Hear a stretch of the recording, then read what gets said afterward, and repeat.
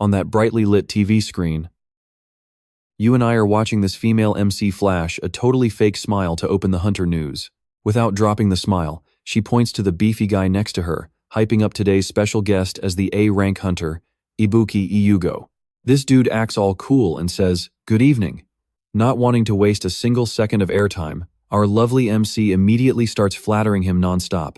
You just led a super successful raid against the Crevasse Golem over in the Great Snowfield Dungeon. First off, we would absolutely love to hear your personal thoughts on that epic battle. The hunter smirks, brushing his hair back to brag. Well, it was just a perfect match for my A-rank class, the Fire Mage. That blue light from the screen reflects off the gloomy back of a young guy just sitting there watching. Underneath that faint glowing light, 23-year-old Ninomiya Tsukasa looks completely dead inside. He mutters with intense bitterness, "An A-rank class, huh?" The TV keeps buzzing in his ears, showing the wild crowd cheering their lungs out. High-ranking classes really are absolutely amazing. Everyone is looking at him with pure admiration. The brighter the TV gets, the more Tsukasa shrinks back into the dark corner of his messy room. He drops his head, angrily whispering to himself, "Why can't I be exactly like that?" Just to mock him further, watch closely, because a neon blue status window suddenly pops up right in his face. Name Ninomiya Tsukasa, age 23, level 1, S-rank Trapmaster class. His physical stats are a pathetic 6, with 5 mana fragile as paper. Staring at that incredibly high but totally useless title, he just clenches his fists tight, sweat pouring down in pure frustration. Even me, despite the fact that I am an S-rank, to figure out this cruel joke, we have to rewind back to the year 2020, the exact moment our planet was changed forever.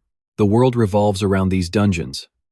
It all started when magic portals suddenly appeared, ripping right through the dark night sky. These massive gates spawned globally, and hiding right behind them were completely unknown, deadly territories. Stepping through them, a tiny hunter draws his sword to face off against an absolutely massive beast. Inside the dungeon are deadly traps blocking the path, and vicious monsters making their nests there. You saw that too, right? Deadly risks, but they hide magical treasures, and even more importantly, mysterious artifacts way beyond human comprehension are just sleeping deep inside these dangerous ruins. A magical cup that endlessly pours out wine, an epic elixir healing absolutely any wound, unseen raw power that easily snaps even the absolute toughest dungeon loot right in half, or dragon bones that are way harder than diamonds. A massive rain of gold coins poured down, sparking a sudden, crazy evolution for all humanity. Anyone who collected them gained massive fortunes overnight, and at the exact same time, people started awakening classes. Reacting to this incredible, miraculous awakening, a guy smirks with pure satisfaction as he grabs the glowing purple magic dancing right in his palm. Thanks to this brand new power, humans stood tall against brutal dragons. Their physical stats got a huge boost, and they started unleashing crazy, powerful magic skills. The ones returning home safely with epic loot from the dungeons. With one incredibly smooth katana swing splashing monster blood everywhere, these proud survivors walked tall and earned the legendary title of Hunters. Their epic victories forged a massive golden statue, completely resetting the rules for modern society. And so began an economy entirely based on dungeons, along with a brutally strict talent ranking system. So what do you and I make of this? High ranks get total respect and elite status, but completely opposite to that blinding glory. Weaklings like Tsukasa can only clutch their stomachs, violently crushed under the boots of the strong. Even academy dropouts, even someone with a completely pathetic background exactly like mine. Stick with me here. Snapping out of a dark past, his eyes are completely glued to the system screen showing S-rank Trapmaster, literally controlling traps inside the dungeon. A small smirk crosses Tsukasa's face as he pieces together his original hopes. Because in this world, awakening a high-tier class means your entire life is about to change forever. The class I awakened is an S-rank Trapmaster. The young kid used to daydream about waving his hand to summon brilliant blue magic circles, absolutely dominating every single battlefield he stepped on. Inside dungeons packed with countless deadly traps everywhere, controlling those traps is basically the exact same as controlling the dungeon itself. A massive smile breaks out on his face, pure burning ambition lighting up his expression. When I awakened this ultimate class, my heart was seriously pounding out of my chest. That is how that day should have gone. But harsh reality crashed down so hard, swallowing up every single ounce of his high expectations. The greatest day of my life. Yeah, Well, that was 2 whole years ago. Now pay attention here. Everything happens when he first tries using his skill to grab that official hunter license. Flashback to the testing center, where the strict examiner pushes up his glasses and points a firm finger straight at the target dummy. So please, go ahead and show us your skills right over here. Even without a license, using skills here will not get you a penalty. Tsukasa clenches his fist right over his chest, shouting with pure confidence. Understood. Focusing all his energy, the young guy thrusts his arm forward with intense power. With razor-sharp eyes, he roars. Trap activation. However, answering that epic wide stance is just completely dead. Awkward silence in the room. Zero magic sparks fly, just the massive crowd behind him blinking and staring in total mute confusion. Panic instantly hits hard as Tsukasa's pupils shrink down. Sweating buckets, he just glares down at his totally useless empty hand in shock. Wait, what? The skill is not activating? Amidst the incredibly awkward vibe, he nervously pulls his hand back and stammers, forcing the examiner standing right beside him to tilt his head, frown, and actually ask, what is wrong? Trying to save his last shred of dignity, Tsukasa holds up one finger, giving the examiner a super-forced, awkward smile. Oh, nothing. Just let me try once more. Refusing to give up, he winds up again and aggressively throws both hands forward in a desperate strike. We all feel that secondhand embarrassment, right? The crowd gets tired, watching this kid wildly swinging his arms around in the air, and answering that throat-tearing roar as he strains to force his skill out is nothing but the examiner coldly narrowing his eyes and pushing up his glasses again. All that effort for absolute zero. Tsukasa shakes, staring at his two hands in pure, unadulterated panic mode. No way. This cannot be happening. No way. Impossible. The examiner lets out a massive, heavy sigh, while the crowd behind him starts whispering and gossiping with intensely judgmental stares. Shutting down this whole clown show, the examiner frowns and asks, Mr. Ninomiya, what exactly are you trying to pull here? Tsukasa frantically points at his glowing system screen to explain. This is totally different. It is a skill that forcefully triggers traps to directly attack the enemy. The blue skill panel clearly pops up, showing every single line of detailed text. Trap activation skill. Forces the physical traps installed inside the dungeon to activate on command. Low energy cost, 0% skill proficiency right now. Like grasping at straws, his eyes shoot wide open as the class mechanics finally click in his brain. That is it. It definitely only works on actual, real traps placed inside the dungeon. He turns back to the examiner with eyes full of hope, but the guy just looks away, dropping another completely exhausted sigh. A cold glare flashes across his glasses. He drops a totally ruthless, merciless judgment on him. You and I just watched a dream shatter. He calls him another rank-faking fraud. Trust me on this one, they just think he is some delusional kid confusing fantasy with reality. Feeling completely insulted, Tsukasa aggressively points right at his glowing status board, screaming his lungs out in defense. Hey, it literally says S rank right here. You can clearly see it on the screen. But sadly, all the examiner can see is a massive, glowing red access, denied warning flashing back at him. He coldly replies, I see how it is. But nobody can actually view another person's private status board. Panicking, our guy awkwardly waves his hands, desperately trying to salvage this final chance. Then just test me inside a dungeon, and you will know for sure what I can do. But he instantly gets shut down with a harsh reality check. Dungeons are way too dangerous. Completely cutting off any escape route, the examiner delivers the final blow with an absolute iron tone. If you cannot prove your combat power, you are strictly forbidden from entering at all. That is exactly why we have licenses and exams. The verdict drops on him like a total death sentence. Tsukasa drops his arms, tears welling up in absolute helpless despair. So what am I supposed to do now? Not caring one bit about his despair, the examiner just turns his back and walks away as the crowd scatters. Well, exploring dungeons is not the only available job out there in this world. Heavy shadows completely cover the young man's devastated face, entirely shutting down his dream of changing his life. And just like that, I completely failed to become an official hunter. Now watch closely as we shift to the massive Hunter Association building, the exact place that buried his Trapmaster title.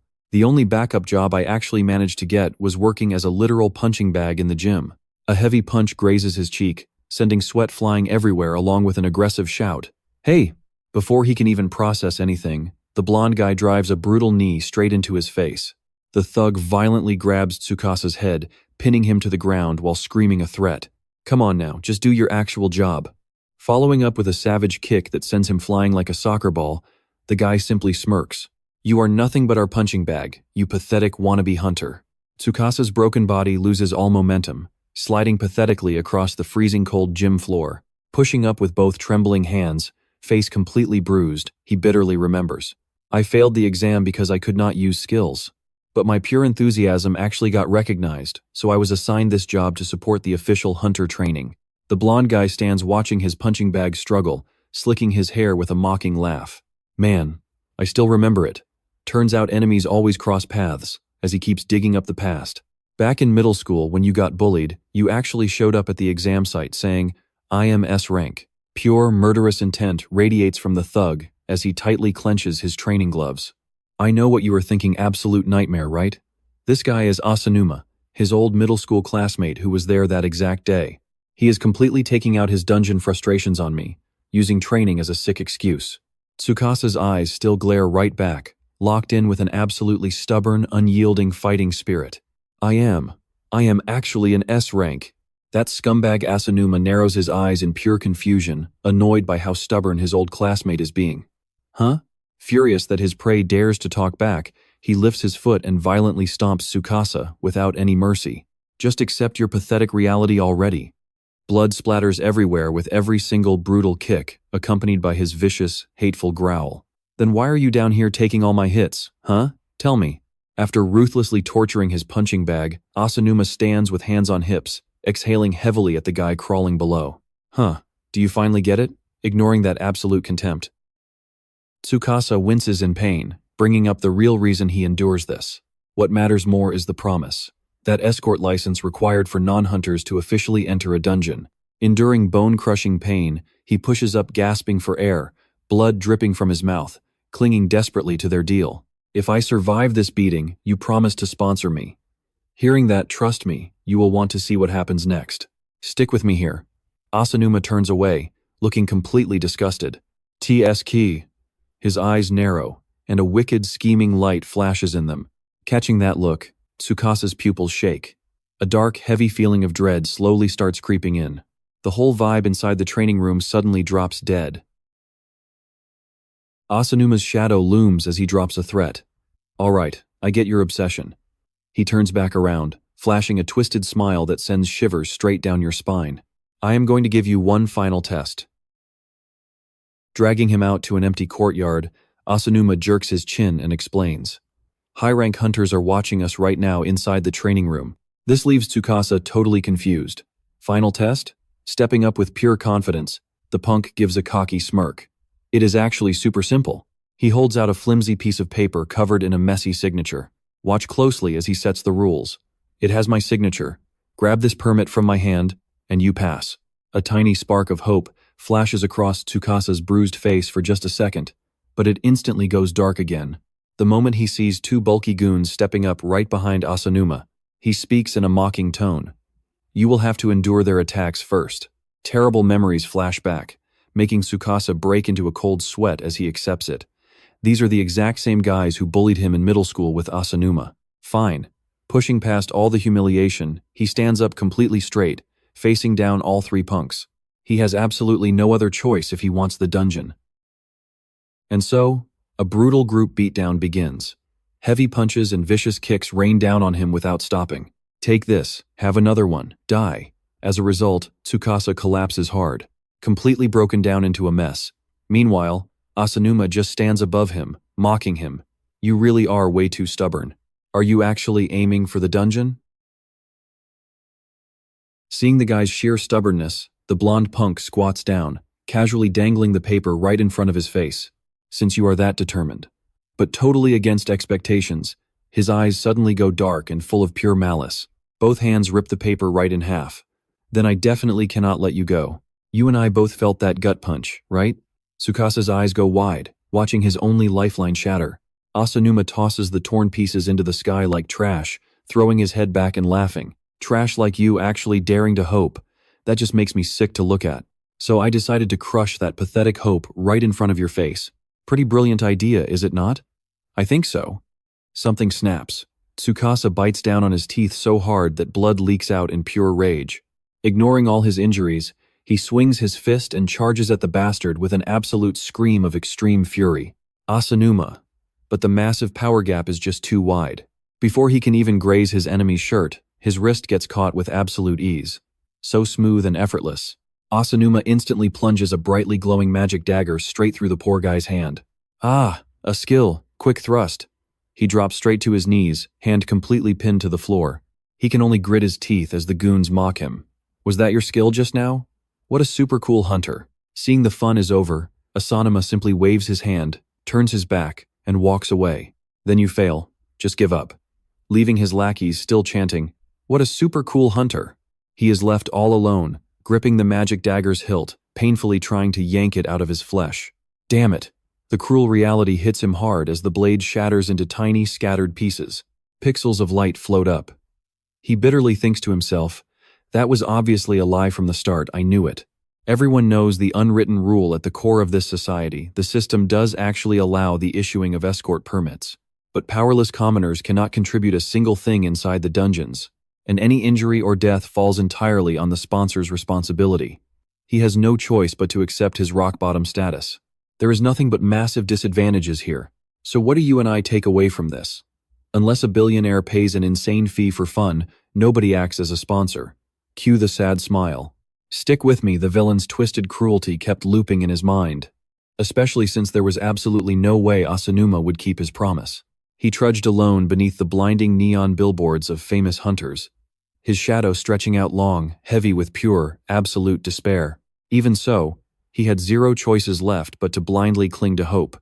His battered, bruised face stayed staring at the ground, eyes completely cloudy and lifeless, because when he looked up at that blinding smile of a rising star plastered right there on the giant screen, that burning hunger to escape rock bottom flared up like crazy. If he could just enter a dungeon, this garbage life might finally change. He clenched his fists, gritted his teeth, keeping that last tiny spark alive. That desperate belief was the only thing keeping him breathing right now.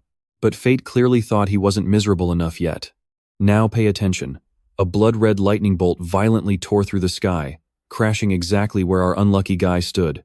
The sky literally cracked open. Crimson lightning smashed down, instantly forming a brutally massive, swirling tornado. It letting out a completely ear-piercing scream as the bloody vortex threatened to swallow him whole. Ah! Tsukasa flinched, violently snapping his head back when he heard desperate, warning screams from the crowd behind him. "Hey, right behind you!" Everyone scattered in absolute panic, sprinting for their lives as a giant building began collapsing with a deafening roar. The entire building is collapsing. His pupils shrank to pinpricks, perfectly reflecting the absolute, sheer terror of the destructive power crashing down on them. Space itself ripped wide open, exposing a blood-red energy sphere that started expanding in a totally freakish way. Even that absolutely massive, towering billboard. And the streetlights got brutally ripped apart by the twisting force, crashing heavily onto the street below. Tsukasa dove hard, hiding behind the scattered rubble to dodge certain death, wiping cold sweat and muttering, "That was way too close." The giant screen flickered, suddenly flashing bright to show a news anchor delivering an incredibly urgent emergency broadcast. "This is an emergency. You and I know that is never good." He snapped his head up, completely shocked. The Hunter Association confirms massive dungeon breaks are suddenly happening all over the entire globe. The peaceful world humanity once knew? It just officially crashed straight into an era of total destruction. The entire world basically just transformed into one massive, deadly dungeon. A giant, vicious dragon took its shot, blasting a fiery laser that completely flattened a towering skyscraper. While the anchor voice kept breaking up in the background, the government and association are currently. Tsukasa's eyes perfectly mirrored the deadly, blood-red sky and the absolute terror unfolding all around him. He stared up at the crimson sky, watching brutal monsters growling, flexing their deadly fangs and claws. Tsukasa staggered backwards, hit by the insane air pressure. His body was completely overwhelmed by pure panic. He could only grab his head and flatten himself against the dirt to hide, as a massive, terrifying monster rushed straight down from the deadly vortex. Tsukasa just stood completely frozen, sweating bullets as he watched people brutally trampling each other, screaming in agony. His eyes went wide, mind totally spinning trying to process this absolutely insane new reality. The world actually turned into a dungeon. This is bad, like, Seriously, dangerously bad. If this place was truly a dungeon now suddenly, a familiar glowing status window popped right up through all the chaos like an absolute blessing. S-rank Trap Master class unlocked, capable of completely controlling all traps inside the dungeon. Right then, the corners of Tsukasa's mouth twitched up, slowly morphing into a completely wild, unhinged smile. And that is where we leave it. For the first time, intense blue magic exploded through his veins. Wild, right? Wait, can I actually use my skills now? Even while these blazing dimensional portals are literally twisting and spitting out nightmarish monsters everywhere? Let's jump in. You and I are watching the sky shatter, erasing boundaries between worlds. Dungeon break. Suddenly, the massive gates keeping our two worlds apart just went absolutely crazy. And just like that, our everyday lives completely turned into a massive, deadly dungeon. Tsukasa drops to one knee with total confidence, slamming his glowing blue mana straight into the cracking ground. Trap scan. Brilliant magical sound waves instantly explode outward, directly linking his own consciousness to absolutely everything around him. If this entire world has literally transformed into a dungeon, then my skill can perfectly track down every single hidden trap locked in this massive area. Tsukasa's eyes suddenly flare up with fierce blue light, pulling up a crystal-clear radar map right inside his mind. I see them. I can spot every single trap set up around here. He smiles proudly after years of humiliating setbacks. It is actually working perfectly. I have waited so long for this exact day. My power is not a joke. I can finally become a real hunter.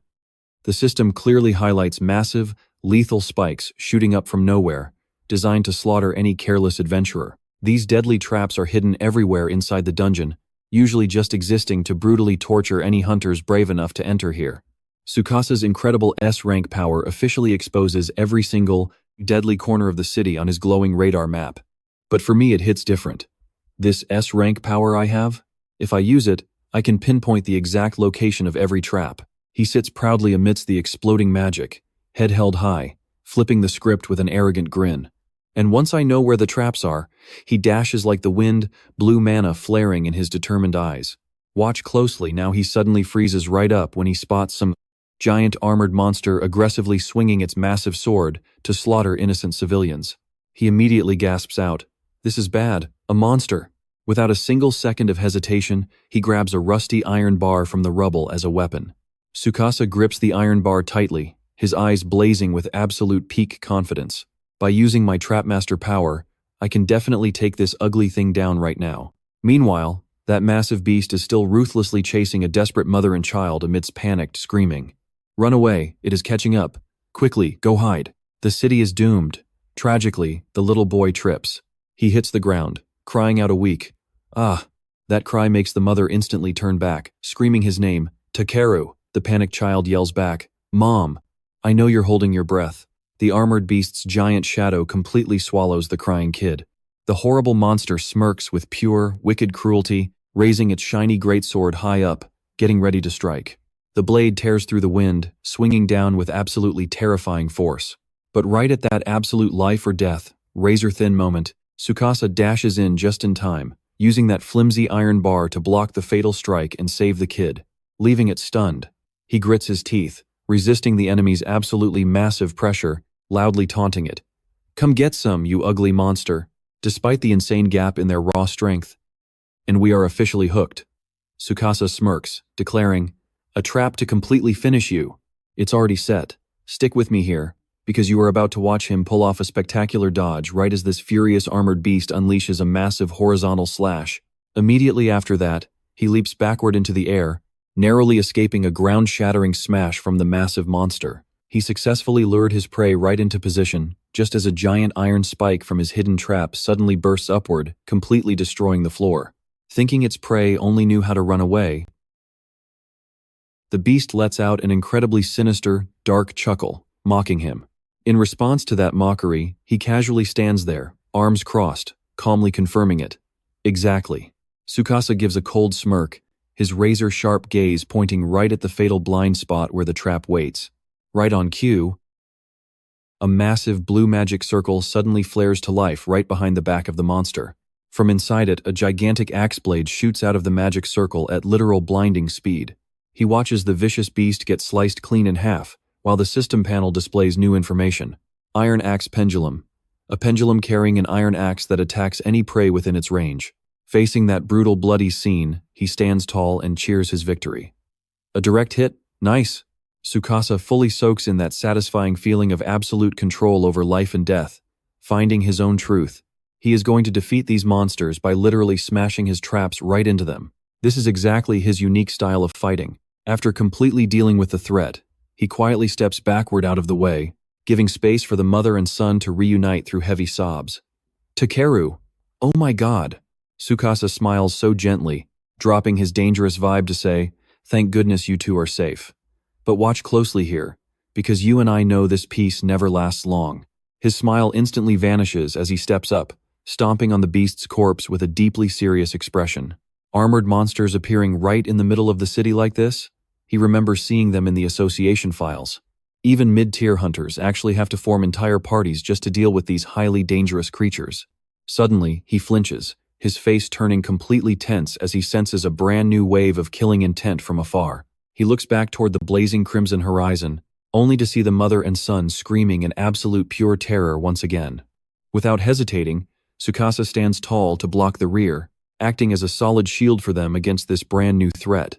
Amidst the screaming, he stands his ground before an entire horde of armored monsters aiming their weapons. This is a total life-or-death situation.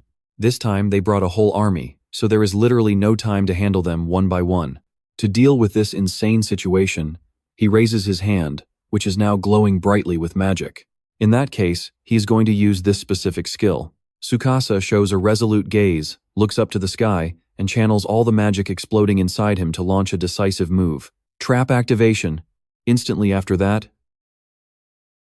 bright blue magic circles appear together above the monsters' heads, making them look up in total confusion. You saw that coming, right? Absolute overkill. Right out of those circles, an absolutely massive rain of boulders pours down, mercilessly crushing the armored monsters into nothing. They only have time to let out meaningless cries before being completely pulverized into dust. The system notification immediately pops up on the screen. Forced activation totally successful. In exchange for burning through magic, he can actually trigger traps without even needing to touch them. After that insane rock rain, Tsukasa stands proudly among the pile of crushed monster corpses, while the system panel keeps displaying falling rocks, a mysterious hail of stones that absolutely crushes the prey. Right after that, a chain of notifications pops up. Leveling up to 1, 2 active skills, trap scanning at level 1. Trap activation level 2 remains locked since he does not own it. He checks the system panel, completely satisfied. Trust me, we just witnessed a legend start. Stick with me on this one, because his S-rank class is about to get completely insane. He knows he can become even stronger now, and he is totally ready, stepping up as a hunter. Meanwhile, the terrified civilians hiding behind the blue tarp are whispering to each other in absolute panic. Suddenly, a massive rock slide crashes down from the sky right above them. Hey, did you just do that? A desperate man immediately runs up to Tsukasa begging for help. Please save us. You are a highly skilled hunter, right? Where are we supposed to hide? Tsukasa turns around, desperately trying to calm the panicked crowd. I am not an official hunter yet, but right now our absolute top priority is finding a safe zone. The completely confused man stares blankly at him and asks, "A safe zone?" He quickly explains a basic rule of surviving the dungeon. Dungeons always have a hidden safe zone somewhere, a place with 0 traps where you never have to worry about monsters ambushing you out of nowhere. But hearing this just makes the desperate man feel completely hopeless, because normally, the real problem is actually pinpointing that location. Trying to find a hidden safe zone when you have absolutely no idea where to start looking usually requires sending out a massive search party to scout ahead. He looks anxiously at Tsukasa and cries out, "We definitely do not have that kind of luxury right now." But our boy just calmly brushes his hand aside and replies, "Not a problem." He raises his glowing hand, flashing a super confident smile, while the entire crowd stares at him in total confusion. For him, it is simple. Now pay attention here. Tsukasa focuses his energy and activates his trap scan skill again. The entire city instantly appears in his mind, like a detailed 3-dimensional holographic map. I have the power to perfectly detect the location of every trap.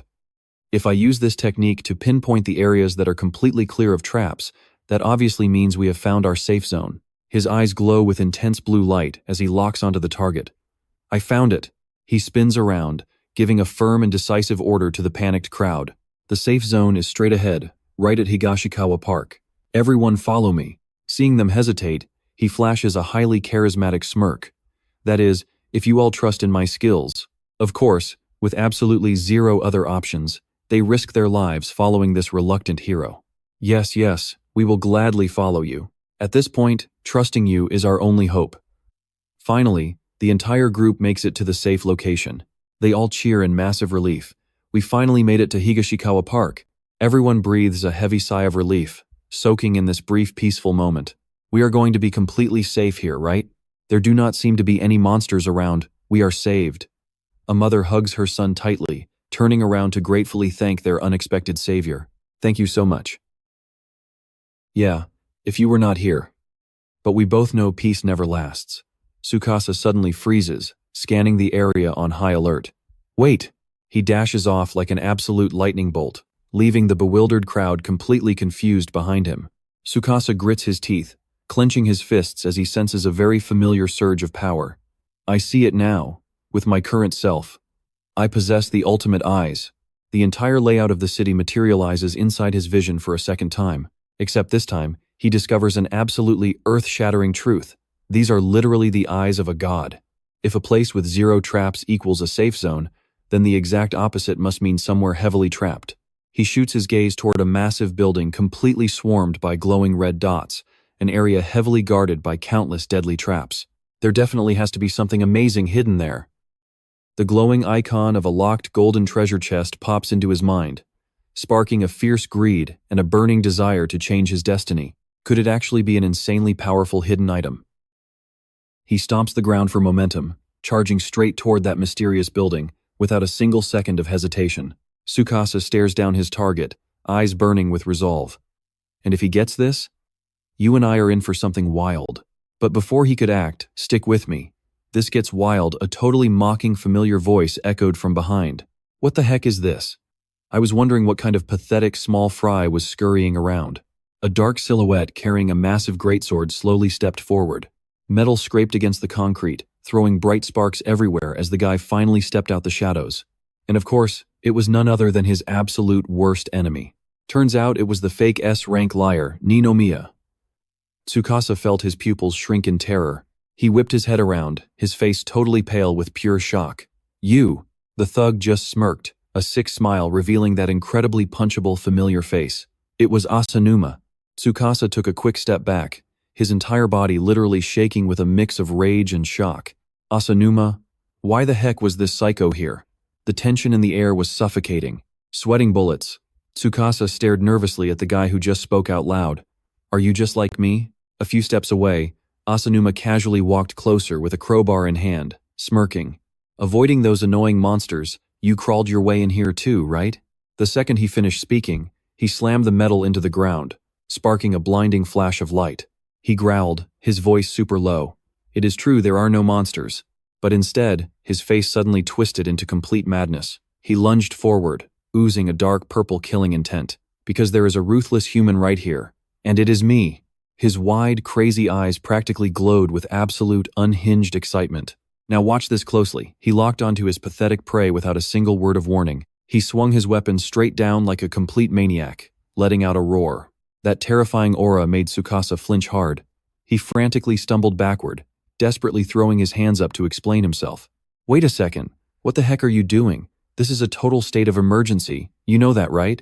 This is definitely not the time to be fighting. But the guy brutally cut him off right there. As if I care. His insanely arrogant words left poor Tsukasa completely stunned in his tracks.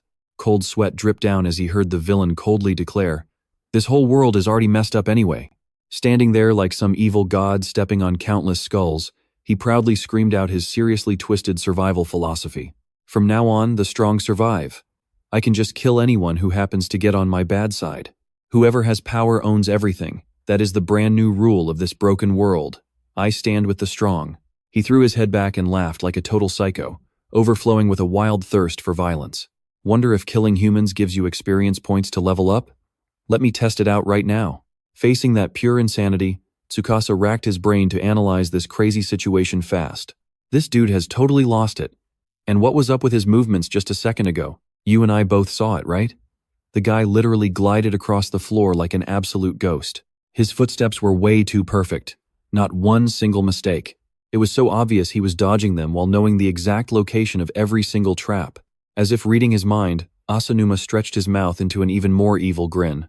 What is it? Even a tiny loser like you noticed? My footwork completely dodged all the traps with absolute perfection, did it not? I will let you in on my secret, acting just like some cheap magician pulling a cool trick. He smugly tossed up a very compact little electronic device. Ta-da!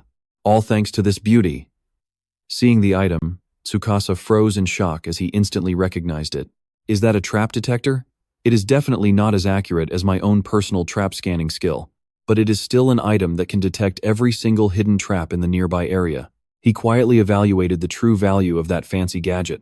Plus, that specific high-precision version is considered a massive luxury item in this crazy world. A low-tier hunter could never afford that. So where did he get it? Trust me, you will hate the answer. Throwing all pride out the window, the guy shamelessly bragged about his stolen loot. I just snagged it recently. I straight up looted this thing from a hunter shop back in town while everything was in total chaos. Stick with me here, he spreads his arms, acting like an absolute king. With this tracker, I am not scared of anything. I know exactly where every single trap is hidden here. While that maniac is totally distracted gloating, Tsukasa quietly gathers magic energy right into his hand. His eyes are razor sharp as he thinks, fine, I will just use my skill to catch him completely off guard. Forced activation, he locks onto the deadly hazard hiding right above the crazy guy's head. That attack trap right above him?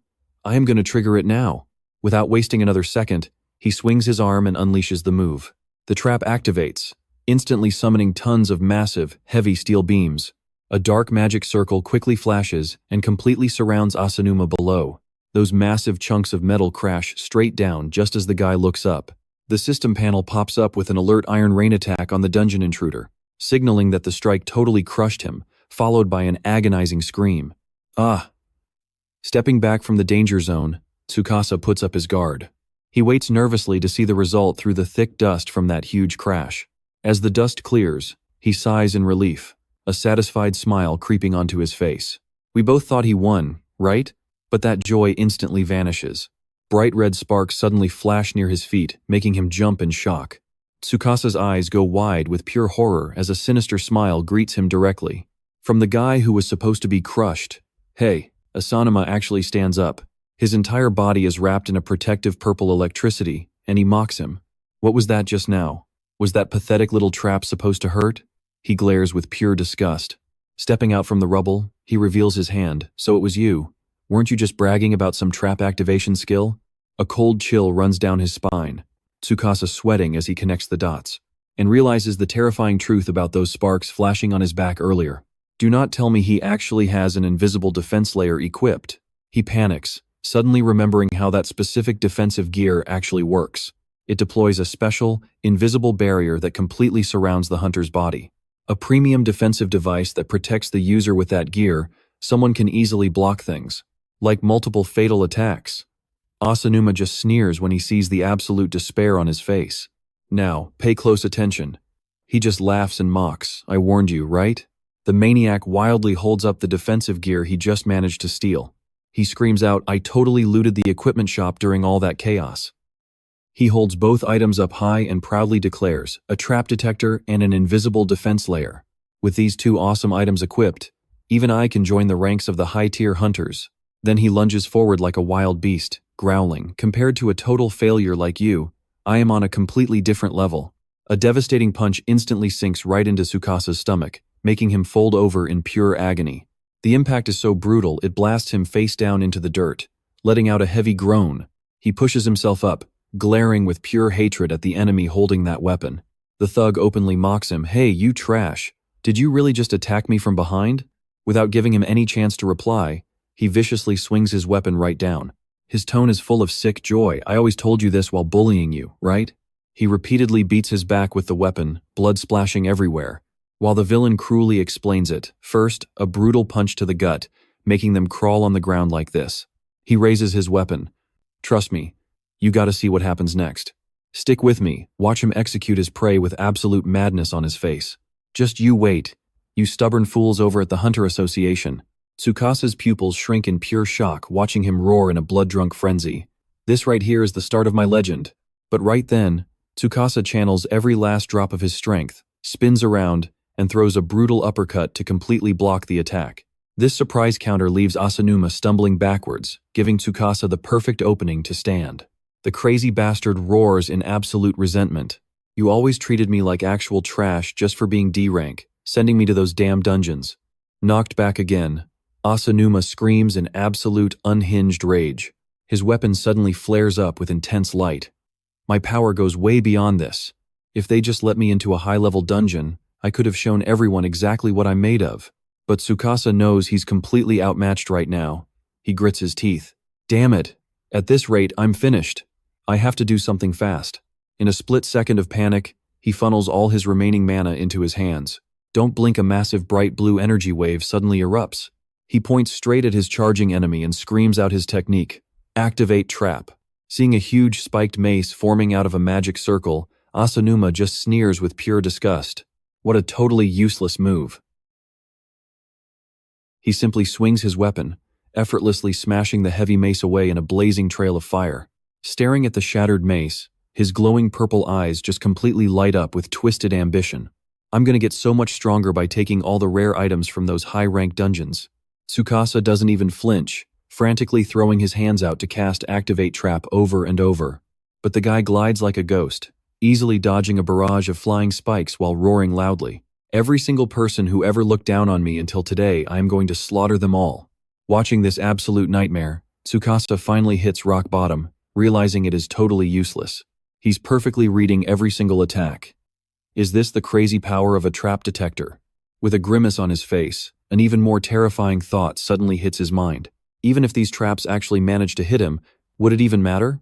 With the enemy's shadow looming over him, he's completely helpless against Asanuma's crazy invisible defense layer. I am completely out of options. I know what you're thinking, game over, right? But suddenly, a status change sound rings in his head. Along with a glowing system notification panel, skill proficiency has officially leveled up from maxing out activations, and a brand new skill is unlocked. He realizes in pure shock. So that's why.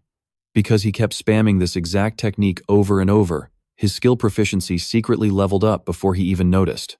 He frantically reads the screen hovering right in front of him. What is this mysterious new skill? Create Trap uses mana to literally forge new traps. Tsukasa's eyes instantly light up with hope. He just mutters in absolute, jaw-dropping disbelief. The crazy power to craft custom traps. If I use this skill right now, I might just win. Furious that Tsukasa is still standing, Asanuma roars out in confusion. Huh, you piece of trash? He sneers, seeing him gear up for an attack. What's with that weird stance? But Tsukasa just focuses energy into his hands, coldly repeating his exact words. I clearly told you we were starting off with a brutal punch to the gut, didn't I? His eyes flash with pure hatred, roaring as he channels all his mana. I am going to feed you everything, you bastard.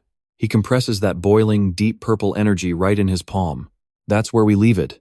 He's flipping the script, using this unknown power to create and activate a trap. He thrusts his hands forward, shouting out his newly awakened technique, Create Trap. Alright, stick with me here. A massive energy surge erupts from him as he locks in the attack, Create Trap. Out of absolutely nowhere, a gigantic wooden log just materializes right in front of Asanuma. He screams in pure terror, why is there a trap right there? That is completely impossible. The system screen suddenly flashes a new notification, Wooden Log Attack. A massive log is summoned to strike the target, leaving the guy totally confused, thinking none of my items can do anything like this.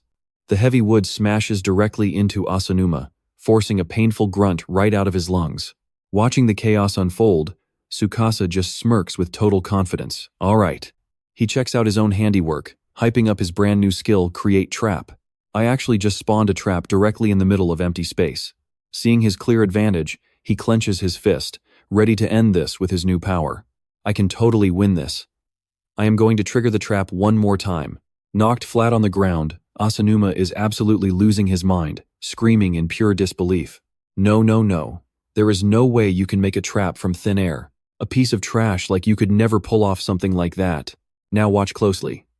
Tsukasa steps up, calmly replying, Sorry, Asanuma. I am nothing like you. I am a trap master, an S-rank class. A glowing purple energy orb forms right in his hand. Flashing a super confident smile, he says. That is exactly why I can do things like this. With that, he swings his arm forward. A complex magic circle instantly lights up as he yells out, "Create trap." The magic circle pops up directly over Asanuma, leaving him barely enough time to gasp in pure shock. Huh, a metal bucket drops straight out of the sky and smacks right onto his head. The system alerts him, drop bucket, a bucket falls from high up. Meanwhile, the guy just groans. Ugh! He sits there on the ground, completely dazed, grabbing his head and staring at the bucket like, huh? Just a bucket? Seeing this, Tsukasa clicks his tongue in disappointment, slow, just like I expected. So this is really the absolute limit of what I can pull off with my current power. He secretly thinks about his own limits. Those massive, large-scale traps that kill things instantly? Making those clearly requires way more magic power than I have. Hearing this, Asanuma starts laughing like an absolute maniac. Hey, what was that even for? Is this pathetic little bucket trap seriously the best you can actually do? Then I literally have absolutely nothing to worry about. But Tsukasa just coldly shuts down his wild arrogance. I know what you are thinking. No, my goal was never a simple bucket hit. Take a closer look at your feet, you piece of trash. Asanuma looks down, totally confused. Under my feet? He suddenly screams in absolute horror when his hand brushes against a glowing circle. A blood-red magic circle is shining bright on the ground. Ah, I see it. Standing far back, Tsukasa calmly explains his master plan while watching his target panic. There was already a deadly trap placed right here from the very beginning. The horrifying reality finally hits Asanuma. Stuttering and sweating bullets, he realizes, wait, that bucket earlier was just to bait me right into this exact spot. Pure, unfiltered terror completely takes over his face. The system flashes a new warning, the death saw, a spinning blade designed to shred slow-moving prey. And right on cue, a giant saw erupts straight out of the solid ground. The heavy blade slashes right into Asanuma, making him scream out in pure agony. Ah! In a total panic, he desperately tries to block the saw, grinding him to pieces. But the sheer power of this trap is way too much, launching him right into the air. He slams his back hard against the dirt, letting out a painful, heavy groan. You and I both know it is over. Another magic circle lights up behind him, making him shriek. This time, the wall behind him suddenly reveals its hidden deadly fangs, shooting out countless sharp needles that pin him right in the back. Pinned brutally against the wall, the guy groans in absolute, pure agony. Struggling to tear himself away from the spike wall, he screams out in pure desperation. Not another trap. He sprints blindly, panicking. Stick with me here. You and I know he is completely doomed. At this rate, his invisible defensive barrier is definitely going to shatter into pieces. That cocky attitude from before? Completely gone now, replaced by absolute, bone-chilling terror clearly written all over his face. He whips around to run away like a maniac, but immediately freezes right in front of another magic circle. Wait, no way. Traps are in this direction too. The system window flashes, reading lightning barrier. An electric fence suddenly sparks midair, ready to fry its prey. A literal tornado of lightning strikes down, making him scream his lungs out. That massive high-voltage current completely knocks him down. Asanuma collapses hard to the ground. Gasping for air, he realizes his life is hanging by a tiny thread. This is bad. I am at my absolute limit. One more hit and it is over. But as his hand hits the floor, another glowing red magic circle activates underneath. From it, a heavy iron chain with razor-sharp spikes shoots straight up. The system alert pops up, unbreakable iron chain. These massive chains grab the intruder tight, completely sealing away any chance of fighting back. Multiple chains wrap around his entire body, locking him down tight. He cannot move an inch. He screams out in pure horror. What? There is one here too? But Tsukasa just hits him with a totally calm reply. You still have not realized it? He stands there, blue eyes flashing with confidence. Now pay attention here, because this room actually contains a trap combo. Starting from just one single trap activation, multiple other traps chain together to constantly attack the intruder. A complex diagram appears on screen, showing exactly how his genius plan works. A brutal mechanism perfectly designed to completely crush even intruders with maximum level defensive power. Tsukasa stares down at his enemy, wrapped tightly in the glowing red magic circle, declaring, and this is the grand finale of this trap combo. A massive crossbow is summoned from above, aiming dead center at the completely helpless Asanuma, making him let out a pathetic gasp of pure terror. Extreme panic completely takes over, making him scream out in total despair, "Ah, somebody save me. I do not want to die yet." The system displays Hunter Crossbow, a bloodthirsty weapon that locks onto trapped prey and hunts them down without any mercy. Right as the glowing arrow charges up with energy, Asanuma grits his teeth, knowing his dark fate. "My barrier cannot hold on. I am going to get skewered right through by that arrow." His defensive barrier shatters into a million pieces, signaling one simple thing: absolute death. The massive arrow fires off like a lightning bolt, blasting Asanuma violently backward onto the floor. The arrow violently slams into the ground, missing him by an inch. But you saw that, right? Both of his precious items are completely destroyed. Asanuma lies unconscious on the floor, foaming at the mouth. Tsukasa calmly notes, "The arrow missed, but there is no need for a finishing blow." He looks down at the completely shattered shield generator device, muttering to himself, "It looks like the shield generator is broken." After taking the hit from so many death-level traps, that is obviously going to happen. Tsukasa walks over to the trap detector, stomps right on it and says, "I am going to destroy this trap detector too. Seems like you could not even handle using it properly anyway." He stares down at the defeated enemy, delivering his absolute final judgment. "You failed to notice the trap combo here and totally wasted your item power. That right there is the exact reason for your defeat, Asanuma." With that, he turns and walks away. A crack appears on the far wall. He looks at the faint light spilling out, realizing what these traps were protecting. "So what do you and I take from this?" The real treasure is right ahead. He steps right forward, heading straight into the glowing light. "Let's jump right in," he yells out, totally hyped. "That light is exactly what I need." Peeking right through the glowing crack, he screams out in pure joy, "I finally found it." A chest sits inside the gap. Suddenly, a bright system window pops up right in front. Super rare hidden item right here, a literal S-rank hidden treasure chest. He stares at the sealed chest, thinking to himself, these hidden items are scattered deep in the dungeon. And hunters who actually manage to grab one? Super rare. So Tsukasa reaches out to crack it open, his mind racing with all the crazy possibilities. Every single piece is ridiculously valuable. The kind of value that can instantly skyrocket a person's power to absolute god tier. Literally anyone who holds them. Suddenly, this eerie blue light blasts out from inside the chest. It completely swallows Tsukasa whole, leaving him absolutely shocked. Now watch this. A massive burst of blue energy erupts, lifting his entire body into the air. Endless system screens start spamming his vision. He just mutters in pure disbelief. "Wait, my magic power stats. They are absolutely skyrocketing right now. Magic power increasing, going up even more, and even more. Is this really an item that gives a massive magic power boost?"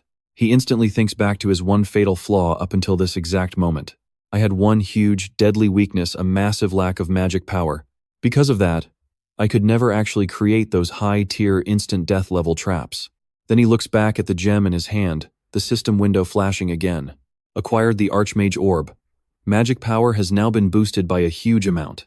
727, lighting up a spark of hope. But with this thing, now I can actually do it. With this insane amount of magic power, I can finally craft some seriously powerful traps. Tsukasa clenches his fist, a super confident smirk forming on his face as he makes up his mind. "All right, let's test this out a bit." Right after that, you feel that tension? A massive scythe monster suddenly spawns in the ruined city, and then swarms of insect monsters with glowing red eyes start creeping out from the shadows. Tsukasa faces them head-on, calmly analyzing the threat. A giant insect-type monster, huh? Seems like a pretty worthy opponent. Without hesitating for a single second, he points forward, channels all his new magic, and screams, "Trap creation!" Countless purple magic circles instantly light up the sky above, summoning massive weapons that aim straight down at the monster horde. Those flaming weapons crash down, burning the monsters to a crisp in a sea of fire. The system window announces, "Hellfire Furnace completely burns down prey in range, with terrifying absolute blast firepower." Standing right in the raging flames, Tsukasa calmly notes, "Nice. The instant death trap works perfectly, without a single glitch. So this is the raw power of the Archmage Orb." Suddenly he senses something approaching and turns his head. Two guys wearing Hunter Association uniforms just showed up out of nowhere. Absolutely stunned by the fiery scene, they yell, "What the hell is this? What in the world happened to this monster's body? This is completely unbelievable. The entire thing has been burned to absolute ash." They frantically look around, trying to find some kind of explanation. To pull off a crazy stunt like this against a massive boss monster, is there a hidden S-rank hunter somewhere around here? Hiding in the shadows, Tsukasa watches them and thinks, those guys look exactly like the defense squad from the Hunter Association. Did they come out here just to evacuate the citizens? Another squad member runs up and shouts out loudly, "Hey, just leave that alone for now. The evacuation guide is already finished, so hurry up and get to the baseball stadium." He keeps shouting orders. The main unit finally track down the area, boss monster. "We attack with full force." "Got it." And trust me, watching from that corner, he is just getting started. Alright, let's dive into this. Tsukasa overhears everything. The area boss was found, and it's right at the stadium. He quickly recalls crucial intel about this specific monster class. The area boss is the absolute apex predator of the dungeon food chain. Naturally, their power is insane, but that also makes them the #1 priority target for every hunter. He keeps analyzing the situation. If you manage to defeat an area boss, every single lesser monster in that zone instantly vanishes into thin air. And just like that, the entire zone becomes a completely safe area. Tsukasa stares after the defense squad, completely certain now. Those same dungeon rules definitely apply to this sector too. Even though it randomly transformed into a dungeon, the defense squad rushes off, screaming that the bloody battle has already kicked off. "Hurry to the stadium!" Tsukasa finally steps out of his hiding spot. An excited smirk crosses his face. That area boss is going to be one hell of an opponent. He has no choice but to go. Stick with me here. The view shifts to a massive stadium. A massive armored monster roars out loud, totally ready for a bloody fight. A brave hunter charges right in, swinging his sword head-on against the roaring beast. His teammate frantically screams from the back lines, "Hey, stop getting distracted by those small fries. The area boss is going to show up any second now." Over here, a female hunter watches the guys clashing with the massive beasts. Pure panic on her face as it clicks. These are small fries? These giant monsters cannot just be grunts. For low-rank hunters like us, this is literally the maximum threat level we can handle right now. She stares dead ahead with a pale face, muttering in absolute bone-chilling terror right now. Then the area boss must be. Suddenly, a massive, earth-shattering rumble echoes out loud, making the battling hunters jump back on high alert immediately. Right after, a giant shadow smashes through the stadium dome and crashes down. The beast opens its mouth full of razor-sharp teeth. A glowing red energy orb begins forming. It lets out a roar that literally shakes the entire earth. It's a massive dragon. I know what you're thinking, absolute nightmare fuel. The hunters just freeze. A destructive heat wave blasts out, scorching the ground, blowing a hunter away and making him scream out loud. Enemy attack. Run away. The absolutely terrified survivors watch their teammate fall, clicking their tongues in shock. Damn, that heat ray attack. The blast range and raw power are completely beyond our wildest imaginations. Just then, a loud voice from behind urgently yells out to them, "Hey!" making the two flinch and look back. In the distance, their captain frantically screams the evacuation order. "Hurry up! The whole stadium is collapsing now. The area boss is coming." The remaining hunters run for their lives from the rapidly crumbling stadium grounds. "Move it! Hurry!" The dragon swings its colossal tail, completely destroying the stadium floor. A hunter gets crushed by falling debris, screaming out in pure agony. "Ah!" The female hunter immediately sprints to her badly injured teammate, crying out loud, "Senior!" She struggles to lift him up through the heavy rubble. But the monster's massive tail is already looming right in front of them. The beast slowly turns to stare them down. Its glowing red eyes flash with pure death. The female hunter looks up, her face twisted in absolute, crushing despair. That crazy heat ray attack, this massive size, it's totally useless. We're absolutely no match for this thing. She realizes the horrific truth as the dragon is cloaked in raging flames. This is the true ruler of the zone. The absolute overwhelming power of an area boss. From a nearby building, Tsukasa spots the fiery dragon, wondering, is that it? Without a single second of hesitation, he charges straight forward and yells, "Just wait there, area boss." A smirk hits his face as he dashes at insane speed. "Trust me, you and I will love this. Stick with me, you are about to watch the ultimate death trap get set." He sprints with absolute determination straight toward the area boss. A massive plan is already taking shape. If he can just take down that monster, all the chaos in this entire zone finally ends. Tsukasa stands tall on a rooftop, fully ready to strike.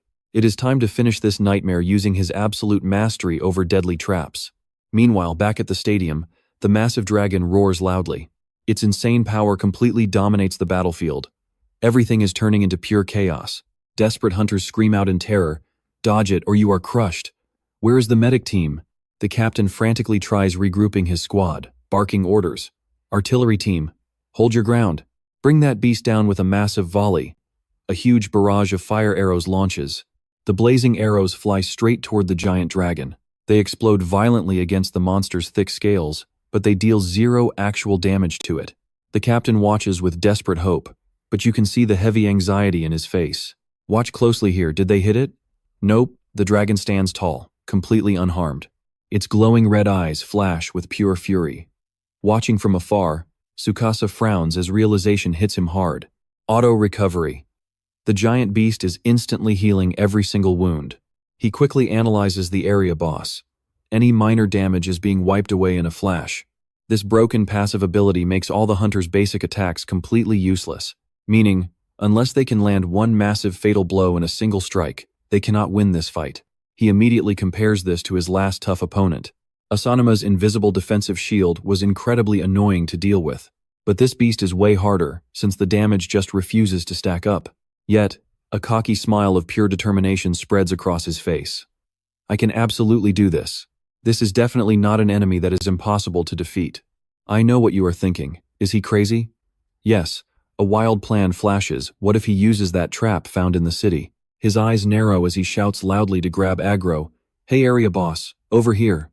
Hearing his shout, the female hunter decides to become the bait. She stands up tall and screams out, "Come get me," gritting her teeth, telling herself she is still a proud hunter despite being weak. "I might be useless in combat, but I can at least play the distraction while it hunts me down," giving the others a chance to strike. But the massive dragon instantly targets her. A terrifying sphere of pure heat charges in its mouth, sparking absolute panic. She gasps in horror. Wait a minute, it fires the heat beam instantly? Squeezing her eyes shut, bracing for death, she thinks despairingly, "I am finished." Then she blinks her eyes open in total shock. Huh? Suddenly she is being carried bridal style by Tsukasa. He swooped in to save her at the exact last second. A sudden teleportation. The stunned hunter cries out in total confusion. What just happened? Where are we? Holding her securely in his arms, Tsukasa calmly explains the situation. "I just saved your life using a magical teleportation trap. Right before you were totally erased by that heat blast." She is left utterly speechless. "Haha," he smirks, thinking back to how this sneaky trap functions. It is an anomaly that randomly spawns in dungeons, throwing you to a completely unpredictable location. A super dangerous warp, causing a sudden and violent distortion in space and time, flinging targets across the map. Normally, this glitch is nothing but a massive headache, but his genius brain found a creative way to use it, if triggered exactly on command. So what do you and I learn here? Glitches make for epic, clutch rescues like this. Alright, stick with me, you are about to see a wild trap setup. Sitting her down safely, she instantly panics and asks, "Who exactly are you?" "What do you mean? Using a trap?" But Tsukasa just cuts her off with zero hesitation. "Sorry, no time to explain." He just turns his back, walking away while dropping a heavy command. "If that radio still works, get on it and alert every single team immediately." He lays out a totally insane plan, right there. Tell them exactly this. Starting right now, one lone hunter is going to solo the area boss, dragging the massive enemy straight into the main city. Hearing this absolute madness, she jumps up screaming, "Into the city? Are you completely out of your mind? We literally dragged it out here just to keep the innocent civilians from getting slaughtered." Tsukasa dashes off without even looking back, calmly dropping the truth. The evacuation is fully complete. Even if the entire city turns into a war zone right now, there will be zero civilian casualties. And just like that, he vanishes, leaving her yelling helplessly into the empty air. "Hey, wait up!" She just stares at his fading silhouette, completely stunned and trying to process this absolute chaos. Meanwhile, back at the stadium, the giant dragon is throwing an absolute tantrum, destroying everything. It roars loud, flexing its absolute dominance over the battlefield. A bruised hunter rushes over to his fallen teammate, terrified. "Hey, are you still breathing?" Helping his buddy up, he stares at the terrifying beast in pure despair. It is totally useless. With that insane health regeneration, we are completely out of options. Now, watch closely. Right before they get wiped out, a giant wash basin suddenly drops straight from the sky. Bonk, right on the dragon's head. The system panel flashes a ridiculous message, large falling wash basin. A giant wash basin drops from above, dealing 0 physical damage but massive emotional humiliation to the target. While the confused beast just stares at the metal bowl, Tsukasa stands tall on a rooftop, openly taunting it. Yeah, over here, you overgrown lizard. Is mindless destruction really the only trick you have in your bag? He screams at the top of his lungs, drawing its focus. If you are the true boss here, then come prove it and fight a real hunter one-on-one. I am ready to end you anytime. Completely enraged by the insult, the monster roars furiously. Blinding red energy gathers, forming another massive heat sphere in its jaws. The terrified hunters spot this and scream out. This is bad. Another deadly heat beam is coming. What is that crazy guy even thinking? He is recklessly picking a deathmatch with the area boss. The dragon blasts out a devastating beam of pure heat, vaporizing absolutely everything unlucky enough to be in its path. But Tsukasa smoothly dodges the blazing inferno by a hair. The other hunters are frozen in fear. But I know you saw that too. He actually dodged that impossible blast. Does that lunatic actually have a flying skill? But then, one of the guys suddenly realizes the wild truth. No, wait, that is not magic. He definitely just kicked off some kind of hidden spring pad trap. It just popped up on the roof. That madman actually weaponized a basic spring pad trap to launch himself, to vault straight into the sky. Hovering midair, Tsukasa smirks to himself. Exactly. The item I laid down was just a harmless non-attack trap. I triggered that bouncy spring pad on purpose, to totally evade that heat ray. Instantly, the blue system window pops up. Crazy jump. A chaotic trap designed to forcefully launch any caught prey straight into highly dangerous, deadly territory. His brain works at lightning speed. If I deploy this bouncy trap manually, I can basically double jump forever. It becomes the ultimate aerial combat support tool. And then, he just starts spamming these invisible spring traps mid-air. Over and over, chaining them together like an absolute glitch. Glowing jump pads materialize beneath him, letting him literally run on air. Bouncing from pad to pad, he rockets straight down, toward the giant boss who is staring up completely dumbfounded. He lands without a sound on a nearby roof. You and I know what comes next. Tsukasa drops directly onto the massive dragon's head. Stick with me here, our guy literally screams at the boss, dragging it along. He instantly spawns a teleportation trap, binding it tightly right onto the massive monster. Leaping away like it is absolutely nothing, he ignores its rage, heading for his special city trap. Boom. Both get teleported. Tsukasa lures this dragon straight into a massive kill zone, basically pure hell. He dashes at breakneck speed, tearing straight through the totally ruined city streets. Meanwhile, the furious dragon is hunting him right behind. Back at the command room, an urgent warning blasts over the radio waves. Emergency report. The area boss just completely broke out of the baseball stadium. The captain updates the terrifying situation, leaving the female hunter absolutely stunned in complete shock. It is on the move, completely flattening the local residential areas. Listening closely, she suddenly realizes the monster's path. It is heading straight for the main power substation. Now watch closely as Tsukasa baits this absolute beast. It is completely losing its mind. Tsukasa sprints for his life, desperately dodging the dragon's wildly destructive, explosive attacks. It roars with absolute fury. He spectacularly glides right out of the way, dodging its deadly bite by a literal hair's breadth. Glancing back to check the chaos, he sees the roaring monster gearing up to strike once again, but Tsukasa is one step ahead. He instantly summons a magic circle and screams, "Create trap." The trap detonates, stalling the beast for a split second. He chains more traps just to make some distance. While the stubborn dragon relentlessly chases him down, he lands safely after pulling off a quick, short-range teleport. He breathes a sigh of relief. Okay, teleport successful. Standing right in front of a giant substation, Tsukasa mutters, "Perfect. I lured the beast right here. Just a little further to the kill zone." You feel that tension, right? Slapping his hands onto the ground, he confidently declares, "From here on out, I am serving you a massive feast." Suddenly, pure magic surges from his hands. Focusing all his raw power toward the raging dragon, he loudly screams out, "Create trap!"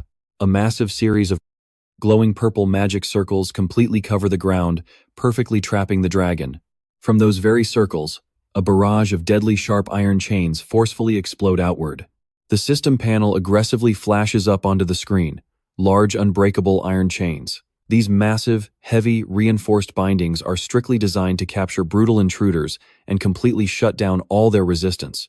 As those heavy chains brutally lock down the massive monster, another glowing magic sphere drops in, charging up for the very next devastating attack wave. The glowing system board instantly updates again. Large iron axe pendulum, a massive swinging axe designed to ruthlessly strike down any prey caught in its range.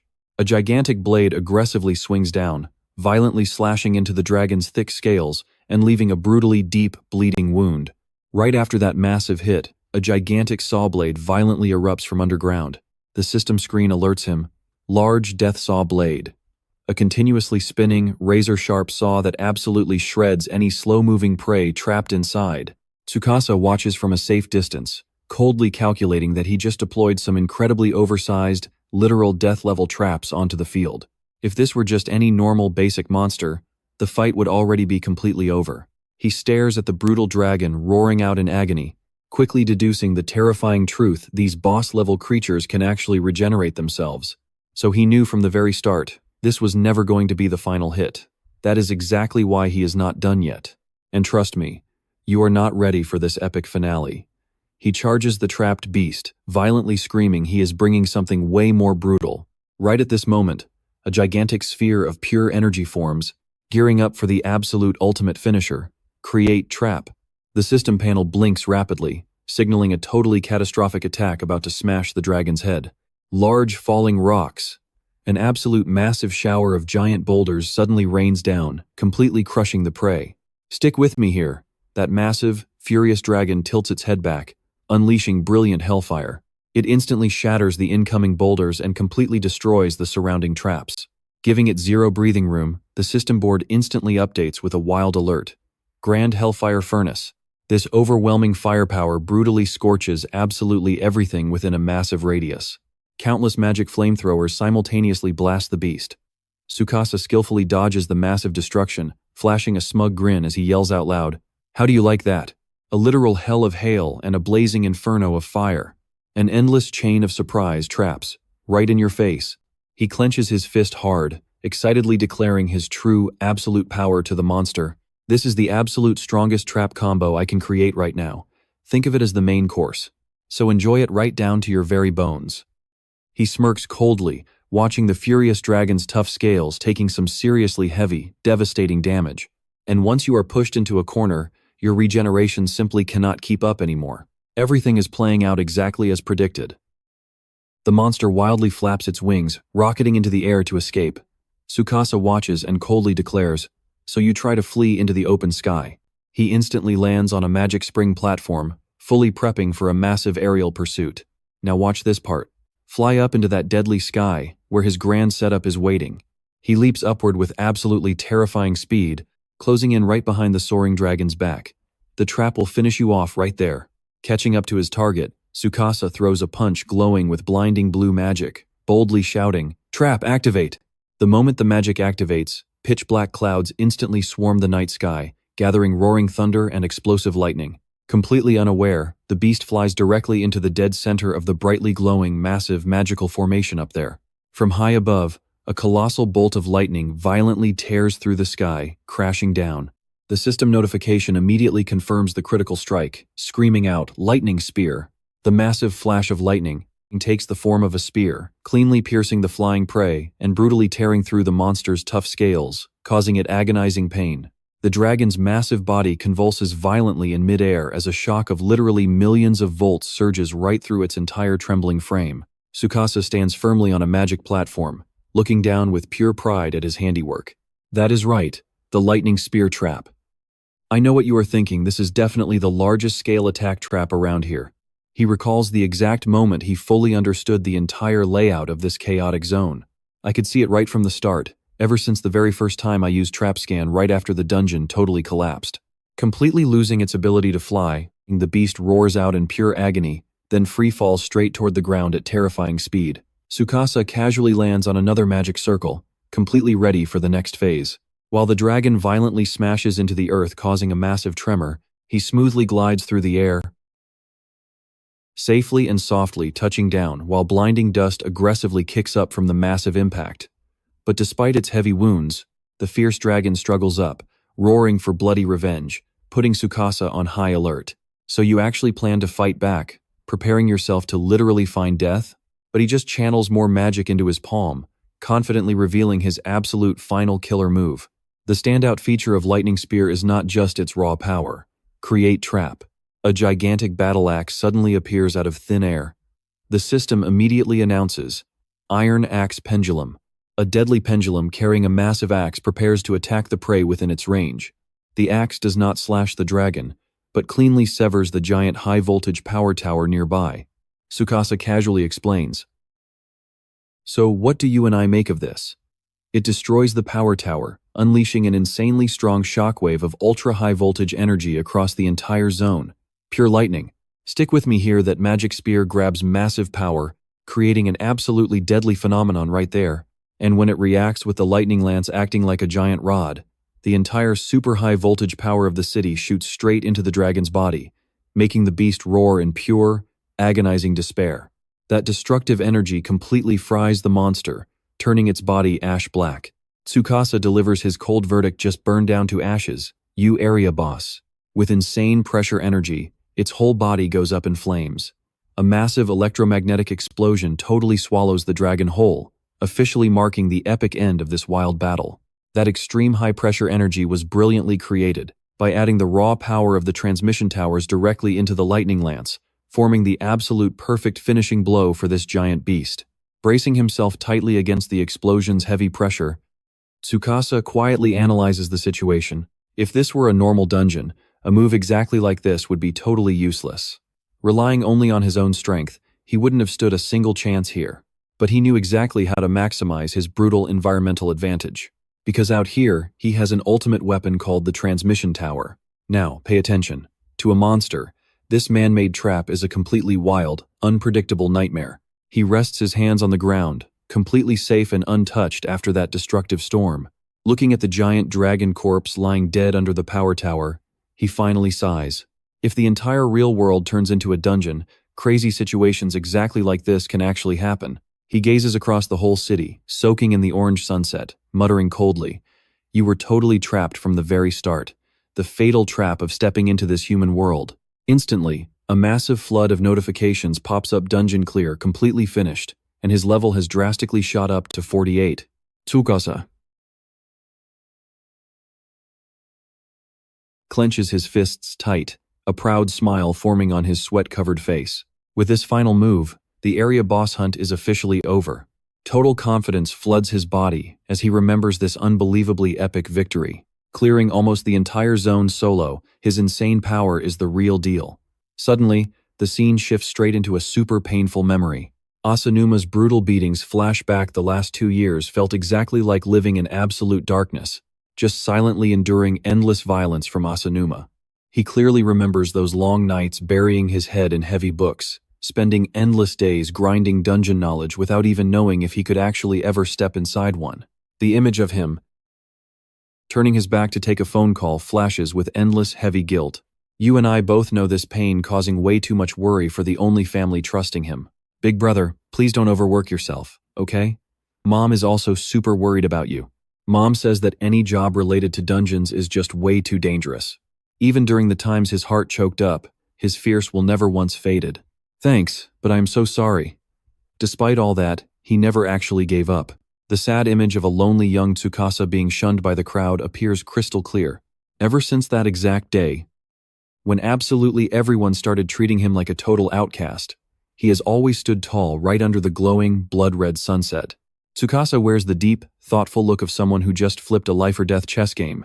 As he casually walks away, the dragon's giant body and everything around it starts fading into ash, directly followed by a flashing system alert. Every single monster in this zone will vanish at the exact same time as the boss. The major threat is completely gone, and peace finally returns to the ruined city. He slowly strolls down the street, totally covered in ruins, and then he slightly turns his head back. His sharp, intense eyes lock straight onto a massive building far in the distance. His very next major target is... Trust me, you'll want to see this towering skyscraper next. Stick with me here. We are stepping right into the absolute ruins of the Hunter Association communications base. Flipping on his phone flashlight, the beam cuts through the pitch-black hallway as he mutters, assessing the damage. Up until right now, this entire comms facility had been completely glitching out, a total blackout caused by the massive dungeon break. The dungeon's aura completely severed all contact with the outside world. But then, the flashlight beam stops dead on the comms room sign, sparking a tiny sliver of hope in the darkness. But hey, the dungeon is cleared now. Everything is about to change. He is dead certain those telecommunication satellites can finally be brought back online. Stepping closer, he stares straight down at the magnetic electronic lock panel on the heavy door. There it is. Instead of swiping a card or typing a pin like normal, he gathers brilliant purple mana in his hand and shouts out, "Trap creation." Electricity violently arcs through, completely short-circuiting the mechanical lock system and leaving behind a cold system prompt. Utility stun activated, temporarily sealing the target's mechanical movement with a highly concentrated electric shock. Grabbing the dead door handle with its disabled lock, he casually twists it open.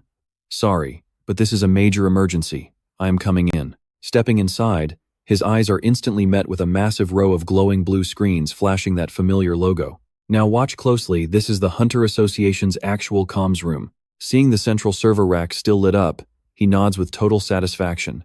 Nice, the hardware seems to be running perfectly fine.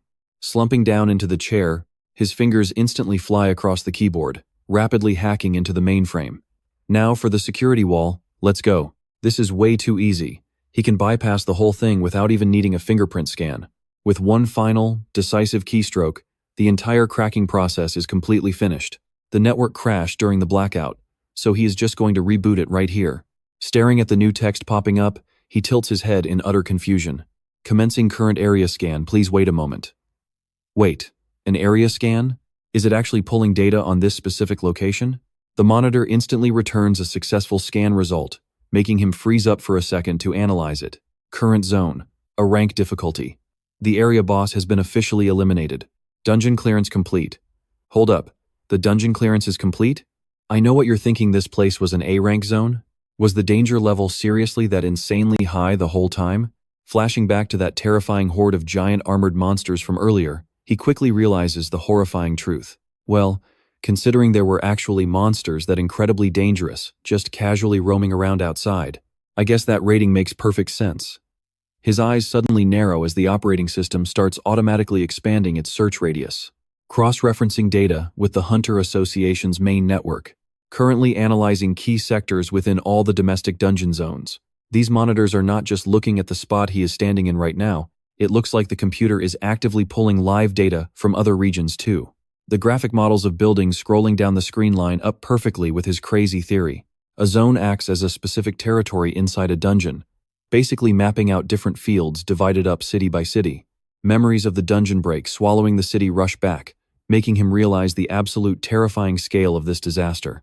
The entire world has literally transformed into one massive dungeon, generating countless distinct zones. Is this system actually trying to analyze every single one? Staring at the world map linking up to the grid, that familiar, cocky smile creeps back onto our tech genius's face.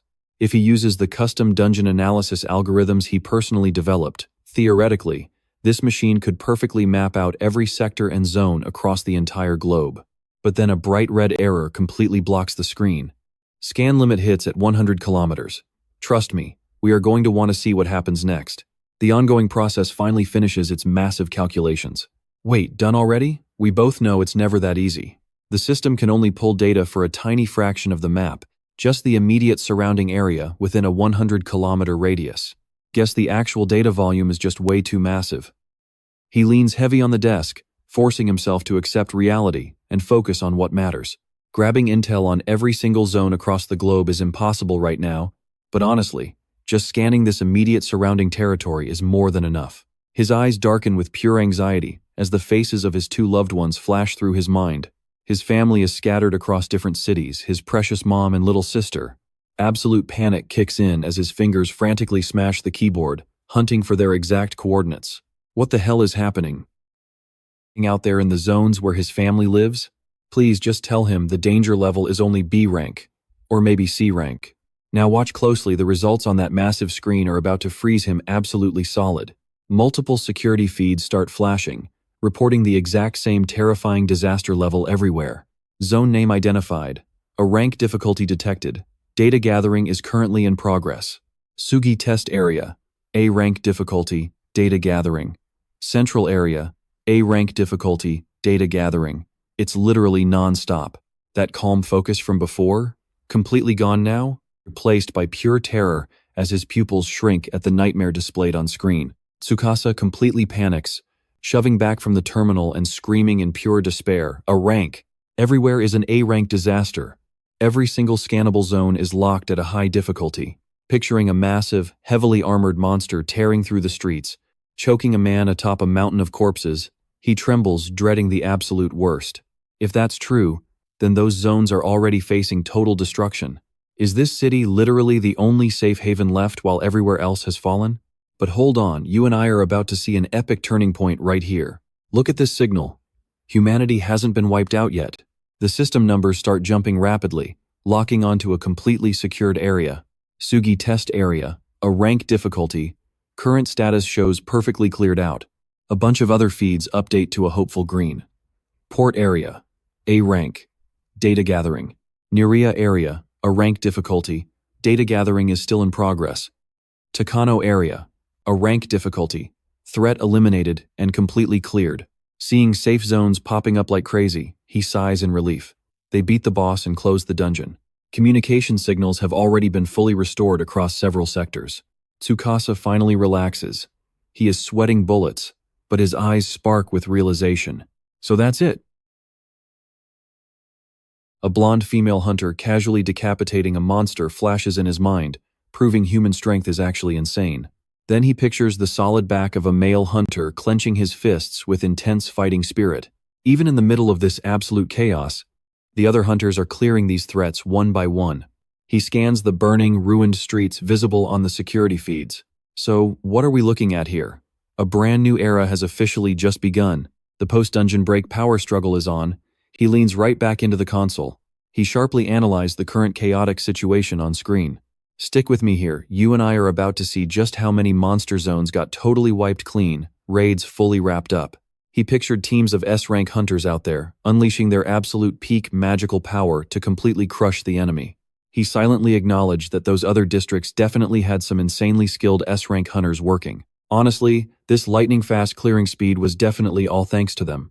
While completely absorbed in analyzing the world map, the young guy suddenly froze up, cold sweat instantly dripping down his face. His hands immediately slammed the keyboard, typing like crazy to completely shift his #1 priority target. No way. The very first thing he needed to check was his own family's safety. Suzidatsu district, where his mom lived. The system confirmed the Suzidatsu.com network was finally restored. All the dungeons in that specific area had already been entirely cleared out. Quickly pulling his smartphone right out of his pocket, he smiled like a massive, heavy burden was just lifted off him. Thank heavens, the dungeon was perfectly cleared, and the cell network was totally back online again. He could finally get in touch with her right this very second. Now watch closely. Down on a completely ruined street, with a car burning out of control, a phone just keeps ringing endlessly through the chaos. Right in the middle of that total destruction, signaling a tiny spark of hope, Tsukasa pressed the phone to his ear and frantically fired off questions. Mom, what is the situation over there? Where are you right now? Is absolutely everything okay with you? Hello? Is that you, Tsukasa? The middle-aged mother's completely exhausted voice finally answered. Right behind her, you could hear hunters desperately working hard to treat all the injured survivors. The hunters definitely arrived here, and somehow they managed to completely take control of the situation. But what about the downtown area where you are right now? Tsukasa breathed a massive sigh of relief, dropping his fear after hearing his mom was totally safe. Everything is totally fine. There are no issues over here at all. I am so glad you are safe too, Mom. But more importantly, what about Siri? Were you able to get in touch with her at all? The mother's face suddenly filled with heavy sadness and anxiety. She hesitated while answering through the phone. Well, the call actually managed to connect for just a brief second earlier. But as a cold automated system notification echoed in his ear, she explained the signal instantly cut out due to severe interference, making Tsukasa's face immediately harden with intense stress. He hurriedly kept working the keyboard with his free hand while gripping the phone tightly to warn his mom. I completely understand. Just please do not move from your current location at all. The bright, cheerful smile of his little sister Siri suddenly flashed through his mind, sparking a massive, roaring fire of protection deep inside his chest. Mom was completely safe, so now only his sister was left. Siri, is the signal really still completely jammed up over on your end? His 10 genius fingers flew like absolute lightning across the entire regional search system. She is currently living in the high school dorms, so that place is definitely located somewhere around the West District area. You probably guessed it, right? The target report instantly popped up, and those results were absolutely terrifying. West District, main target zone, the dungeon has totally not been cleared. However, a very special report was just received directly from the local hunters on the ground. He stared intensely at the glowing computer screen, sweating heavily as he analyzed the new data. Just like I thought, the dungeon is still completely uncleared. Wait, what is this? A special report? Bizarre text suddenly flashed on screen, showing all the strange details from the local hunters. The West District zone remains totally uncleared, with 4 massive area bosses currently roaming and active. However, our reinforcements have finally arrived. The crisis is over, and we have taken absolutely full control over this entire district. Can you believe this? Reading those crazy conflicting lines, Tsukasa just stared with eyes wide in pure shock. Suddenly, the computer screen automatically switched right over to a live broadcast video. An incredibly muscular guy rocking wild purple hair aggressively announced to the entire viewing world, "We are the official members of the Hunter Association West District branch." No, that was only true up until just a second ago. We are no longer the pawns of the Hunter Association. You and I are about to watch the system crack. Tsukasa's eyes shrink in pure rage. This isn't an official broadcast from the Hunter Association headquarters. Somebody else is completely hijacking the signal right now. The leader of the rebel army roars with absolute madness, landing a fatal strike on a world order that had barely started to heal. We, the citizens of the Western District, hereby declare freedom from all outside control and announce the creation of an independent nation. An independent nation rising up right after a massive disaster. His eyes go wide, realizing how serious this is. He gasps out in total panic, "Wait, isn't the Western District the exact place where his little sister Siri is living right now? And that exact district just declared its own total independence." Right before he flinches and yells out loud, "Hey, now watch closely." He violently snaps his head back as the red danger alarm starts screaming out loud. Through the frosted glass of the control room doors, shadowy figures are actively trying to break in, making him sweat. The control room lock is completely busted. An intruder already? Knowing he cannot fight them head-on, Tsukasa clicks his tongue in regret and quickly gathers his magical power to escape. Guess the whole information-gathering mission stops right here. Trap creation. The scene abruptly shifts to the silent top floor of the building. The text displayed reads, "Hunter Association Communications Base Rooftop." A complex purple magic circle blinks and glows brightly on the antenna base, getting ready to activate a teleportation mechanism. The magical trap forcefully throws Tsukasa into the air, making him free-fall toward safety. At the exact same time, the system confirms a random jump. A disruption trap will practically throw its target into a completely randomized location. He grips the rooftop railing tightly, panting heavily after pulling off that crazy emergency escape trick. I know what you are thinking. How did he survive? He somehow managed a chaotic emergency escape, but right now, with his magic entirely drained out, that extremely basic trap was basically his absolute limit. Faint bolts of magical lightning are barely flickering around his body. Analyzing his own condition, thanks to a rare item, his total magic stats have actually gone up significantly. But honestly, that simply just means his maximum overall capacity has been heavily increased. The image of that absolutely exhausting battle with the dragon flashes back clearly. Continuously creating these traps burns through a massive amount of magic power. Because of the fight with that area boss, his magic is on the verge of running completely dry. He looks out at the city engulfed in flames, clenching his fists anxiously. This is still not enough. I need to level up way more and massively increase my maximum magic capacity. Suddenly, the phone in his hand vibrates violently, signaling an incoming call and making him look down fast. Staring closely at the glowing screen showing the words, "Incoming call," his heart races with pure surprise. A phone call from Siri. He slams the phone against his ear, yelling out in extreme, terrifying panic. "Siri, please, for God's sake, just be completely safe." Siri, his little sister's voice sounds out, heavily broken up through the massive electromagnetic static. "Big brother, can you actually hear me right now? How are things going over in the city?" Hearing this makes Tsukasa frown in heavy confusion. Is this awful static caused by signal interference? Standing in front of the ruined area, He tries shouting loud to calm his sister down. It must be because that specific sector hasn't been cleared out yet. I am still doing totally fine here. Siri, what about you? Are you okay? The awful radio static gets thicker and thicker, and that is where we pause. Siri tries to reassure him through the static, saying she is fine and he shouldn't worry. It is completely safe here, so just... The call instantly drops dead. Tsukasa just stands there, totally frozen, staring blankly at his completely dark phone screen. Let's piece this together, because you and I know this crazy report, and his sister's words totally contradict each other. His suspicion just absolutely explodes. Safe? Yeah, right. How is that place safe? There are literal monsters still roaming around over there. And do not forget that super sketchy message sent by some random so-called local hunter either. There is absolutely no way he can just turn a blind eye and walk away after seeing all that. He stomps his foot down hard, kicking up a fierce little whirlwind that blows the ash away. Being completely out of mana is not going to stop him right now. Even with his body screaming in protest, Tsukasa forces himself to activate a glowing purple magic circle to teleport. Just wait for me, Siri.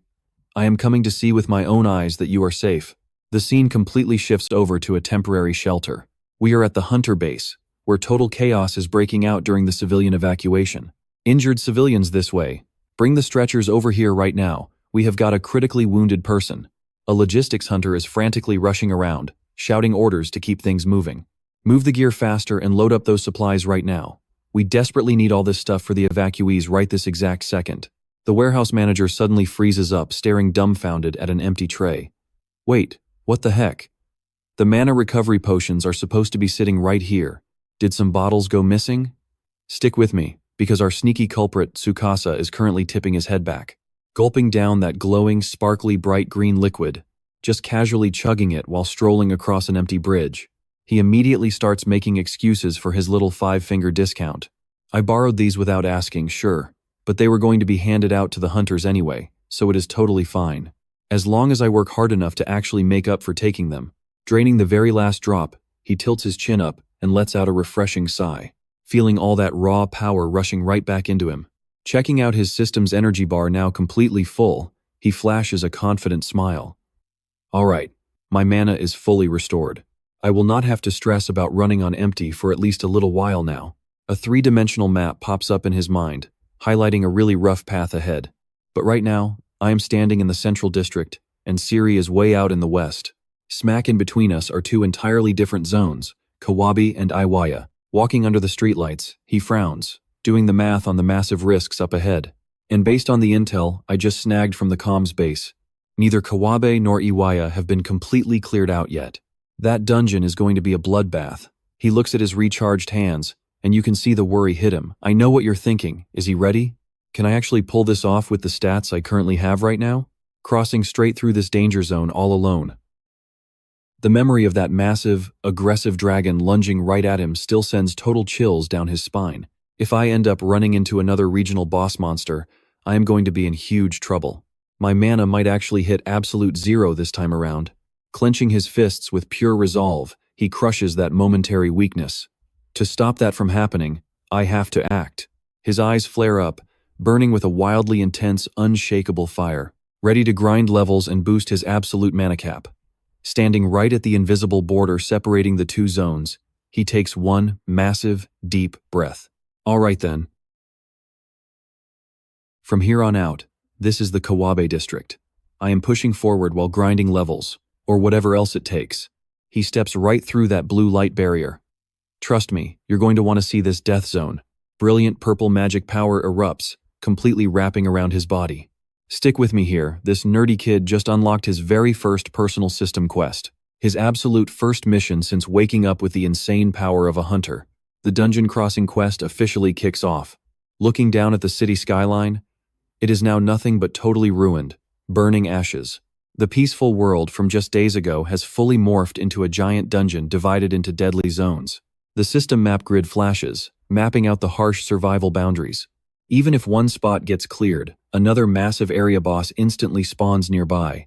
This brutal, endless war against monsters just keeps raging on. Tsukasa casually strolls solo straight into the dead, incredibly dangerous night of this new wasteland. Right past here is Kawabi district.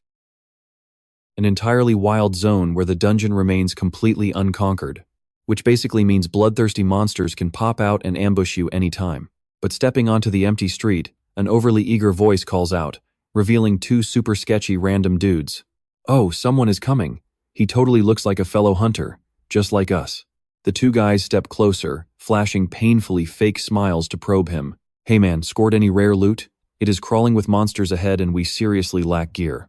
Tsukasa simply shakes his head, calmly replying, unfortunately, 0 drops. One guy smirks, fully exposing his dirty intentions. I see. Everyone says that exact excuse. Now watch closely, the dude completely flips, sliding 3 razor-sharp metal claws from his glove. At times like this, we really have absolutely no choice.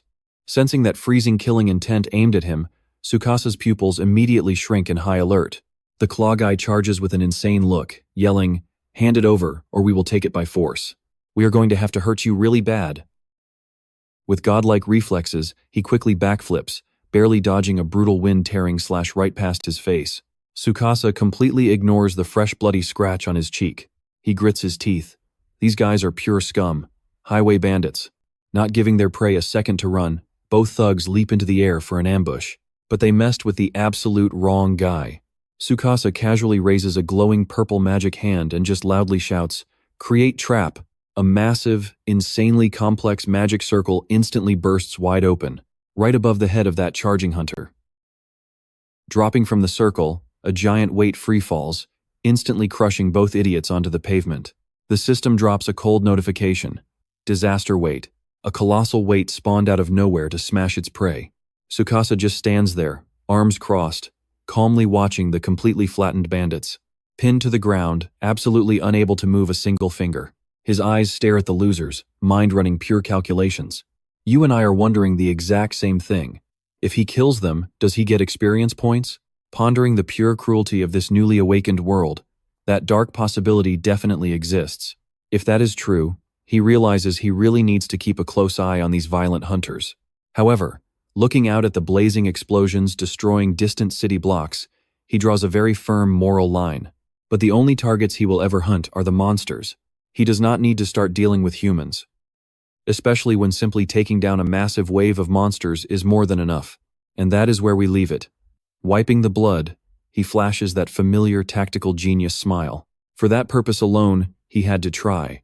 Stick with me here. You and I are about to witness the craziest farming trap at Kawabi Square, where wild robot monsters are relentlessly firing off bright laser beams, completely destroying the surrounding forest area. Right in the middle, an unlucky civilian girl is panicking, running for her absolute life from the deadly barrage. Just as it aims for the kill, the machine suddenly freezes and completely turns its head away. It gets totally distracted by a weird, strange sound coming from the bushes. A tiny wooden doll with puffed-out cheeks is elegantly playing a continuous melody on a flute. Hiding high up in the tree branches, Tsukasa just smiles, looking down at his handiwork. The system then introduces this item as the fluting doll, a playful little decoy specifically designed to lure clueless monsters right in. In the shadows, he quietly evaluates how incredibly effective his bait is.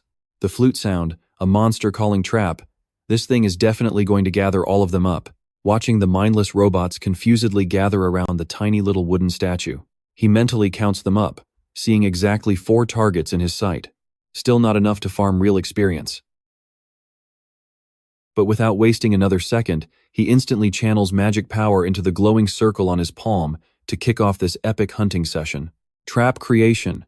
Now pay attention here, feeling the danger. Those robots instantly jerk their heads up, blasting an alarm. What the heck?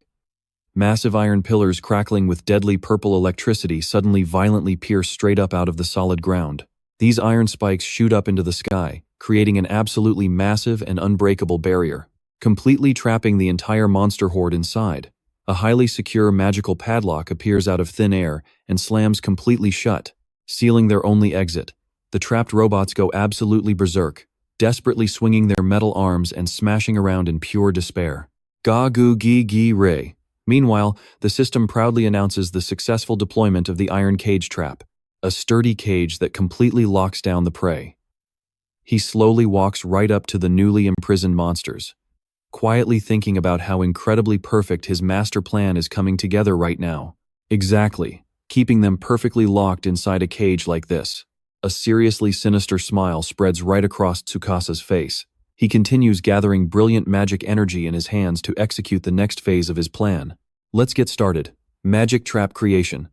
Once activated, a gigantic magical mirror drops straight down from the sky, landing dead center inside the iron cage, emitting a blinding flash of light that leaves all the trapped monsters utterly confused.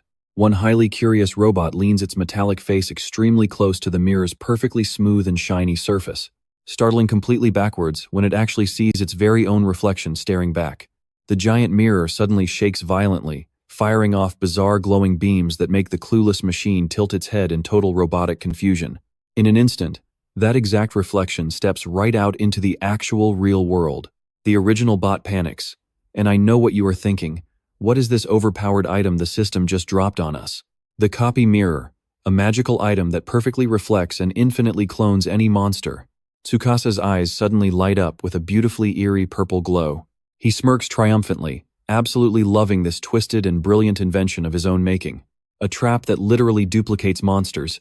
That is absolutely the worst nightmare. Watching the beasts look dumbfounded at their own illusions, he quietly notes that in any normal survival situation, this is a nightmarish scenario that absolutely nobody would ever want to deal with. But he just raises his hand high, crazily pushing out massive amounts of magic to run the mirror at maximum capacity. Inside this unbreakable cage, none of those normal rules matter. Keep on cloning, you monsters. Brand new robots continuously spawn into existence, instantly crushing and shoving against each other. But Tsukasa is still not satisfied yet.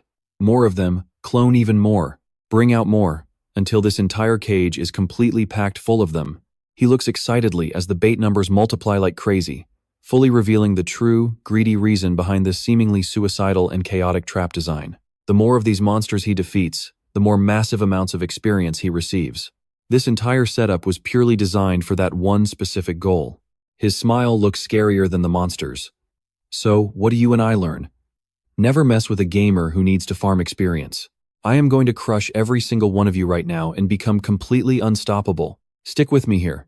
This massive iron cage is now completely packed with screaming robotic monsters, crushed together with zero space left, just screeching metal everywhere. It is absolute chaos. Seeing that the perfect moment has finally arrived, Tsukasa steps back, aiming his hand straight up at the pitch-black sky. And with that trap fully loaded, the final brutal setup is ready to go. A massive, glowing, purple magic circle suddenly hovers right over the entire cage, signaling that absolute destruction is about to drop down, throwing the trapped beasts below into total, pure panic as they screech and groan in terror. That giant magic circle, carrying off the chart's energy, slams straight down onto its target with insane wind-tearing speed. Now watch closely. Locked inside that narrow cage, these screaming machines can only look up at absolute death, staring down complete and total helplessness as the screeching metal gets incredibly loud.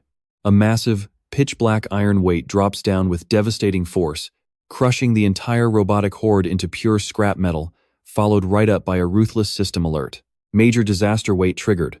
A colossal iron block instantly materializes and completely flattens the trapped prey. Tsukasa clutches his chest, breathing a massive sigh of relief after pulling off that flawlessly destructive combo chain. Got every single one. A perfect finishing blow using traps. Standing proudly in front of that massive, smoking iron box, he confidently gives his new genius tactic an epic name, cloning the monsters trapped inside, then crushing them all at once for an insane experience point grind. I'm going to call this the experience box. I just wiped out dozens, maybe hundreds of them with this move. My level is about to skyrocket. Before he even finishes speaking, a barrage of bright blue system panels floods his vision like a glorious shower of bounty. You have received 20 experience points. You have received 20 experience points. You have received 20 experience points. You have received 20 experience points. You have received 20 experience points. You have received 20 experience points. A triumphant chime rings out with a glowing alert level up. The sudden flash makes Tsukasa's eyes go completely wide. He happily checks his new stats, but suddenly freezes cold when a completely unfamiliar notification window pops up. You and I saw that coming, right? With this massive EXP drop, leveling up was practically guaranteed. But wait, acquired a new skill. What on earth? A brand new skill? Reading the system text describing this unknown power, his face immediately fills with absolute, unbelievable shock. New skill unlocked: Trap Domination. It literally lets him control trap monsters. Trap Domination? The crazy idea of taming wild beasts flashes through his mind, instantly unlocking a completely new level of epic tactics for him. Subordination? Does that actually mean this skill gives me the power to turn enemy monsters into my loyal allies? Deep in his own thoughts, he suddenly catches a faint metallic clanking sound near his boots and quickly glances over. A completely wrecked half-robot body is desperately trying to drag itself across the grass, sparking a wild idea in his head. Wait, did this lone survivor actually manage to escape that devastating area attack just now? This is the absolute perfect moment to test out his brand new skill. Tsukasa flashes a sly, confident smirk, focusing his raw mana to summon a glowing pale green magic circle that hovers right over his palm. Why don't I give this a quick little test run?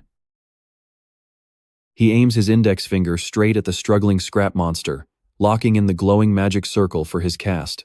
Fire! The energy circle shoots forward. The glowing magic circle flies straight at it.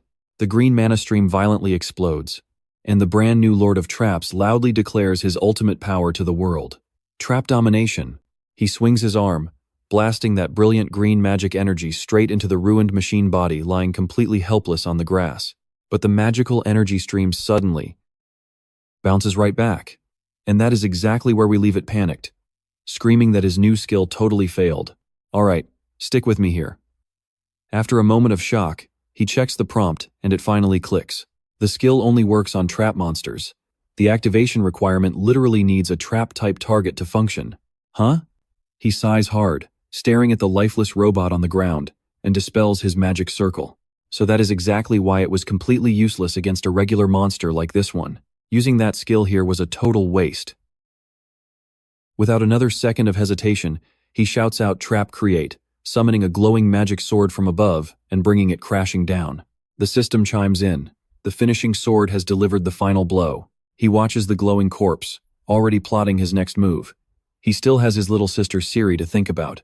And now that the grinding is mostly sorted out, it is time to map this area out carefully and keep moving. Facing the dense forest right at the edge of town, he takes a deep breath and steps forward. He had been putting this off for a while, but there is no running away from it now. He quickly crouches down, pressing his hand against the dead grass as blue electric sparks start crackling wildly. Magic explodes outward into a brilliant spell circle as he confidently triggers his tracking skill. Trap Scan. The skill description pops up, actively searching for any hidden dangers planted in the zone. A complete three-dimensional heat map instantly materializes, enveloping him entirely and analyzing the whole environment. So, what exactly is going on in this creepy sector anyway? Where are the deadly threats? And what types are hiding out there? His eyes immediately lock onto a massive, ominous building covered in countless flashing red warning dots. There is one specific spot where the traps are ridiculously concentrated. Wait, is this massive building actually a museum? He squints in total surprise, peering closer at a secret tunnel hidden deep beneath the museum structure.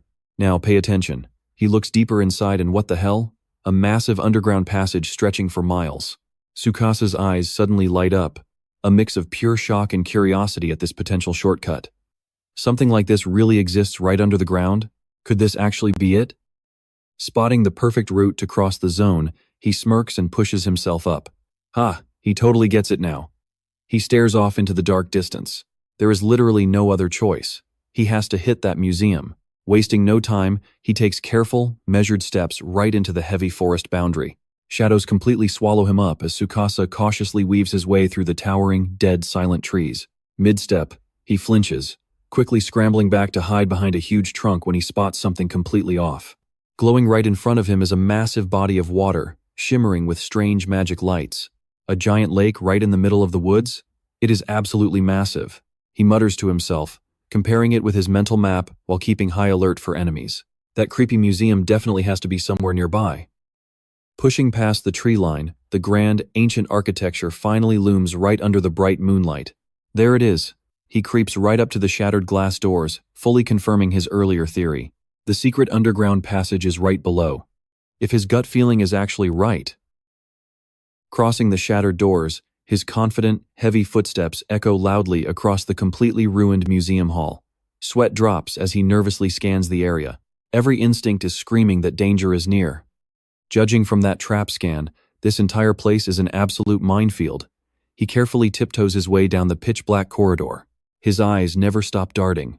He needs to move with insane precision here, just to avoid triggering a single deadly snare. You and I just got a laugh here, he suddenly stops, pointing straight at a wooden chest, literally sneaking backward across the floor. Let's dive right in. You jumping around over there? You are being way too obvious. Seizing the moment, Tsukasa channels brilliant green magic right into the palm of his hand. Time to use trap domination. In a total panic, the chest blasts its lid open. Revealing razor-sharp teeth and terrifying bulging eyes, it lets out a completely bizarre, monstrous screech. Got you. The magic blasts right into it, completely wrapping the chest in a blinding light. Freezing it in place, Tsukasa watches nervously to see if the spell actually works. And just like that, he calmly exposes the true identity of this weird object, just as he suspected all along. That thing right there? It is a mimic, a monster disguised as a treasure chest. Memories of its exact traits flash through his mind. He breaks down how this creature works. It hides itself as a shiny loot box, and ambushes any unsuspecting hunter who gets too close. Its very existence is a deadly trap, a totally different breed from normal monsters. His eyes light up with pure confidence. The look of someone who knows the rules perfectly. He could see it crystal clear, ever since he scanned the entire area, meaning there was actually a monster trap sitting right here. Smirking, he slowly steps toward the chest, which is now smoking from the magic hit. Well, the domination skill worked perfectly anyway. A glowing green eye symbol suddenly flashes brightly, marking that the contract is officially sealed. This beast is going to be his ally. Now watch closely. Before he even finishes talking, the mimic suddenly erupts in thick white smoke. Shaking violently, it winds up and lunges forward, making Tsukasa jump out of his skin. His face completely twists up in absolute, pure panic, seeing the monster charge straight at him with a wide-open mouth full of fangs. It is attacking. Did the domination skill somehow completely fail? Damn it, he dropped his guard. He is finished. The heavy chest fiercely pounces onto Tsukasa, slamming into him so hard he loses balance and falls backward. His back hits the ground hard, crashing onto the cold stone floor with a massive thud. Boom! A huge dust cloud kicks up. Tsukasa winces, holding his stomach and gasping in total shock. But then he freezes. Eyes wide, he stares at his attacker, looking completely different from its bloodthirsty form. The mimic chest is now happily wagging its bright purple tongue all over the place, blinking those big, sparkly eyes just like a little puppy greeting its owner. Kyun. Pinned down by the heavy chest, Tsukasa just stares blankly up at the ceiling. I know what you are thinking, game over, right? He drops his jaw, muttering. Huh? Sitting up, sweating buckets, he watches this bizarre chest use its creepy black legs covered in sharp claws to grab tightly onto his shirt. This thing. Could it really be?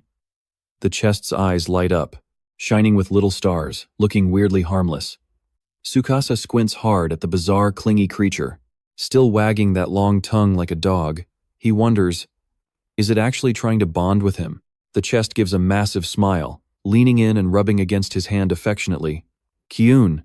Accepting this ridiculous reality, he forces a laugh, completely helpless against the monster that almost ate him. It looks a little creepy, honestly, but whatever, he will take it. At least it seems the taming skill was a complete success. He pulls open the hatch, hidden right there on the floor. One hand holds the lid, the other signals his new companion. Now that he has confirmed the new skill actually works, it is time to hit the underground passage. Saying that, he turns around and carefully steps down into the pitch-black staircase, while the mimic waddles right behind his heels, standing before a steep, downward slope. Stretching way down into the dark depths, he starts thinking it through. So what do you and I make of this? A massive hidden passage like this shouldn't exist here. Stick with me here, this dungeon run is wild. He steps across the quiet stone tiles, eyes scanning every single corner. This whole place probably spawned when the city district collapsed into a dungeon. And in this crazy system, whenever a hidden space like this pops up, it always serves a very specific purpose. Remembering those massive dragon monsters completely blocking the surface roads up above, he comes up with a really hopeful theory. Like, maybe this whole underground hidden passage was designed to act as a secret shortcut. Because moving up top means dodging monsters everywhere. Every single step up there turns into an absolute bloodbath of a fight. So this path was probably made to skip all that crazy trouble, letting him cross the entire danger zone in one straight shot. He focuses up, heavy sweat dripping down his tense face. His eyes narrow at the freezing aura filling the air. Still, at the end of the day, that is just his own theory. He just really hopes he is not completely wrong here. Now watch closely as things get spooky. Standing before a massive, imposing door lit by two ghostly blue flames, he sighs and braces himself. Because sure, it might be a faster route, but this path is definitely packed with some serious, life-threatening dangers. He looks down at the mimic standing obediently by his side. Nah, he needs to give this little guy a proper name. He quickly bends down and rubs its head. Flashing a warm smile, he officially gives his weird but cute new companion a real identity. From today on, your name is going to be Mimi. Flashing a warm smile, he officially gives his strange little companion a real identity. From today on, your name is going to be Mimi. The chest happily narrows its eyes, its tongue wiggling with pure excitement over getting a brand new name. Tsukasa just stares at its hilarious, goofy expression and simply cannot help but laugh. What is wrong with you? Are you seriously that happy just about getting named? Getting serious again. He lifts it up, crouching down to give his teammate a warning. Anyway, listen up, Mimi. Brace yourself. From here on out, this journey is going to be insanely dangerous. Hearing those orders, Mimi immediately wiggles around, flexing imaginary muscles and roaring fiercely, basically trying to show off its strength. Seeing the little guy so confident, Tsukasa smiles and nods with total satisfaction. I get it. You are going to help me, right? Well then, I have nothing to worry about anymore. Let's go. He reaches out, gripping the freezing bronze doorknob, and decisively pushes his way right through the heavy door. The massive door slowly creaks open, revealing a huge chamber swallowed up in the dim, fading light of the torches. But you and I know nothing is easy. The scariest thing? A giant shadow blocking the path. A literal statue. A full armored warrior holding an absolutely massive heavy sword. It stands rooted to the ground, radiating this violently dark, overwhelming killer intent. The flickering firelight highlights the beautifully carved patterns on that freezing cold set of armor. Tsukasa creeps closer on tiptoes, carefully analyzing the whole situation. This single creepy statue is the only thing in the room, and his target is the exit door right over there. Right behind him, Mimi innocently clatters along, making these dry, clicking noises against the stone floor tiles. He cautiously sneaks his way past the silent statue, eyes glued to his goal ahead, while little Mimi keeps faithfully trailing right at his heels. Suddenly, his eyes go sharp. He wildly whips around the second he senses something going terribly, terribly wrong. A harsh, screeching metal sound echoes out as the statue. The giant warrior suddenly swings its shining heavy sword, ripping right through the air, aiming straight for the intruder's head. With completely unreal reflexes, Tsukasa instantly claps his hands together. Trust me, this gets crazy. He summons a glowing purple magic shield, ready to tank that fatal strike. Let's dive right in. A massive stone wall suddenly erupts, perfectly blocking a deadly blade aimed at our guy. The system flashes a quick alert. Stone wall. A solid rock barrier blocking the path. But the sheer physical strength of this statue is just off the charts. That cold, razor-sharp blade easily slices the defensive rock in half. A deafening crash rings out.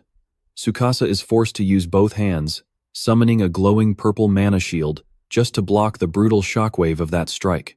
Ugh! He grits his teeth against the heavy pressure, silently confirming his earlier guess. Just as he thought, this thing is definitely a trap monster. A regular bronze statue that morphs into a beast when you step close. Memories from earlier flash back. Sweating heavily, he shoots a glance at his enemy. His tracking scan picked up a trap monster in this exact room, and turns out it is an incredibly dangerous one too. Staring at the statue's eerie, glowing blue eyes, he explains his insanely reckless strategy. However, he could not use domination while it was just a statue. That is exactly why he deliberately approached it, forcing it to transform completely. Watch closely now. This giant steel monster gives him zero breathing room, instantly vanishing and teleporting right behind his back. Acting fast, he throws his hands up to create a sturdier defense. Iron wall, a steel barrier. But the beast ruthlessly smashes right through it. Shards of broken metal violently explode everywhere. Tsukasa jumps back with a shocked expression. These strikes are way too strong. Pushing off the tile floor with explosive force, he slides backwards to gain some safe distance from that deadly swinging blade. The warrior statue shifts into a combat stance again. Blazing bloodlust locks directly onto its tiny prey right in front. Suddenly, the heavy steel mass dashes forward with terrifying speed, leaving behind a blur of afterimages that completely stuns Tsukasa. It is not just insanely fast. What is with these movements? Is it actively using a footwork skill to move in completely random, unpredictable patterns? His eyes dart back and forth, desperately trying to track the enemy's zigzagging shadow. And what is the actual point of all these bizarre, irregular movements? His pupils shrink as a freezing bloodlust abruptly appears right at the back of his neck. Without even thinking, he spins around, casting an ultimate defensive skill right at his own blind spot. Diamond block. A massive diamond shield blocks the path. The sword crashes into the sparkling diamond block with an absolutely devastating, crushing force. Tsukasa grits his teeth holding it. It's specifically aimed straight for his back. Riding the shockwave, he leaps far back out of the monster's slashing range, flashing a very calculated smile. You and I know the drill. Against a trap monster, fighting head-on is completely pointless. Bright green mana violently explodes all around his body again.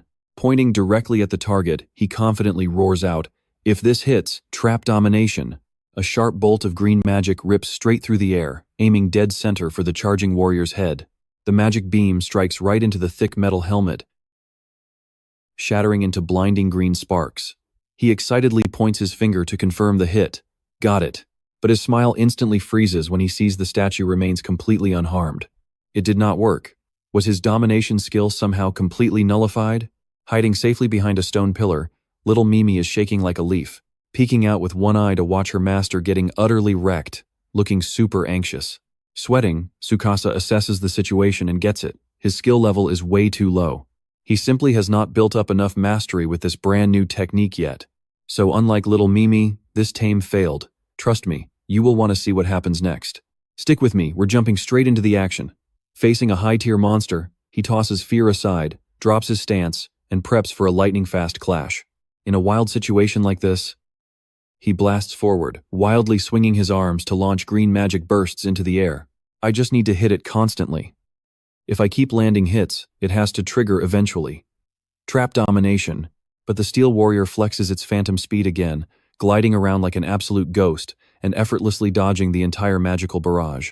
Tsukasa sprints for his life, grinding his teeth at the enemy's insane agility. Not good. Hitting a target moving this fast is basically impossible, so was that very first hit just pure dumb luck? He halts, eyes hyper-focused, analyzing every single footstep and afterimage of the monster circling him. Read the trajectory, track its path. If I can predict its movement patterns, I can strike it. A new skill? Sweat drips down his forehead, breathing heavy, but the trap genius's brain is working in overdrive. Think, there has to be a way. Crouching down, hands pressed against the magic glowing floor, Tsukasa pivots his strategy. Now watch closely, he's got no other choice but to lay a trap and force it out. The exact moment the monster lunges with its sword, he quickly backflips away and loudly screams, "Create trap." The giant steel statue closes in right behind him, raising its glowing broadsword with devastating force. It swings the massive blade straight down, carrying enough raw power to rip the air apart. But then, from a magic circle on the ceiling, a giant bucket of water dumps right onto the monster's head, followed by the most sarcastic system alert. Falling water bucket. Water attribute. Just a simple bucket splashing water down. The steel beast freezes completely, drenched from head to toe, dripping wet in pure speechless silence. Absolutely furious over being mocked like this, the statue unleashes a flurry of slashes, forcing Tsukasa to retreat and roll backwards just to keep a safe distance. He plants one hand on the ground, landing perfectly. Staring at the enemy overflowing with killer intent, he smirks. I know what you're thinking, did he just piss it off? Yeah, with a total prank trap. The enemy accelerates once again, shifting into a blurry phantom that zips across the room in a flash. Yet Tsukasa does not flinch at all, confidently facing off against the Reaper's scythe. But thanks to soaking the place like that, his eyes lock onto the floor tiles, where those betraying water trails are left clearly behind, puddles forming on the floor. His sharp gaze tracks every single wet footprint to pinpoint the enemy's location. I can actually see it. I see its movements. By tracing those water streaks, I can read its exact movement patterns and completely predict the trajectory. He aims his finger, glowing with green magic, straight at the predicted spot up ahead. Now, fire at where it is heading. Trap domination. A green magic beam tears through the air, completely intercepting the high-speed path of the monster. The spell lands a direct hit right on the statue's helmet, erupting into a blinding light. He does not stop there. Tsukasa rapidly fires with both hands, his eyes burning with absolute resolve. Not over yet. Trust me, you'll want to see this skill finally connect. Let's jump right into the chaos. Trap domination. The statue takes a massive magical beating. He figures if he just spams his skill, the taming effects will stack up.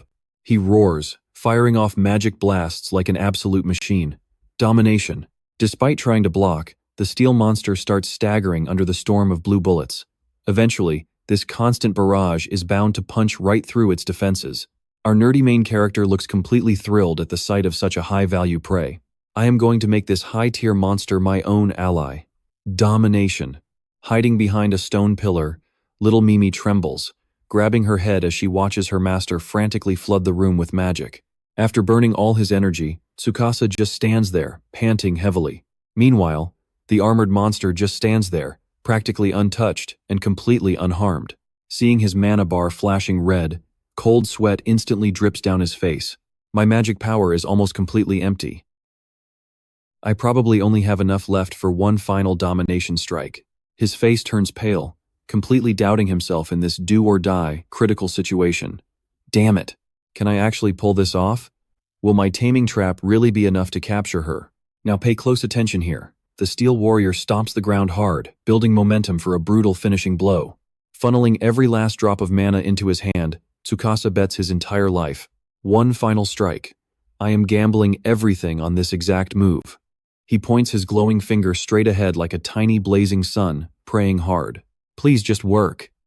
All that massive energy explodes into a brilliant blue tornado sweeping across the room as he screams, "Trap domination." A bright blue beam shoots from his arm. Staring down the warrior statue, he yells out, "This is my final attack." Suddenly, Tsukasa pushes far beyond his limits, unleashing maximum magic power straight from his palms. Absolute explosion. Dominate. The absolutely massive blue beam pierces dead center into the monster's chest while it is hanging helplessly mid-air. A blinding magic explosion shakes everything, leaving thick clouds of smoke completely swallowing up the statue. Completely drained of strength, Tsukasa slumps over, struggling for every breath. His intense eyes stay locked onto that thick smoke. You and I felt that tension, right? The enemy's shadow emerges, standing completely frozen. Did its movements actually stop for good? Did my taming skill actually do the trick this time? The monster's fiery, bloodthirsty eyes suddenly shift into a very calm, soothing blue color. That burning hatred fades away. The killing intent vanishes into thin air. Catching this miraculous change, he points right at his opponent, blurting out in pure joy. Looks like the taming process was a total success. The warrior statue slowly lowers its weapon, plunging its sharp sword straight into the floor. It drops to one knee in a pose of absolute knightly submission, speaking in a respectful feminine voice. "I am so deeply sorry, my master. Please forgive my previous disrespect and absolute insolence towards you." Tsukasa looks down, eyes completely wide in shock at the creature bowing before him. Wait, it can speak? Is this some kind of rare, special monster that can actually communicate with regular humans? Jaw hitting the floor, he questions his whole reality, asking the kneeling steel beast, "Tell me right now, who exactly are you really?" The female knight doesn't hesitate at all, reaching up to carefully remove her heavy steel helmet disguise. And trust me, you're not ready for this face reveal. She tosses her gorgeous silver hair, showing off breathtaking beauty behind that scary mask. Sharp, mature, and absolutely stunning beauty. Let's dive into this wild moment. Those calm blue eyes and signature elf ears have Tsukasa completely mesmerized. Leaning on her sword, she proudly introduces herself. "I am nobody special. I am nothing but your nameless and incredibly loyal servant." Tsukasa is still totally stunned. He just stares blankly at the gorgeous female knight kneeling right in front of him, barely stammering. She looks up at her brand new master with pure, sincere eyes. Begging earnestly, she asks, "Please grant me a real name and allow me to stay here and serve you." Hearing this, he nervously rubs his chin, trying hard to process the absolute madness happening right now. "A name, huh? Oh, all right then, I totally get it. You look exactly like a noble knight, so you definitely need a fitting title. Flashing a gentle smile, he decides to give his loyal new servant a proper identity. Let us call you Jin from now on. The beautiful knight's eyes go wide with pure happiness, her cheeks flushing bright red from raw emotion. Jin? So that is my actual name. She bows deeply with massive respect, her voice trembling with intense joy and profound gratitude. I am beyond grateful. I have officially received your direct command. From this day forward, please only call me by that specific name. But this super romantic vibe does not get to last very long at all. Now watch closely. Quick. Clattering footsteps instantly shatter the quiet atmosphere. The little baby mimic chest storms out from hiding, furiously waving its creepy dark arms around. Looking super angry, it aggressively growls right at the newcomer. Getting growled at by a literal chest, Jin is completely bewildered by this weird situation. Meanwhile, the tiny mimic violently bares its fangs, fully asserting its dominant territory. The knight actually seems to understand monster language. She just smiles gently, answering the little chest's angry complaints right back. I completely understand you. In this specific party, you are truly my senior ranking member. I totally know my place here. I will dedicate myself fully as the second in command. I look forward to receiving your strict guidance and discipline from now on. Meanwhile, Tsukasa just stands there scratching his head in confusion, watching these two monsters communicate in pure nonsense. What exactly is happening right now? Are they seriously having an argument? Wait, even among dungeon monsters, there is actually a strict senior and junior hierarchy system going on? But he quickly brushes off that totally random and useless curiosity. His expression turns dead serious as he commands his two quirky companions. Hold on a second. Right now is definitely not the time for this. We are in a hurry and must move. He confidently strides right past Jin, keeping his eyes locked straight on the escape door. Let us head straight to the dungeon exit immediately. But suddenly Jin calls out in a very solemn voice, halting. He's her new master right in his tracks. Please wait a moment, master. Since you have successfully cleared the battle with me, the next event. The massive area boss sleeping in the room ahead has just awakened. You and I both thought he was safe, right? Nope. She drops a bombshell, shattering all hopes of a safe exit. The boss fight starts now. Tsukasa totally panics, his eyes going wide. He sharply spins around, demanding answers. Wait, what the heck are you talking about? Jin completely stays calm, explaining her cruel, twisted role within the dungeon system. To put it simply, I am the actual gatekeeper of this dungeon. Flashing back to her terrifying monster form before being tamed, he easily pictures this horribly deadly trap mechanism at play. Once I transform into a beast and the battle with the intruder officially kicks off, that serves as a direct signal for the area boss to wake up and attack. She stands up sharply, pointing straight at the massive door, radiating an incredibly eerie green glow. This boss battle is absolutely impossible to avoid or skip. We simply cannot leave this dungeon without completely defeating the area boss. So what do you and I take from this? Absolute despair. Tsukasa realizes his fatal mistake. A mandatory boss battle? You have got to be kidding me. Stick with me here. He seriously thought he picked the absolute easiest path possible. Sweating bullets, our guy immediately spins around, signaling an emergency retreat.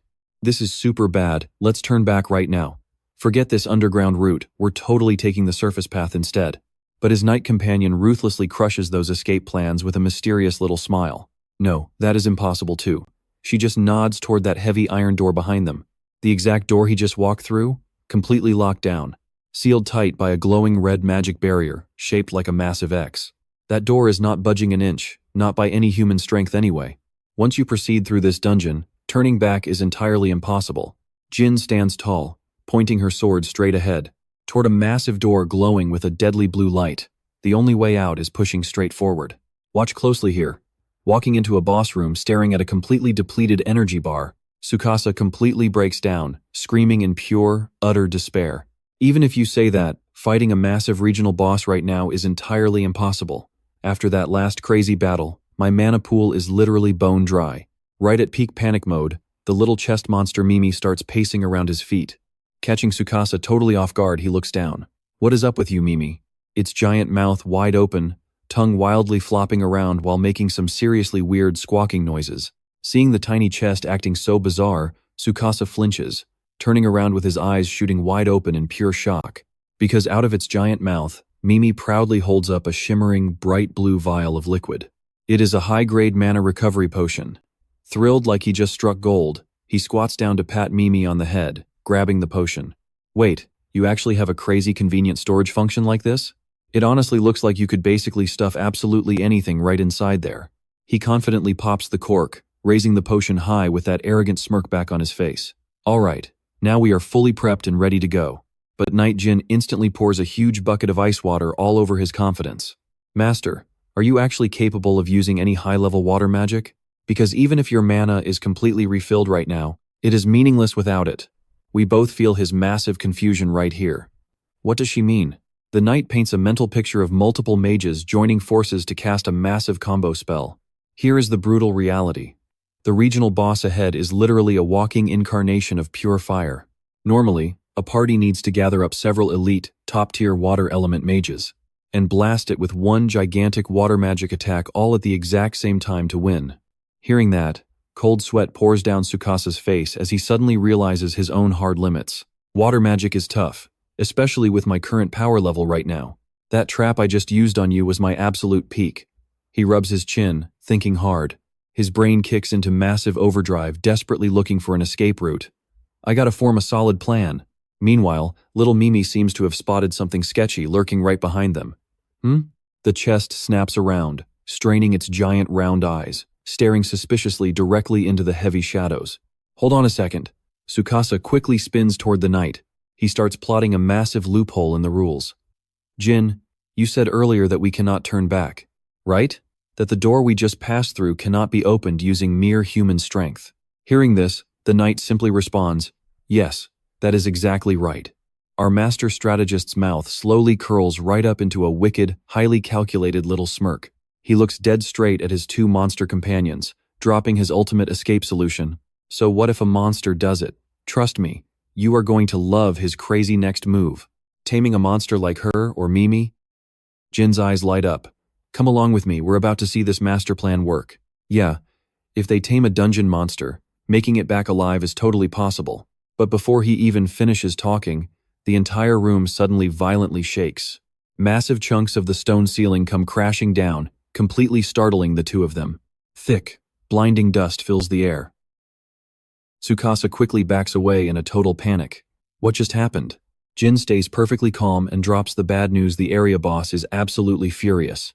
The absolute lord of this dungeon is finally moving. It clearly lost all its patience and wants to slaughter them all by itself. Boom! The giant door at the back explodes, and fierce, raging pillars of fire burst out into the room. Jin immediately pulls her hat on and dashes forward to shield him, screaming at the top of her lungs, "Master, use your magic defense! Those scorching flames are heading right for us." Without a single second to lose, Tsukasa throws up a glowing purple magic shield just as the cracked ceiling completely gives way. A massive fiery explosion violently erupts, instantly obliterating every single obstacle trapped inside this tight, narrow space. An absolute sea of fire surrounds them everywhere, burning the superheated air so badly, he screams out, "Damn it, we are totally boxed in." Terrifying pressure crushes down on the tiny squad as those scorching flames try to turn absolutely everything into pure ash. A colossal fireball slams straight down from up above, threatening to completely crush them all. Tsukasa strains hard to keep that protective shield active, his face totally twisted from the insane pressure. Damn, what insane firepower. You're going to want to see this. The room is collapsing over their energy dome. He and Jin are giving absolutely everything to survive. Massive flaming boulders rain down with a heavy crash, while red-hot, smoking stones roll all across the crumbling ground. Suddenly, a glowing purple magic circle flashes into existence, fully covering the cracking floor tiles beneath their feet. All three of them stand their ground on the floating, brightly glowing magic array, while everything else around them just crumbles and drops away into the pitch-black void. Staring right at this incredibly cruel reality, cold sweat drips down Tsukasa's face, his wide eyes unable to hide the sheer terror. Rising up from that raging sea of fire is a massive, demonic creature, totally ablaze with flames, glaring right down at these tiny, helpless intruders. So this right here is the area boss. Formed entirely out of glowing lava and red-hot fire, overwhelming the whole area with mind-boggling heat. It is literally the physical incarnation of roaring flames. Standing face to face with this towering lava monster, Tsukasa bitterly realizes the awful truth. You and I both thought they were making progress, right? But he realizes every single room they survived so far was literally just a hallway leading straight to this insane boss fight. He grits his teeth, sweating buckets while desperately trying to stay calm against the enemy's soul-crushing pressure. Seeing those stone floor pieces right under his feet start violently shaking and crumbling apart, he clenches his fists. We seriously cannot stay in a death trap like this. I have to move fast before the entire floor completely collapses. Turning toward his tiny companion, his face suddenly shows a rare, intense flash of dead seriousness. Mimi, I have a massive request for you. I need you to fight on your own now. He crouches down and whispers the risky plan right into her ear while Mimi carefully listens. Listen closely to me. First, fall back to the exact path we just took. But Jin quickly cuts him off, urgently shouting, Master! The massive fire demon roars, swinging its two gigantic arms to launch an absolutely devastating attack, making the female knight scream out loud. A heavy attack is coming right for us. Everyone brace yourselves and take evasive action. The enraged enemy lets out a brutal roar, blasting a blinding fireball straight out of its molten lava hands. He narrows his eyes, analyzing the strike. Trust me, you'll want to see what happens next. Let's dive right into this. They barely dodged that attack by a hair. Meanwhile, Tsukasa takes advantage of the chaos, tossing a tiny object onto the burning ground.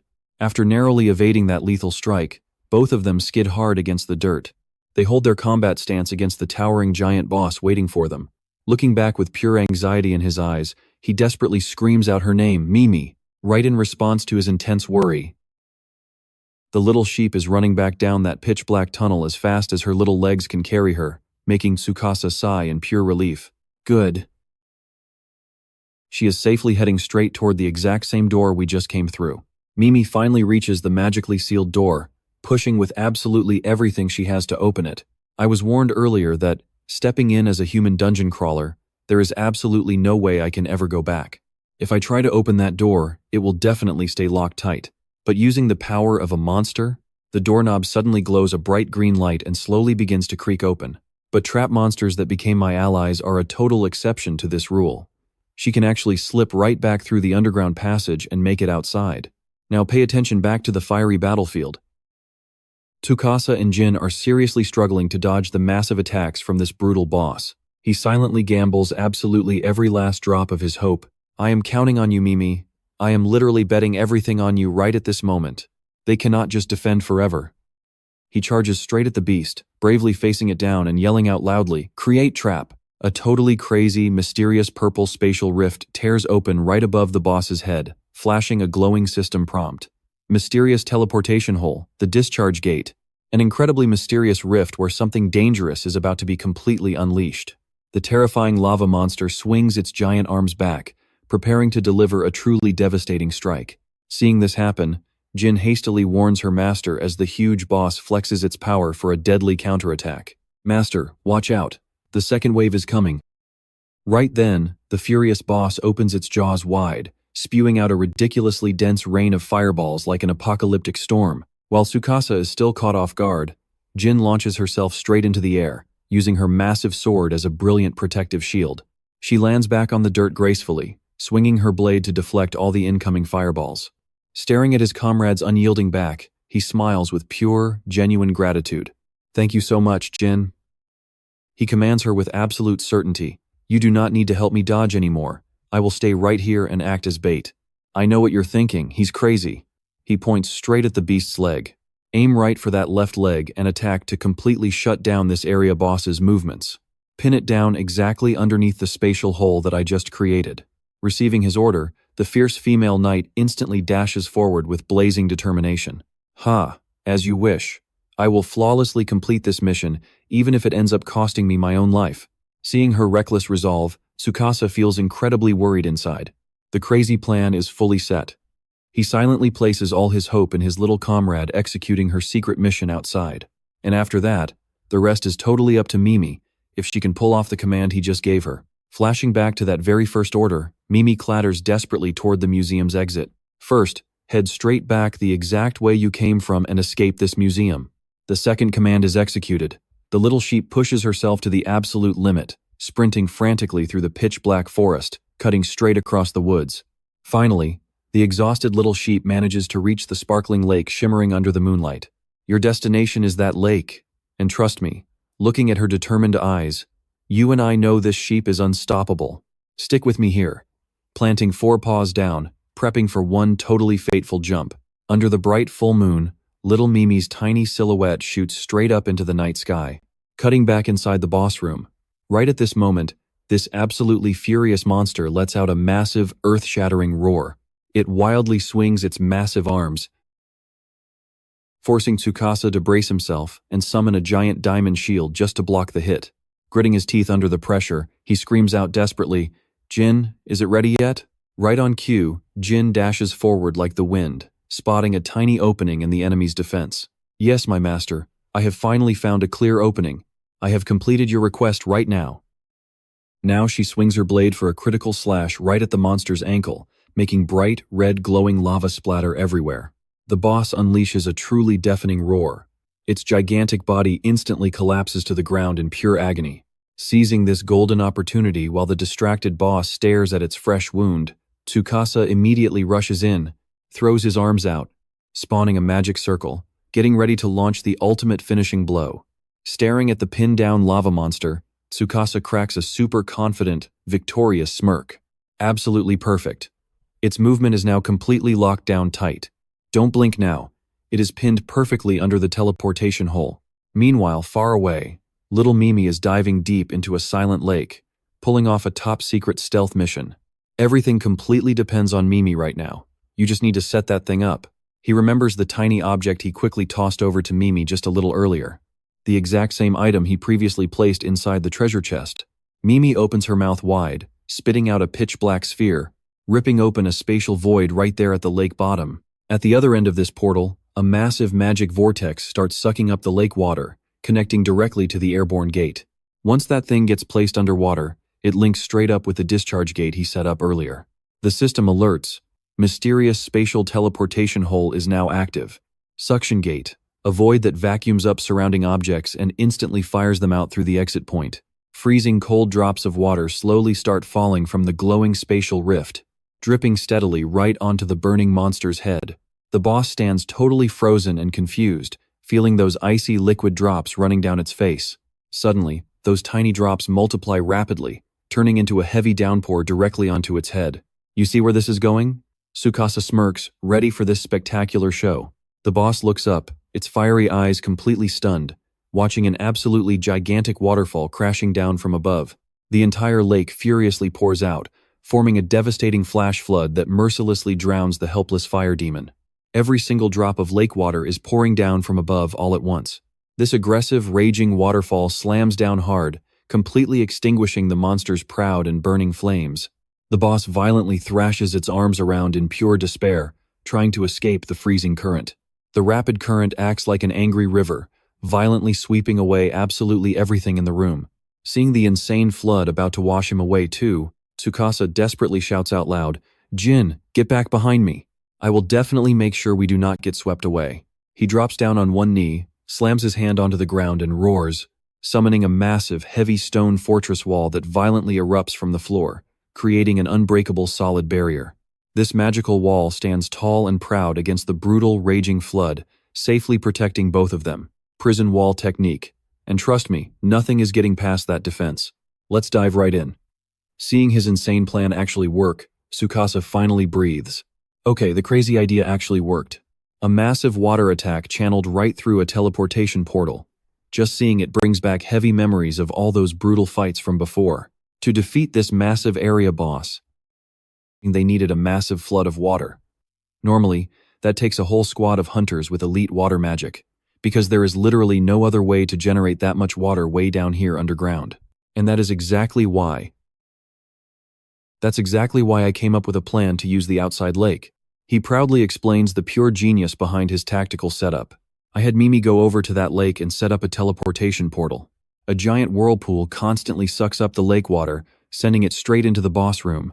That portal links right to an exit hovering above the enemy, dropping an absolute tsunami of floodwater onto its head all at once. Drowning in the freezing water, the monster roars out in pure agony. Its molten magma body begins cooling down rapidly. It thrashes wildly in pure desperation, trying to cling to life.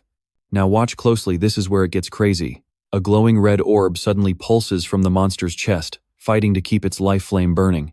Jin immediately pinpoints the monster's absolute fatal weak point.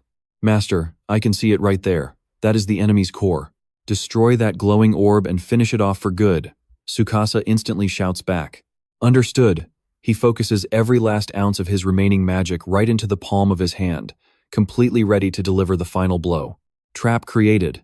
A razor-sharp longsword shoots out from a glowing magic circle, flying straight on a collision course with the light orb. The magical blade completely pierces right through the orb, shattering it into tiny glowing fragments of light. Ultimate longsword finishing strike. A massive blade delivering the ultimate death blow to those standing at death's door. With its core completely destroyed, the beast's body starts melting away, and those fiery eyes finally fade out in absolute defeat. The massive waterfall continues to crash down, completely washing away the boss's magma shell, but it also causes the room to collapse even faster.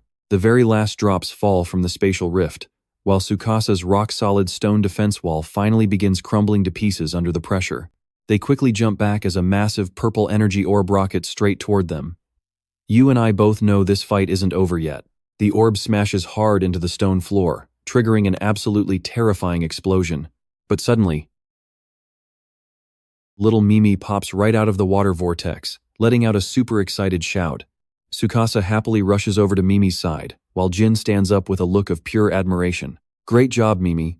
The area boss is finally down, exactly as expected from the amazing Lady Mimi. He kneels down to pat her head with a relieved sigh. Thanks to you, we somehow survived. But before he can even finish, Jin swings his sword hard against the floor. A sharp clang rings out as the blade strikes a solid object, completely startling Tsukasa and making him whip around. Falling right from the shattered rocks, a magical short sword glowing with bright blue light appears, radiating a wave of incredibly pure energy. What is this? A short sword totally wrapped in magic. Jin stands up, respectfully explaining exactly where this new weapon came from. Master, please accept this right away. It is the special hidden item of this area. Hearing that, Tsukasa quickly turns toward her, his jaw dropping in pure shock. A hidden item? You don't mean. He steps closer, actually feeling the raw power surging violently inside the blade. You mean a super rare item that's incredibly hard to find? Jin explains it was likely hidden underwater. Trust me, we definitely want this epic loot. Alright, stick with me here, he just got swept right through the other side of that teleportation gate. He stared at his brand new weapon in absolute disbelief. Gripping the hilt tightly, he could barely contain his excitement. The bottom of a lake! Who would expect a hidden item down here? He swung the blade high. The system immediately pulled up the specs. Weapon name: the Mystic Light Sword. Its description? A short sword packed with insane, invisible power.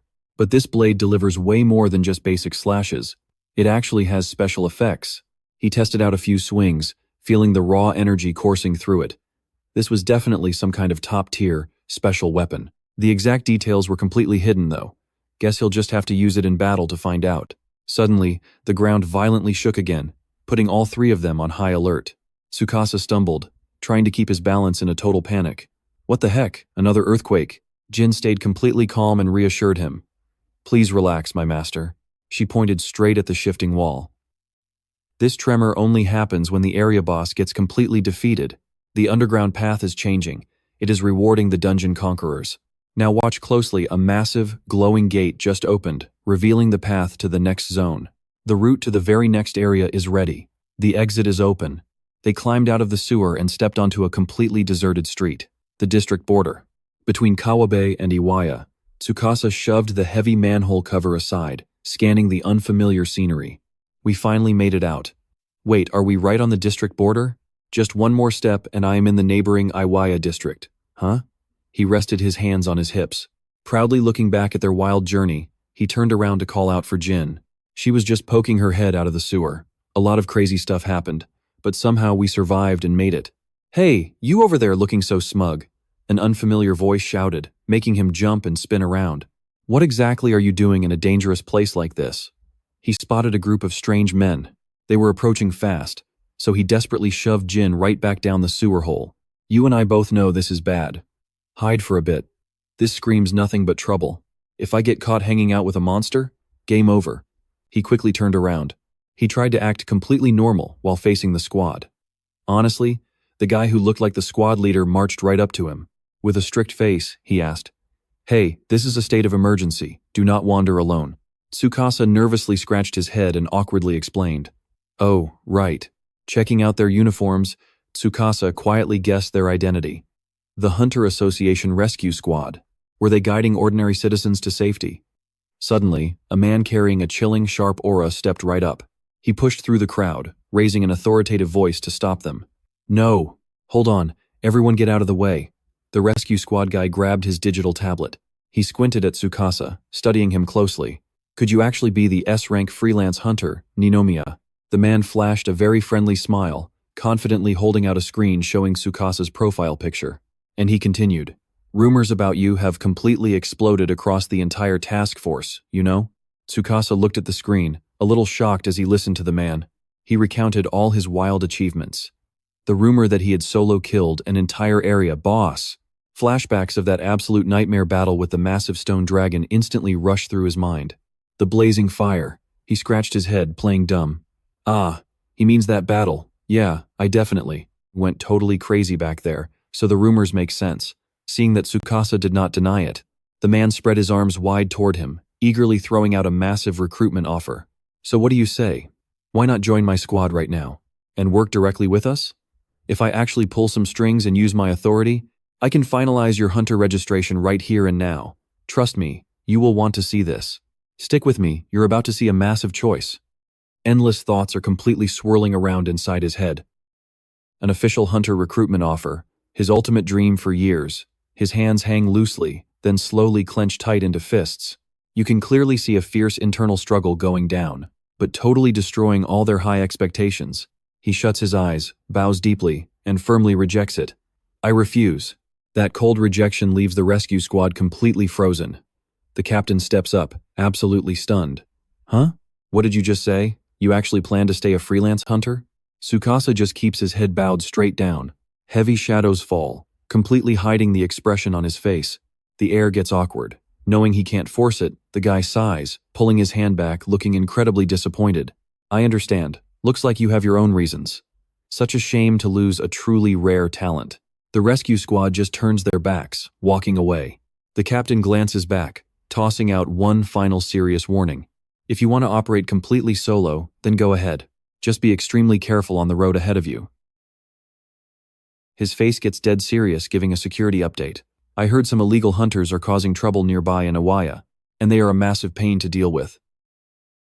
He watches them leave, picturing dark hunters chasing victims. Now pay attention here, things are about to get totally wild. Illegal hunters out there? I've seen that trash before. But his tone of voice is seriously bothering me right now. He scans the ruined landscape, completely lost in deep thought. If the Hunter Association is giving warnings, there might be someone way more dangerous out there. I need to stay sharp. He waits until they vanish, then finally walks over to the manhole cover. He grabs Jin's hand, pulls her up, and whispers, "Safe now, come on out." The gorgeous knight steps up holding her holy sword, looking totally confused. "Master, are you sure about this? Not joining forces with those guys at all?" Tsukasa bends down, slams the manhole shut after pulling Dwangmimi up, and breathes a massive sigh. "Yeah, I am completely done trying to be an official hunter. The whole world is a dungeon now, so those titles don't even matter anymore. You feel that too, right?" His face falls, shadowed by pure exhaustion and suspicion. Plus, in this crazy situation, I can't trust anyone at all, not even the Hunter Association. But then he suddenly snaps his head up, flashing a super warm smile that chases the gloom away. "And I already have companions." He looks right at Jin and little Duong with eyes completely full of affection, proudly declaring, "The most reliable allies I could ever wish for are you girls." Hearing those totally cheesy but incredibly sincere words from him, Jin blinks her eyes, and a super gentle, genuinely happy smile forms on her lips, pushing the touching moment aside. Tsukasa regains his focus, steps back, and gears up for Iwaya District. "All right, let's go. I will start by scanning for traps." He drops to one knee, slamming his hand down, instantly triggering a brilliant blue magic circle. "I am going to map this area out and find the absolute best route possible." Almost immediately after, red dots representing traps map out in his mind. "Trust me, we aren't ready for what's next. Let us dive in." While smoothly scanning his map, his attention suddenly locked onto a massive wave of purple static. huge enough to completely black out an entire area. What exactly was hiding inside that zone? Whatever this crazy anomaly was, it had Tsukasa sweating bullets just looking at it. He shot straight up in absolute shock, blurting out loud, "What the heck?" Still totally dazed, he raised his hand, magic glowing faintly off his skin. He just stared blankly into space, wondering what on earth he was seeing. Deciding to track down that weird signal, the whole crew finally stopped right at the edge of the Iwatani district outskirts. Tsukasa spoke up to confirm it. "We are finally here. This is the exact spot I picked up on my trap scanning radar." Looming right in front of them was the main entrance gate to an amusement park shining in the sun, complete with a massive, dead, silent Ferris wheel. More than likely, hiding somewhere deep inside this abandoned amusement park was the true identity behind that crazy, mysterious signal. He frowned hard, weighing the actual risks, his face shifting into a dead serious expression. "That weird trace I felt earlier? It is like nothing I have ever seen before. Honestly, whatever it is, just leaving it alone could end up being super dangerous." Even so, deep down, he was definitely hesitating. He could not stop thinking about his beloved older sister waiting for him. His original goal from the start was rushing over to the nearby West District to meet up with his sister Siri there. Letting out a heavy sigh, he stepped right through the park gates, making a quick compromise with himself. "I really do not want to take crazy detours, but there is just no way I can ignore a trace that obviously looks this insanely dangerous. I will just check it out once anyway." But while he was deep in thought, little skeleton Mimi suddenly dashed right up to him, waving its pitch-black arms around and screaming loudly, leaving him totally confused as he asked, "Huh, what is wrong, Mimi?" "Watch closely now." Tsukasa's pupils immediately shrank. His jaw completely dropped in pure shock, letting out a choked gasp right from his throat. Sitting right across the paved brick path, inside the park was this absolutely massive, rectangular stone structure, towering high like some ancient forbidden tomb that had just violently torn right through the earth. Both him and Jin cautiously approached that massive bizarre object, carefully watching and evaluating it at the same time. So is this the true identity of that crazy mysterious trace from before? Most likely, this was definitely not some normal equipment native to an amusement park. It really looked like something born the exact second this whole area morphed into a dungeon. Tsukasa's eyes locked right onto a small stone pedestal sitting perfectly placed just in front of that massive structure. Super curious, he stepped up closer. "Looks like some kind of warning message was written down here. You and I both know this screams danger." Carved into the gray stone were these heavy words, stating this is the resting place of a mighty destroyer, with the power to easily crush even the absolute greatest of boulders into dust. Do not let anyone touch this. Finishing the text, Tsukasa frowned in total confusion, glaring up at the pitch-black stone.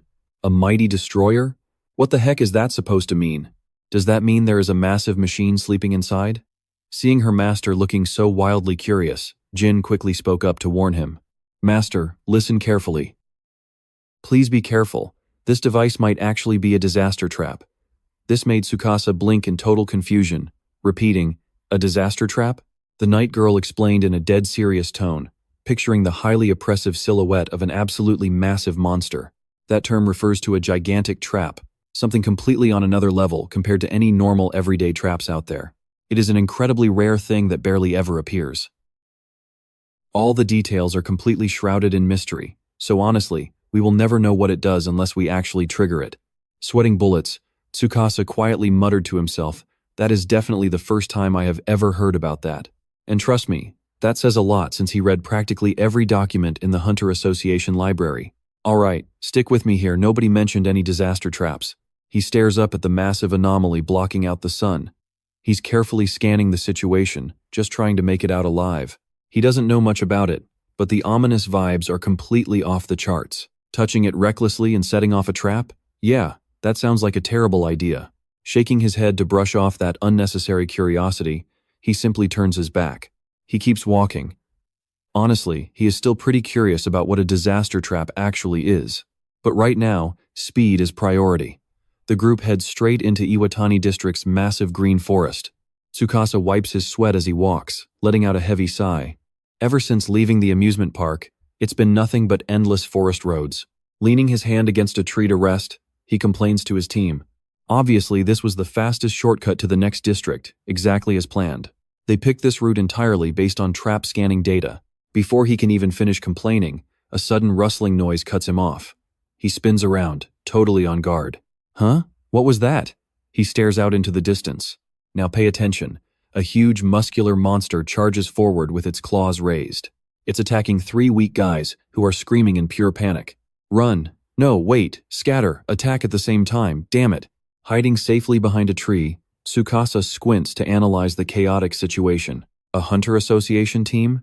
They seem decent enough, but they definitely lack real combat experience. He watches as the beast swings its massive arm, bringing down an absolute death blow. While the group fumbles around, he just shakes his head in absolute disappointment. Zero teamwork against this monster.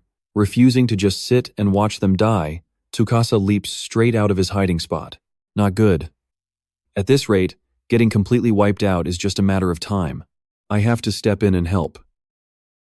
His hero plan instantly shatters when he suddenly hits the brakes in the grass, arms flailing to keep balance. His eyes go wide in total shock. He looks up at the empty sky ahead, letting out a stunned gasp. From the sky, a blinding light carrying terrifying power smashes straight into the ground like a flex from a meteor. Inside that blinding pillar of light? You saw that too, right?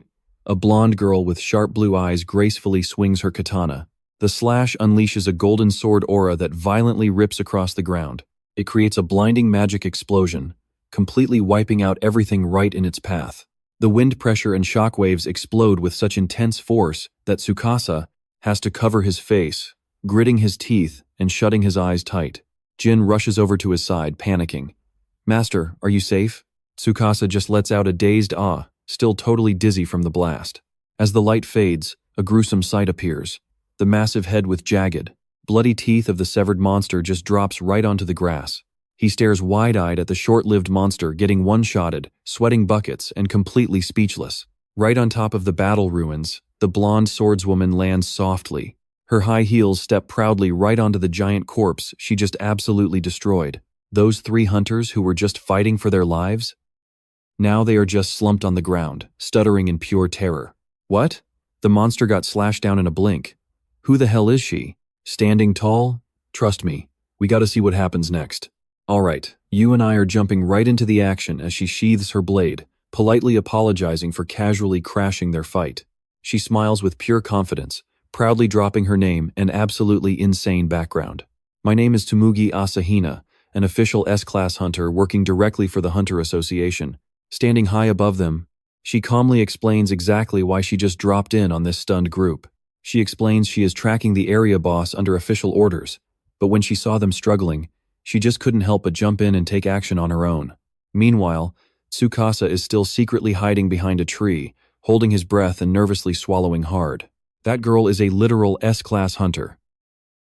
Yeah, makes total sense. That insane/earlier was definitely not the work of some amateur. From a distance, he hears Asahina happily offering a pretty wild invitation to the hunter group. Perfect timing, she says, because she is currently looking for companions to join her mission. If you guys are up for it, want to team up and hunt the area boss? In total contrast to the S-Class girl's bright enthusiasm, the captain of the hunter group looks visibly perplexed, his face turning completely grim and serious. Up above, Asahina just keeps on talking. But then, the S-Class hunter suddenly drops her cheerful smile, clenches her fist, and drops a dead serious warning about the massive risks ahead. Now, pay attention here. Because finding the boss isn't the end, there is a massive chance it turns into an all-out bloodbath. Hearing that warning, the captain and his 2 teammates aren't even scared. Instead, they just look at each other with smug smirks, acting like it is no big deal at all. The guy eagerly answers their savior without a single second of hesitation. We owe you big time for saving us. And absolutely, we will join. After all, we are A-class hunters ourselves, so we can handle it. Plus, we have you on our side. An actual S-Class. Fired up with hype, the whole hunter group raises their weapons high and cheers in total excitement. With this many people, taking down that boss will be an absolute breeze. Let's go find that boss right now. Seeing their energy makes Asahina smile too. The swordswoman happily waves, gracefully leading the hyped-up group deeper into the dark forest, shouting, "All right, everyone, let's move out and get this done." Still hiding behind that massive tree trunk. Watching their backs fade away, Tsukasa mutters to himself, assessing the whole situation with brutal, cold-blooded logic. That S-Class female hunter, though, You and I both know she's too naive, bringing that weak squad along is just dead weight. If they fight the boss, they will literally die instantly. Jin glances up at his master and quietly asks for orders. Master, what is your move? Are you going to make contact with them? Hearing that, Tsukasa instantly turns his head, his voice completely deadpan and firm. No, I don't have time to get involved. Just let them walk away. Ignoring their drama, he firmly decides to speed things up and focus on his original goal. We are getting out of this forest as fast as possible. After walking a bit, the crew stops to rest on some jagged rocks right next to a gently babbling stream. He sighs while scanning the scenery. From here on out, it looks like nothing but endless rivers and valley paths.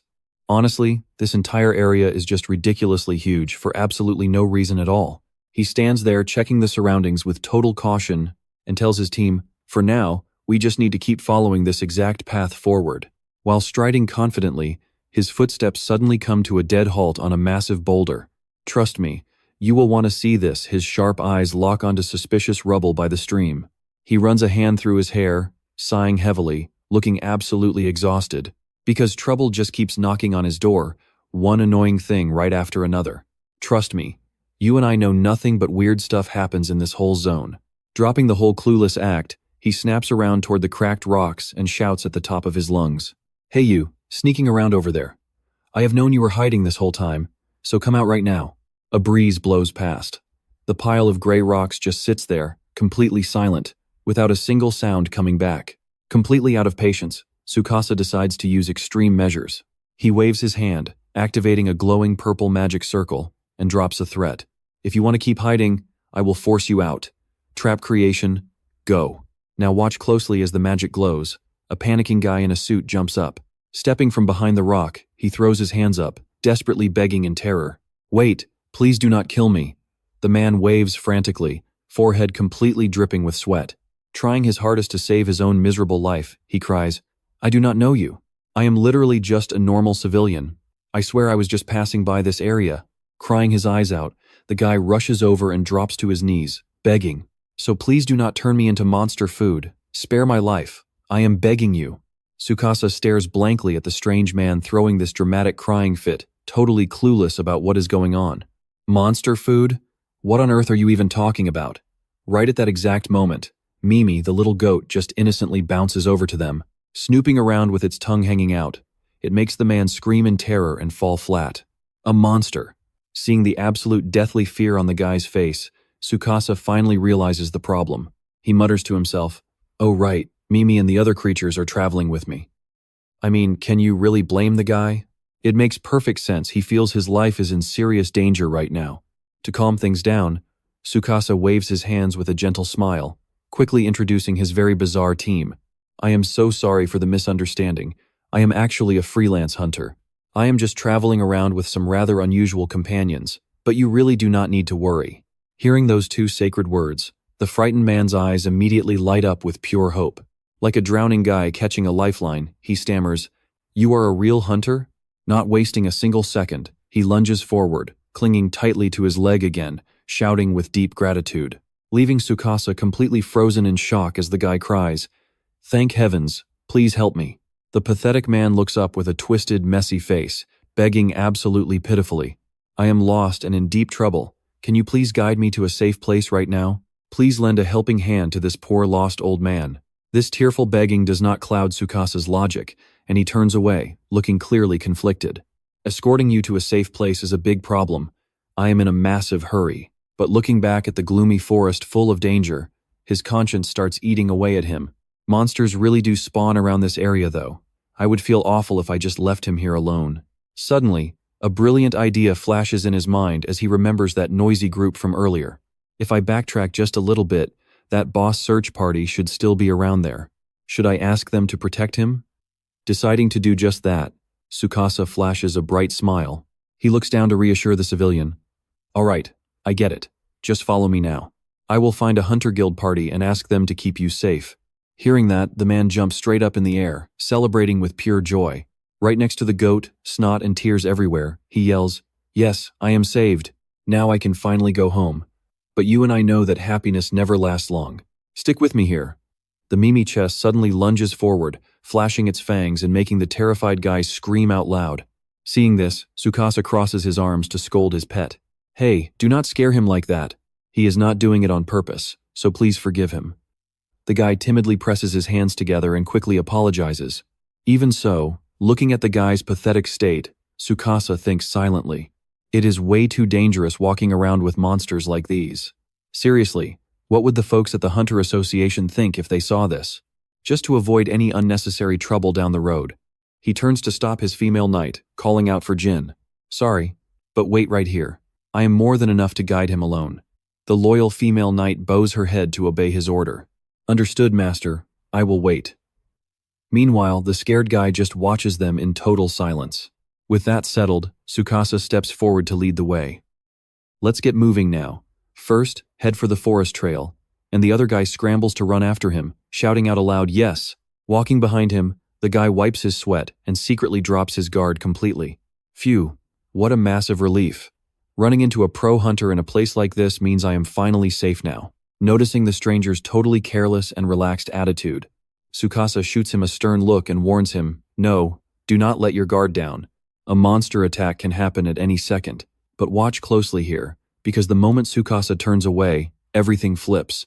The man trailing behind him secretly breaks into an incredibly toxic, malicious, and totally evil smirk. That innocent victim face from earlier is just completely gone now. He silently mocks his own savior. He. Oh, you naive little hunter. Are you seriously only keeping your guard up against monsters? While Tsukasa is looking away, he suddenly lunges, aiming a glowing magic hand right at his back while roaring in absolute triumph. What if a terrible bandit hunter attacks you from behind like this? His hand slams down hard onto Tsukasa's back, but instead of easily taking down his unsuspecting prey, a protective magic circle suddenly pops up, leaving the bandit totally stunned as he gasps. Huh? You and I saw this coming. His eyes bulge in terror as he realizes his dirty trick got caught and completely backfired on him. A massive purple magic fist bounces right back, smashing directly into the bandit's ugly face, triggering the epic effect of reflector blow. A nasty counterpunch meant for ambushers, striking back before the original attack even lands. The impact sends him flying 10 whole meters back, coughing up blood and screaming in agony, while Tsukasa just calmly turns his head to look. Just as I expected, you were looking for an opening. Unfortunately for you, I saw that coming. His gaze turns ice cold, remembering the strict warning the rescue team gave him earlier. I was just warned that there are some pretty ruthless illegal hunters roaming around this exact area. Fully exposed, the guy lies flat on the dirt but still lifts his head laughing like a maniac. So you already knew that I was actually an evil bandit hunter. Refusing to accept his massive defeat, he jumps up, fires off a new skill that lights up his palm, and yells out, "Then how about this trick?" A totally blinding light flashes out, and somehow, Tsukasa's rare blue magic short sword is suddenly gripped tightly in the bandit's hand. Did you even notice I stole the topic from you? Tsukasa frowns, showing a mix of slight surprise and doubt as he blurts out, "Wait, is that?" Then he acts completely panicked, crying to the heavens like he just lost a priceless golden treasure. "The super rare item I just got, you actually dared to steal my precious gear." Seeing his opponent completely freaking out, the bandit triumphantly steps forward, holding the sword up, and looks at him with a mocking TSK. "You were way too careless. Trust me, you and I know he is faking it. I pulled off my dirty little trick. I snatched it right before getting blown away using my special skill." His eyes go totally crazy with greed looking at that ultra-rare weapon. Stick with me here. He can scan an enemy hunter's gear in a flash, instantly stealing their absolute highest rarity item. He holds the sword up, points it right at our boy with flair, and proudly announces his thief skill. "This rare item stealing technique is my very own signature skill." Gripping that top-tier weapon, he confidently charges straight at Tsukasa, fully intending to silence him for good. "With this cheat skill, I am totally invincible. There is no way I can lose to anyone." But right at his peak hype, his heel accidentally steps right onto a hidden magic circle. Glowing bright under the green grass, he violently hits the brakes in pure shock and gasps. He is completely stunned as a glowing ring covered in sharp thorns suddenly appears, hovering right above his head. Before he can even process what is happening, countless thorny vines shoot down from the glowing ring, wrapping tightly around his body. The short sword completely slips from his hand, dropping onto the grass. Tied up by the massive vines, The guy lets out an absolutely terrified scream. Bound incredibly tight like a giant sausage, he squirms around in absolute, pure desperation, caught dead to rights in a bite vine trap. These vines ruthlessly capture any intruders stepping into the forest. Suspended helplessly up in midair, the panicking guy screams out loud. "What the hell is this? What did you do?" But Tsukasa just casually walks over, raising a hand to explain. "I did not do anything at all. A binding trap was already sitting there and just got triggered." He looks up at the guy swinging from the tree, dropping the cold, hard truth. "You're gonna love this. Well, since I knew you would get caught exactly like this, I purposely threw you near the trap." Flashing back to the map network he scanned earlier, he confidently flexes his absolute top-tier skills. Trap scan. It is a skill that actually lets me see the exact locations of traps beforehand. That is just one of the many techniques I possess. Tsukasa gently bends down. He picks his dropped short sword off the ground, making absolutely sure to drop a sarcastic remark. "Sorry, buddy, you're definitely not the only person who can use a cheat skill around here." He casually flips the glowing blade back and forth in his hands, flashing a super sly smile, chilling his enemy right to the bone. "So what now? I haven't actually used this item before." That soft threat makes the hanging man break into a cold sweat, gritting his teeth and shaking in absolute terror. Without hesitating, Tsukasa points the sword straight ahead, sharp against his face. "Now pay attention." His next words are icy cold. "Do you want to be my little test dummy?" The cowardly guy's jaw drops as he bawls for his life. "Ah, stop. Please do not kill me." To save his own skin, he violently throws out an incredibly tempting piece of bait in a total panic. "That is right. I will tell you exactly where the hidden item is." The only location to grab an ultra-rare item in this entire specific area. Hearing the words hidden item, Tsukasa's eyes suddenly flash with a massive spark of curiosity. Mixed with just a little suspicion, he lowers his voice. "The location of a hidden item?" Pressing the glowing blue sword right against the tightly bound scammer hunter's neck, he slightly furrows his brows to interrogate him. "You actually know about something like that?" Terrified out of his mind by the razor-sharp blade, the man frantically nods his head non-stop, sweating like an absolute pig. "It is the truth. I really do know where the hidden item is. So please, just let me go." But Tsukasa does not rush to believe him yet. He glares at him sharply. "So what do you and I make of this? A total lie, right? You really know where it is?" He slowly lowers his blade just a tiny bit, quietly analyzing the current situation.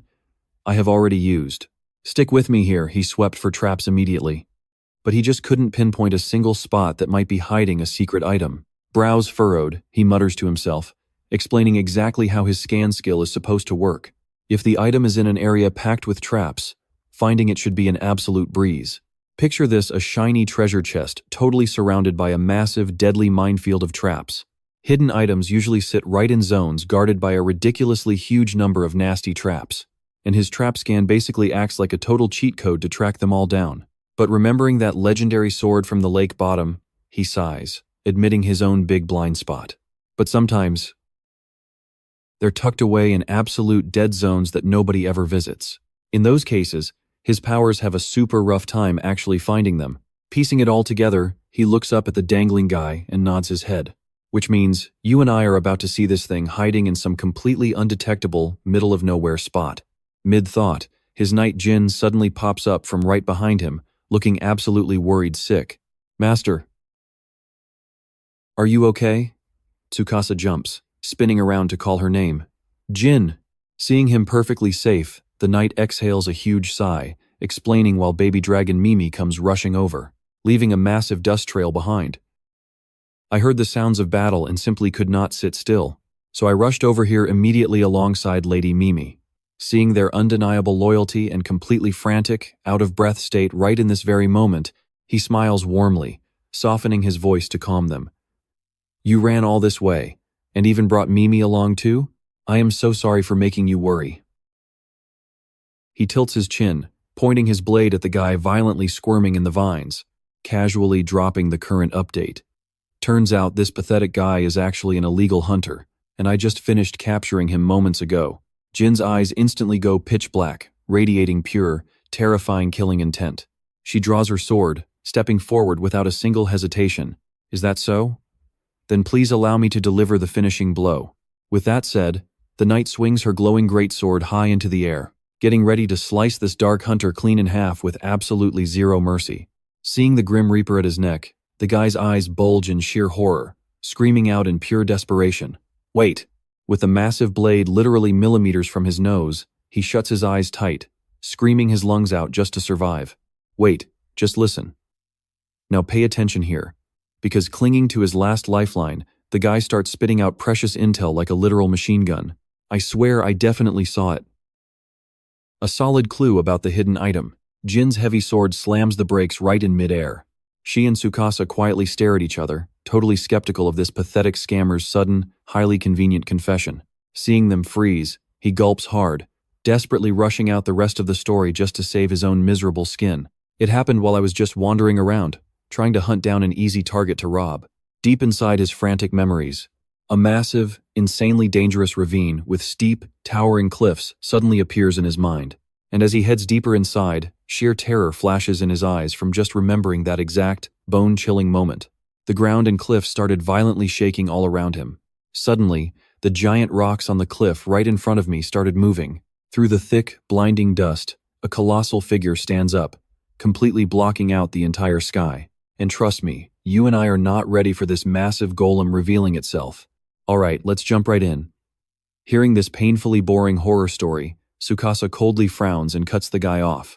So what? Who cares? What does any of that have to do with the hidden item? Furious at the insult, the tied-up guy just roars, desperately trying to justify his logic while dangling there. Are you totally blind? It is incredibly obvious. If a massive, heavily armored monster is just standing there. He leans forward, squeezing his eyes shut, as he screams out with absolute confidence. It definitely has to be guarding the hidden item. Tsukasa quietly repeats the bandit's words.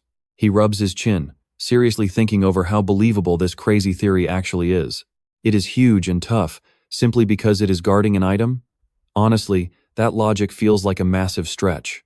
Standing right beside him, Jin lowers her voice to advise her master. But she does not entirely rule out the possibility. Master, it is incredibly dangerous to blindly trust the words of this captured man. However, his story is not completely impossible to believe either. The core rules of dungeon survival flash through their minds. Now pay attention here. Images of rock monsters guarding golden chests reappear. Hidden items can actually spawn in the wildest places. Sometimes they are sitting right in plain sight, just to completely trick any approaching challengers. Seeing the logic, Tsukasa strokes his chin and nods. His eyes instantly flash with curiosity and pure, undeniable determination. I get it now. If you say so, Jin, then maybe this is actually worth looking into after all. Tsukasa makes his choice, gripping his brightly glowing sword hilt with a firm nod. All right. He turns to Jin and Little Yang, quickly mapping out their brand new plan. We are going to find that hidden item this guy just mentioned. It could definitely be something that really helps us on our journey to find Siri. Pointing his blade at the tied-up scammer, he issues a seriously cold command. Now lead the way to that rock monster. Though I am absolutely not untying you for this.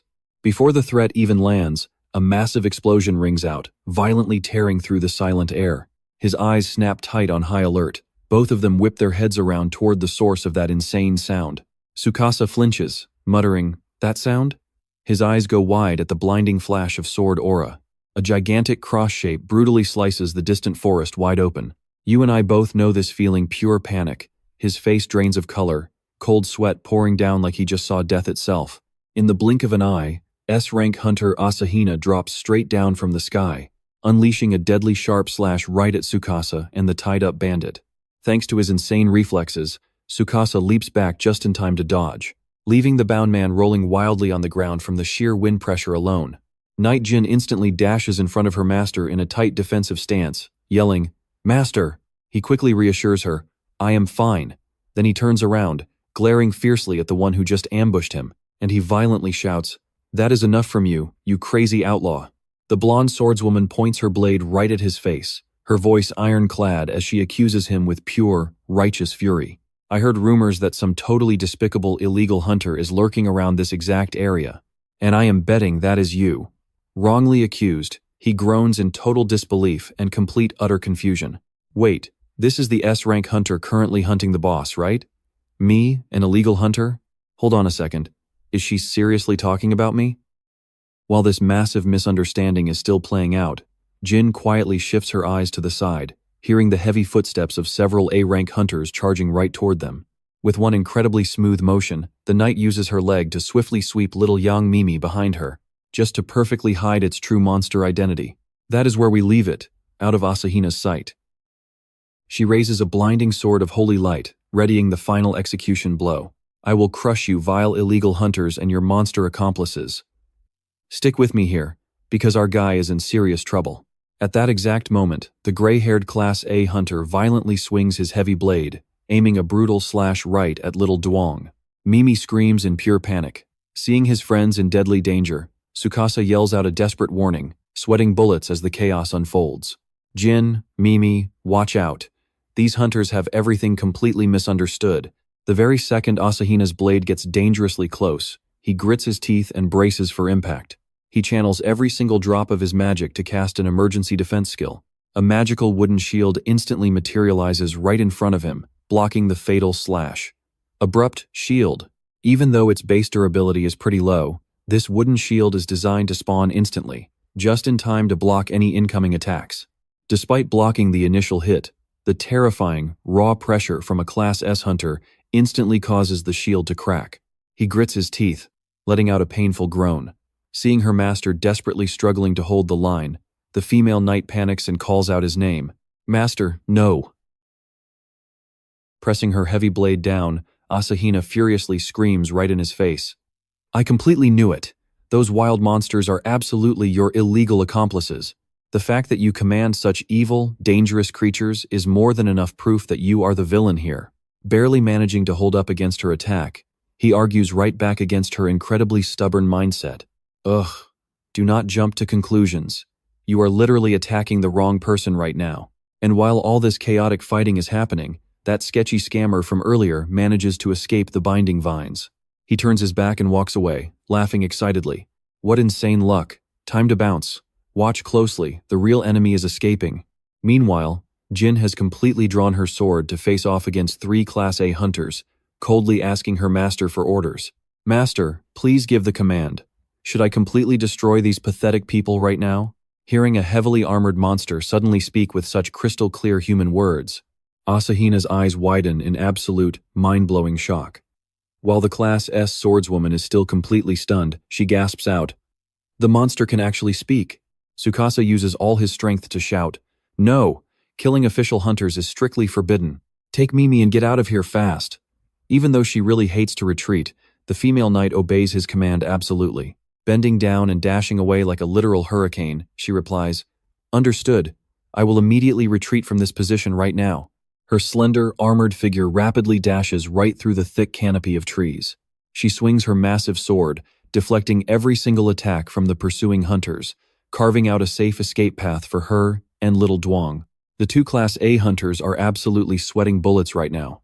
They scream in pure panic at her terrifying speed. What is this insane speed? I cannot keep up. You and I both know she's built different. Meanwhile, the legendary Class S swordswoman Asahina perfectly maintains that icy, razor-sharp expression on her face. Her deep blue eyes show zero hesitation, completely unfazed by all the chaos surrounding her. With one incredibly decisive swing, she completely shatters a massive flying boulder into tiny pieces, erupting with a blinding surge of sword aura. Forced back by the absolutely terrifying pressure of her strike, Tsukasa violently slides backward. He slams his hand into the grass to regain his balance, totally stunning the 2 hunters watching. Right after landing that blow, Asahina instantly shouts out fierce orders to her panicking squad. Everyone, ignore those escaping monsters right now. The main ringleader is standing right here, so surround this illegal hunter immediately. Hearing this absolutely ridiculous, unearned title thrown at him, Tsukasa just frowns, completely speechless, and mutters his heavy annoyance under his breath. An illegal hunter? Asahina forcefully steps forward, lifting her chin to judge him with a seriously bossy, arrogant tone. Intentionally staying behind just to let your monster accomplices escape, you actually have a lot of guts for a pathetic outlaw. Instantly, all 4 hunters spread out to completely surround Tsukasa. Asahina points her deadly blade at him. But now it is 4 against 1, you have nowhere to run. Completely pushed into a corner, Tsukasa does not even flinch. He just looks right up at her and coldly fires back. Do not misunderstand. I am not staying here as a scapegoat, calm, collected. Trust me, he is cooking. Let's dive right in. The blonde girl frowns, completely confused by this criminal's totally bizarre behavior. Tsukasa just smirks with absolute confidence, summoning a glowing short sword right over his open palm. He figures that being completely and totally outnumbered is honestly the absolute perfect way to test out this brand new light sword's true power. Saying that, he reaches out and grips the hilt tight. Brilliant blue light explodes from the blade, wrapping perfectly around every single one of his fingers. His eyes spark with pure, unhinged excitement as he shouts out loud, "Now let us see exactly what this blade can really do." Dance to the wild rhythm of a completely unknown trap. The system window instantly pops up right in front of him. Mystic Light Sword confirmed as a rare item. Weapon name, Mystic Light Sword.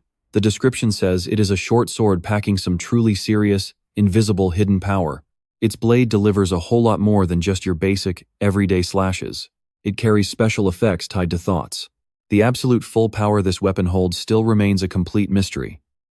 Tsukasa tightens his grip and thrusts the sword forward. Rocking a sly smirk, he instantly drops right into a battle-ready combat stance. Now is the time to uncover the true value and raw strength of this rare item. Seeing their opponent holding just one flimsy-looking little weapon, one hunter from the group gets absolutely furious, aggressively roaring out, "Don't you dare underestimate us. What the hell can you even do with a tiny short sword like that anyway? Now watch this closely." The captain swings his giant axe, charging in like a broken tank, yelling, "Don't disrespect us, rank hunters." Sensing bad news, Asahina screams out to stop them, but it is way too late. "Wait, don't just rush in blindly like that." Meanwhile, the corners of Tsukasa's mouth slowly curl up. His left hand instantly shoots out, triggering a deeply flickering purple magic circle that sets up a wild trap on the spot.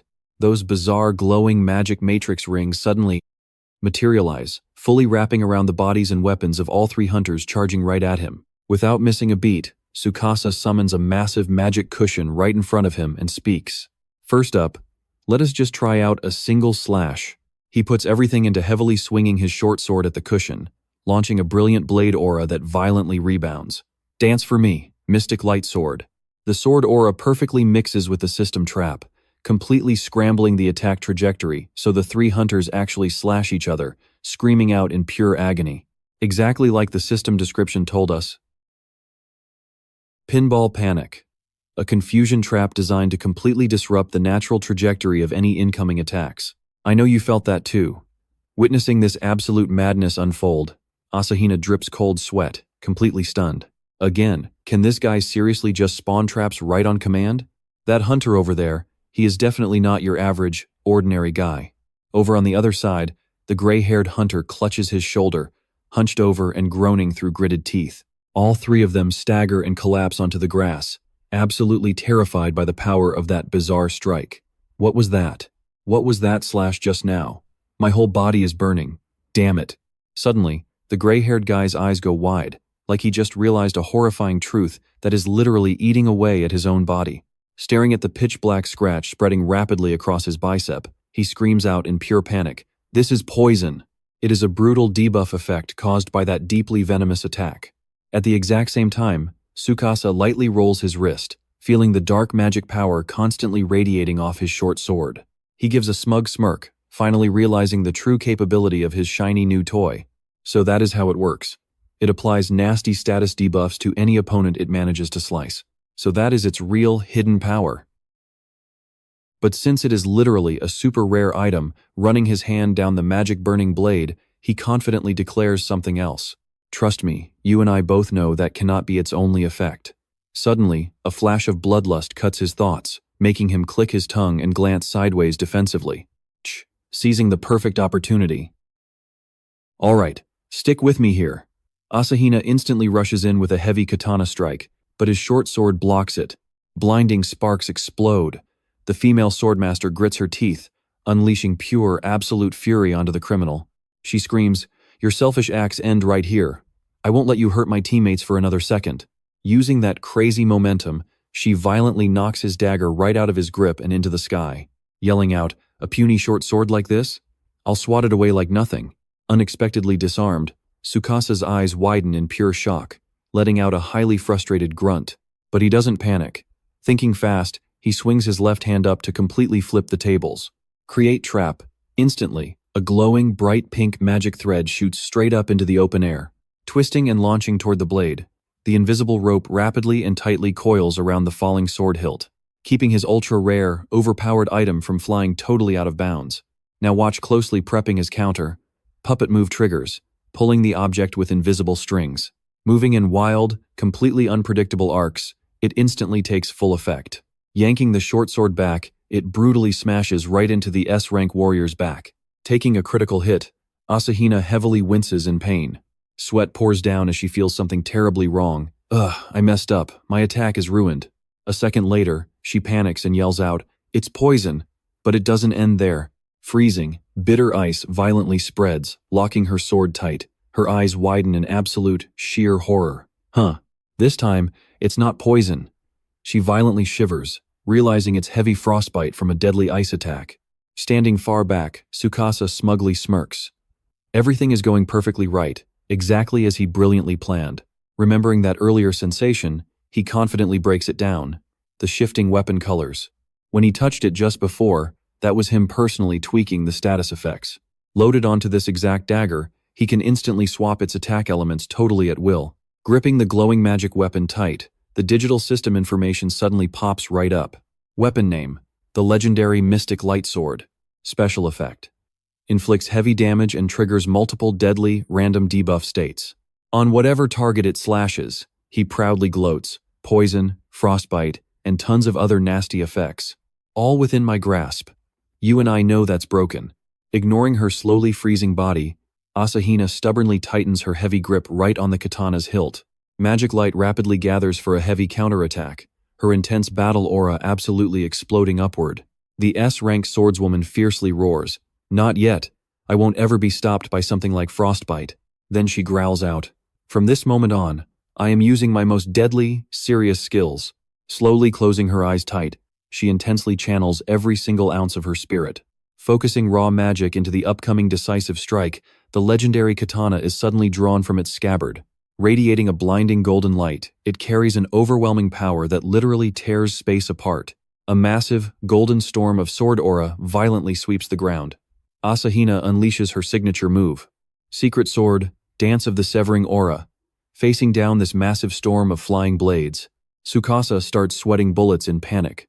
What is this? A technique firing massive energy slashes. He awkwardly scrambles back. Too many. I can't possibly dodge all of them.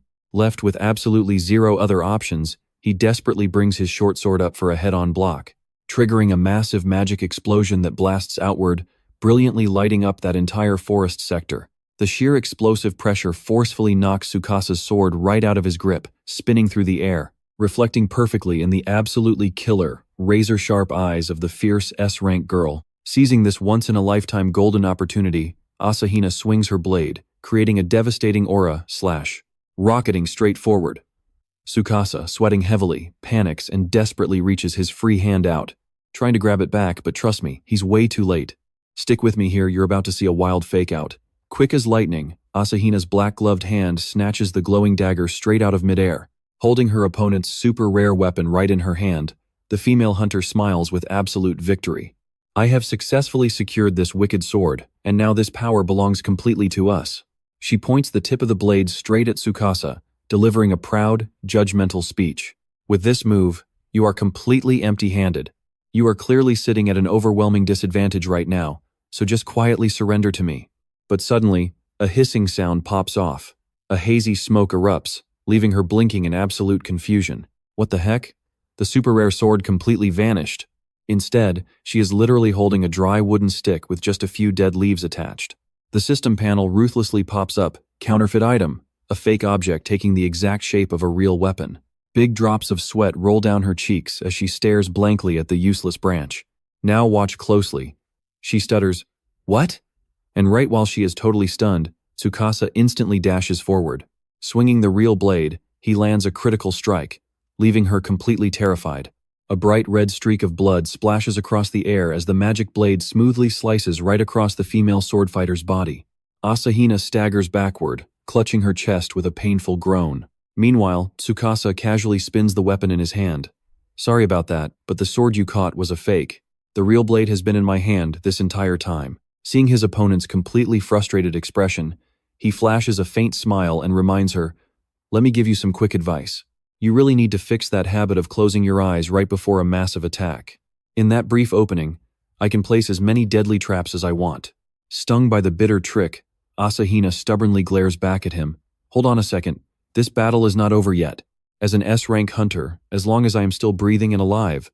But before she can finish, her legs suddenly go numb. Magical lightning bolts crackle through, making her lose her balance. Collapsing onto the grass, the heavy fall forces a desperate groan out of her mouth. Tsukasa steps closer, looking down to give some advice. "Stop pushing yourself. You cannot even stand up on your own anymore, right?" He grips the sword, which is currently emitting blinding yellow light. The system displays Mystic Light Sword, Paralysis Strike Mode. This causes a numbing effect on the entire body, completely rendering the target unable to take any further action.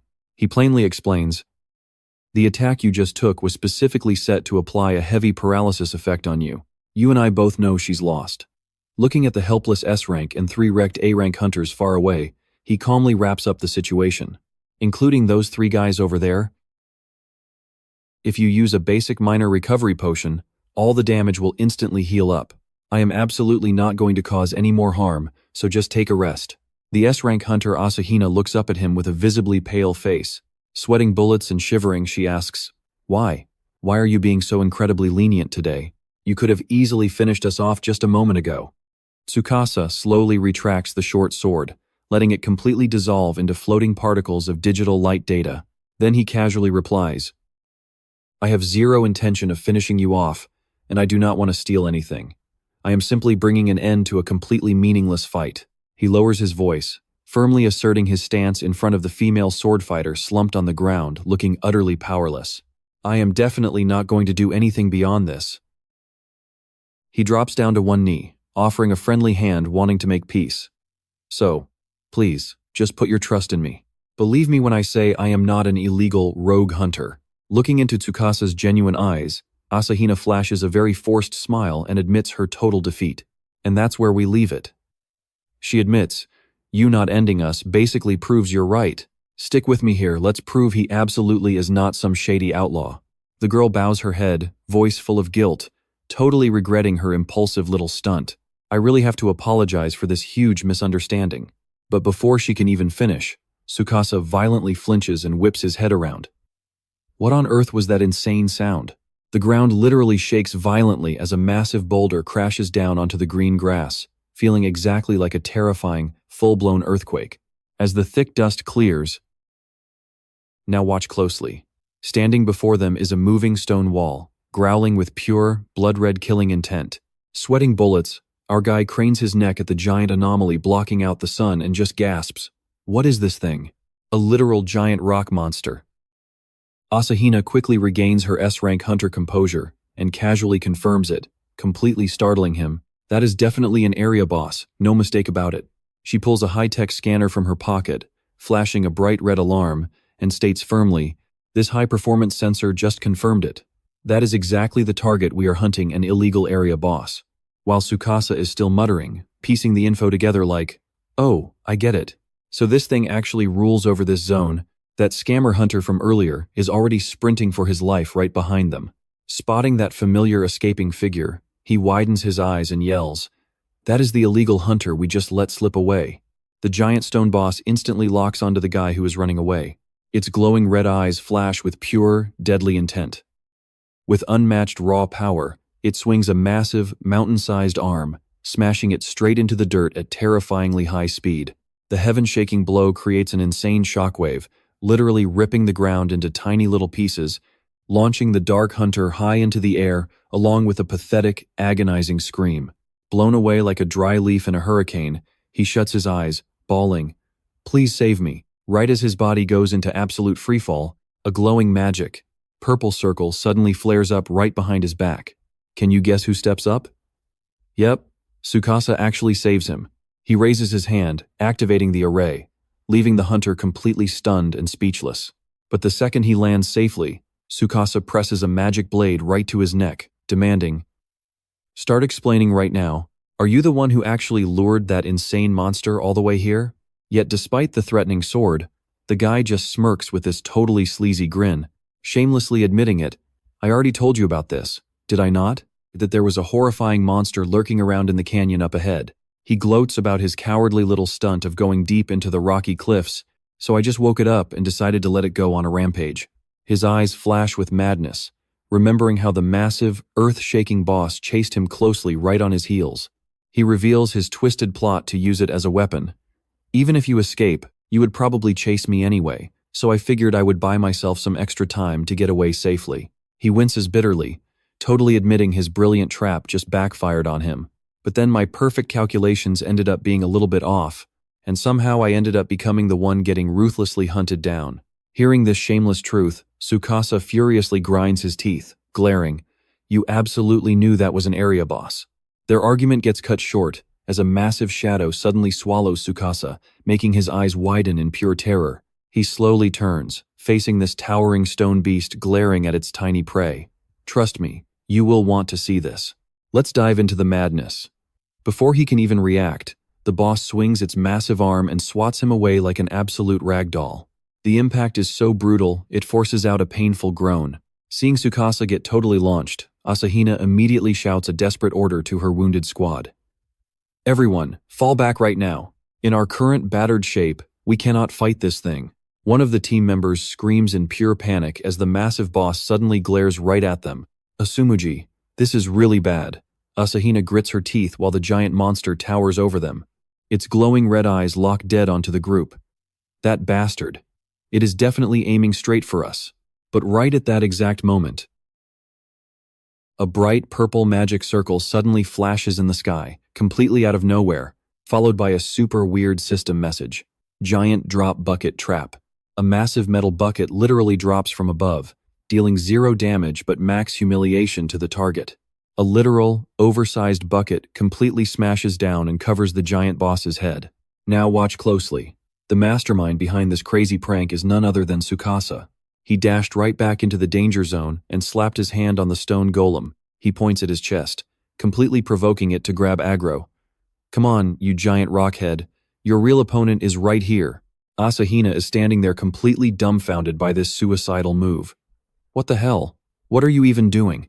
Humiliated and completely enraged, the boss lets out a massive roar. Tsukasa successfully pissed this thing off. He turns around and sprints away, shouting, "That is right, follow me." His mind is racing as he runs. Those wounded hunters desperately need some time to chug their healing potions. So right now, he has to drag this massive area boss somewhere else. Literally anywhere works, just a place that is much easier to fight in. He lures the towering monster straight toward a distant city in the background, thinking to himself, I need a wide open spot to drag this beast into. Meanwhile, far away, down by a riverside cliff, we see a creepy mimic monster chest literally clapping its hands together using its own gross tongue. Right beside it, a silver-haired female knight in black armor kneels down. She watches the mimic playing around and warns, "My lord, please do not lower your guard." The female knight stands up on a high rock, scanning the area. There could be enemies lurking very close by. She turns back to the weird mimic chest and adds, "But honestly, this is strange. Just a second ago, I definitely heard a massive sound around here, exactly like a rock slide." Before she even finishes speaking, huge rocks start crashing down from above, instantly snapping her onto high alert. The giant boss, completely obsessed with chasing Tsukasa, comes crashing straight down the cliff right where the knight is standing, both the female knight and the mimic.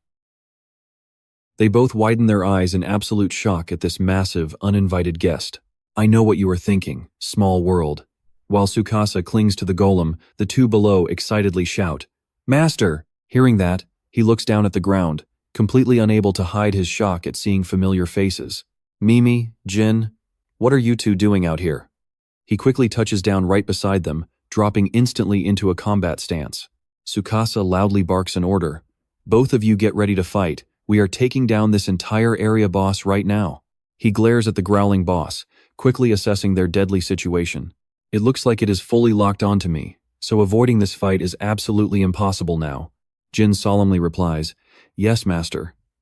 Tsukasa frowns slightly, a single drop of sweat sliding down his cheek. Somehow, we have to figure out a way to break through that rock-hard body. But then, out of nowhere, A blinding light aggressively flashes from right behind them. A familiar voice rings out, casting a powerful ultimate move. Secret Sword, Slash Dance. A massive wave of brilliant golden light slashes rushes forward, striking the boss dead on. Boots slide quickly across the ground, leading a fully recovered squad of hunters. Trust me, you will love this. It is Asahina and her squad, fully recovered and hyped. We finally managed to catch up. Let's fight this absolute beast together, Ninomiya-san. Tsukasa turns around, showing a genuine, relieved smile. Stick with me here, Asahina explains. While her entire team is busy chugging down their recovery potions, thanks to you, Ninomiya-san, we finally got enough time to completely heal up and recover. We are fine now, totally ready.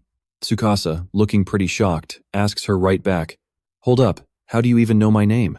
Asahina raises her hand device, clearly displaying his official hunter profile right there. You are Ninomiya Tsukasa-san, right? The rumored hunter who suddenly showed up and started soloing massive regional bosses all by himself. She places a hand on her chest, cheeks blushing, formally introducing herself. I am honestly so sorry for not recognizing you way sooner. My name is Asahina Sumuji, an S-rank hunter straight from the official Hunter Association. But this whole romantic introduction gets instantly cut completely short by a frantic teammate yelling, Ah, Sumuji, look, now watch closely here. Everyone stares in absolute horror at the totally scratch-free boss. The teammate screams out loud, That regional boss. Its defense is just way too insanely high. Another guy confirms, even after taking all of Sumuji's strongest skill attacks head-on, that thing is literally still completely and totally unharmed. Sumuji stands protectively before Tsukasa, eyes completely full of hope. Ninomiya-san, do you have any plan? Some way to actually defeat an enemy with such incredibly solid, impossible defense? She shows absolute, completely unwavering trust in him. Someone as ridiculously capable as you can definitely come up with a brilliant strategy right away. A plan way stronger than absolutely anything we could ever possibly think of. Sumuji bows deeply, officially entrusting everything to him. Please, just lend us your incredible wisdom. We leave everything to you, and we will bet our lives on this battle. Tsukasa literally breaks a cold sweat at their insane, intense seriousness. Bet your lives? Are you actually serious right now? You barely even know anything about me. He thinks internally to himself, is she just incredibly, unbelievably reckless? Or is she just completely, crazy, nice, or what? He quickly shakes off his rambling thoughts, locking his focus right back into their current situation. No, let me just think first. Right now, we have enough manpower. We just need a way to beat this seriously tough enemy that is totally immune to our attack skills. Ah, a truly brilliant idea suddenly flashes into his head. You and I know what time it is. Tsukasa stands with everyone, facing the massive rock monster, and fiercely commands, Operation Start. First things first, definitely brace yourselves for the enemy's incoming attack. He turns to Jin, giving her a very specific solo mission. And Jin, I need you to move separately. Go back down the exact path we came from, alone. One hunter, looking super determined but completely anxious, grips his weapon really tightly and screams out, It is coming! The massive regional boss raises its giant rock fist high into the air, getting ready to absolutely crush the hunters down below. While one of them loudly screams in pure panic, Here comes the regional boss's massive attack. The monster's giant fist slams straight down with absolutely unbelievable, terrifying, earth-shattering force. Right before that brutal attack can even hit, Tsukasa activates his skill again, Trap Creation, instantly forming a completely solid, super strong protective barrier. Sumuji looks up, her face completely full of absolute shock at the sudden appearance of the shield. It is a massive, shimmering blue dome that completely wraps around the entire group, perfectly deflecting the brutal attack. She quickly realizes what it actually is, a defensive shelter trap, a shell-like shield so incredibly strong that it can easily block absolutely any incoming attack. All the other hunters just stare up at it in completely stunned disbelief. One of the guys literally mutters out loud, That is amazing. While the group stays totally protected, Jin follows her given orders, dashing right down the path alone. You and I are probably wondering the exact same thing. One hunter notices her leaving and asks in total confusion, Wait, where is that armored monster going right now? But Tsukasa simply, calmly answers him. Stick with me. Tsukasa explains his brilliant strategy to a completely panicked hunter. He already sent Jin ahead to their destination, and they are following right behind her. The whole squad tails Tsukasa, standing directly along the rocky cliff. Staring down the approaching boss, he formulates a plan while luring it right in. He tells them the destination for this area boss is the local amusement park. Tsumugi runs right beside him, completely confused. An amusement park? Isn't that place on the far side of this zone? Why are we leading a massive area boss there? Tsukasa stares straight ahead with absolute determination, because right there lies a massive trap, one that can completely crush this rock-solid enemy. His face goes dead serious, thinking of this ultimate weapon, a disaster trap. Meanwhile, the area boss continues its relentless pursuit. It absolutely shatters the ground behind them. As the monster closes in, Tsukasa screams out, ordering the whole group fall back while dealing minor damage. One hunter instantly gets the plan, and quickly rallies his teammates. So we are using decoy attacks now? Just to grab the enemy's attention? Well then, leave that part to us. Now watch this closely. The hunters scatter, raining down attacks on the giant golem. Shouting out their skill names, they coordinate their strike. Lightning axe. Lightning spear. The area boss seems completely unfazed, its glowing red eyes locked on the target. Another hunter joins the intense brawl, unleashing a devastating heavy attack. Flame sword.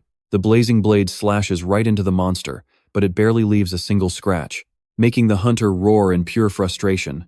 Realizing their awful situation, his face goes pale. Damn it, the enemy attack reached us first. We are absolutely about to go down. Once again, Tsukasa steps in, activating another brilliant trap.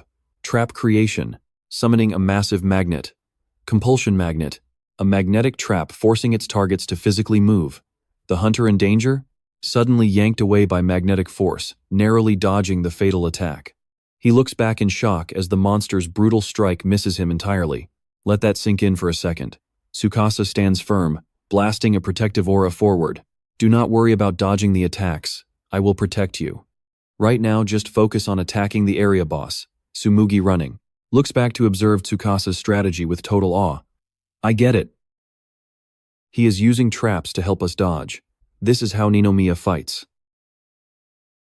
Getting her spirit back, Tsumugi stomps the ground for a solid stance. Igniting with a blazing golden aura, she shouts, "Then I will go all out." Tsumugi's eyes turn razor sharp as she channels crazy energy into her sword. Secret sword! She swings, creating a massive flaming crescent moon that surges straight forward. The strike explodes, the heavy attack completely engulfing the area boss in a sea of flames. The monster roars. Its massive hand glows crimson red as it completely blocks the strike. 0 damage taken. It swings its giant arm down, determined to crush absolutely everything. Right then, Tsukasa dashes in, grabs Tsumugi's hand, and pulls her away. Lift off. He instantly activates another wild trap creation. A high-tech drone emerges straight from the magic circle with a specific description. Kidnapping drone. A flying object suddenly appears out of nowhere and snatches people away. Just like that, Tsukasa quickly grabs the landing gear of the hovering drone. You and I just witnessed absolute madness. The drone lifts them up right as the monster's strike obliterates everything. High above them, Tsukasa looks down and shouts, "All right, keep luring the area boss exactly like this. Stick with me here, let's see if his master plan works," assuming Jin actually activated it. Down on the ground, Jin is absolutely sprinting at mind-blowing speed across the terrain.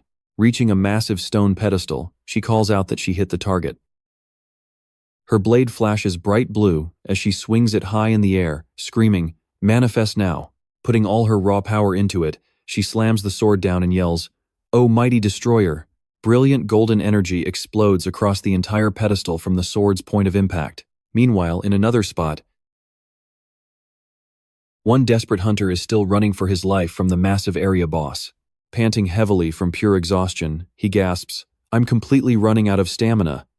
Just as the monster's giant fist crashes down, while Tsumugi stands right behind him, ready to pull him out of danger, suddenly 2 purple space portals pop up out of nowhere and block the attack, making the stunned hunter scream out. In a flash, Tsumugi gets sucked straight into a warp gate, barely managing to yelp out. Now watch closely, this warp trap is dangerous.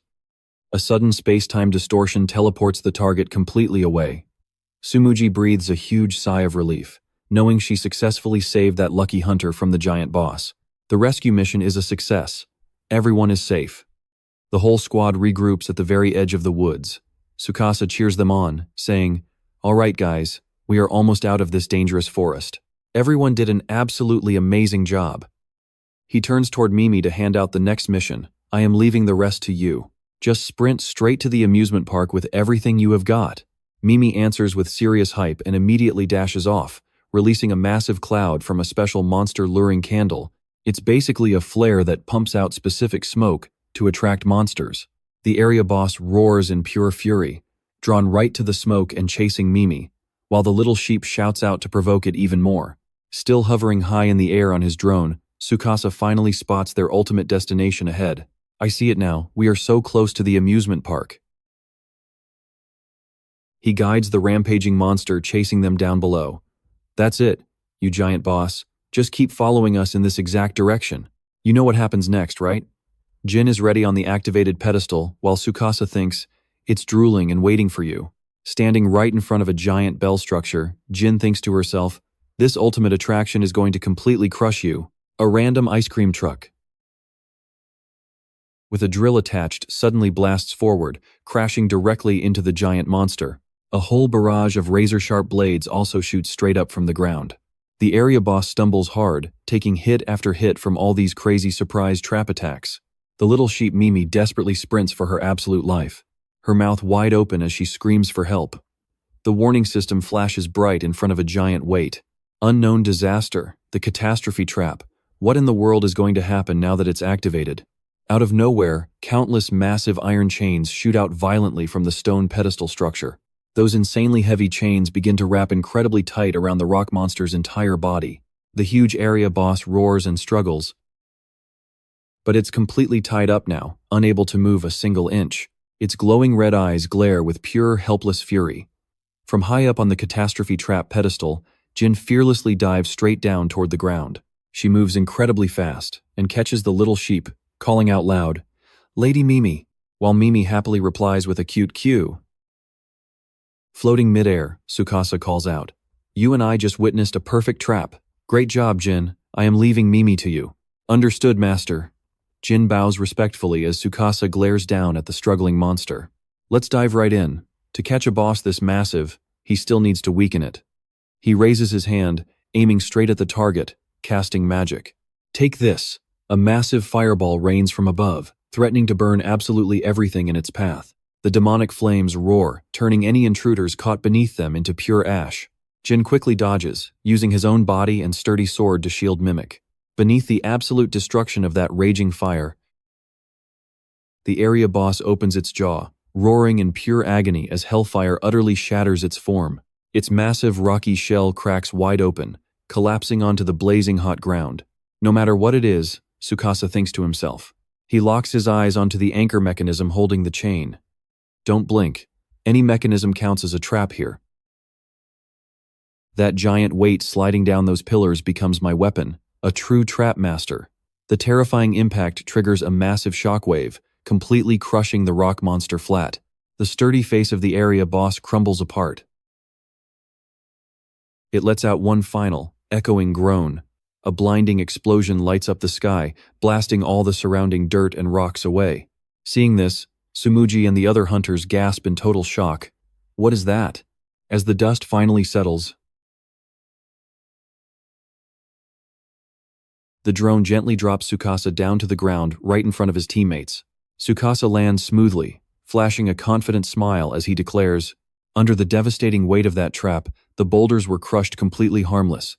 This entire area is finally safe now." Everyone raises their weapons high, celebrating their epic victory. The area boss is completely wiped out. We actually did it. Sumuji widens her eyes in pure amazement. Staring straight ahead, she stammers, "What does this even mean? Just look at that massive mountain of loot where the boss fell." Sumuji picks up a chained chest, wondering aloud, could these have been inside that giant monster? They must have scattered everywhere when its giant body shattered.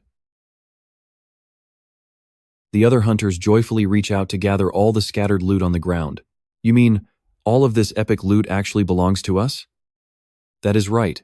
We can grab as many items as we want. The little mimic happily munches on an item, making a cute sound that makes Tsukasa laugh. Suddenly, a tiny object shines on the ground. You saw that too, right? Huh? What is that thing? He bends down to pick it up. A metal bracelet radiating an intense light. It looks like a normal bracelet, but it glows so brightly. A magical blue light from the accessory reflects onto Tsukasa's face, making him gasp in disbelief. The item stats screen pops up crystal clear. Clairvoyance bracelet, a rare accessory used to completely reveal the hidden stats of other hunters. Tsukasa's eyes go wide. Other hunters' stats? Can I really see right through them? He remembers his old device, throwing an error checking info, thinking to himself, normally that is totally impossible. Standard gear can only measure your own personal stats. Tsukasa shoots a thoughtful look over at Tsumugi and the other hunters standing nearby. What if I can actually see everyone else's hidden power levels? Tsukasa reaches his hand forward. Hesitating. So what do you and I think? Should he test it? Let us jump right in. He fires up the bracelet, blasting magic light straight ahead. A detailed analysis panel pops up instantly, confirming the scan is totally complete. Just as expected from an S-rank hunter, her stats are ridiculously high and perfectly balanced, but her mana is surprisingly low. Honestly, that is a massive, fatal blind spot. He looks at Tsumugi, realizing she must have cleverly hidden this massive weakness. How? By using pure, flashy skills and total, absolute mastery over her sword. Tsukasa stares at the glowing magic on his wrist, totally blown away. If he can just expose his opponent's true strength easily like this, then it is basically just straight-up cheating, right? This thing definitely blows way past the power of any normal gear. He turns to his loyal guard, Jin, asking if this crazy item is actually. Yes. Jin bows respectfully and replies, Master, that is an extremely rare, top-tier hidden item. Jin explains the origins. These super rare hidden items drop in very random locations. It changes depending on the zone, but it seems this specific gear was hidden.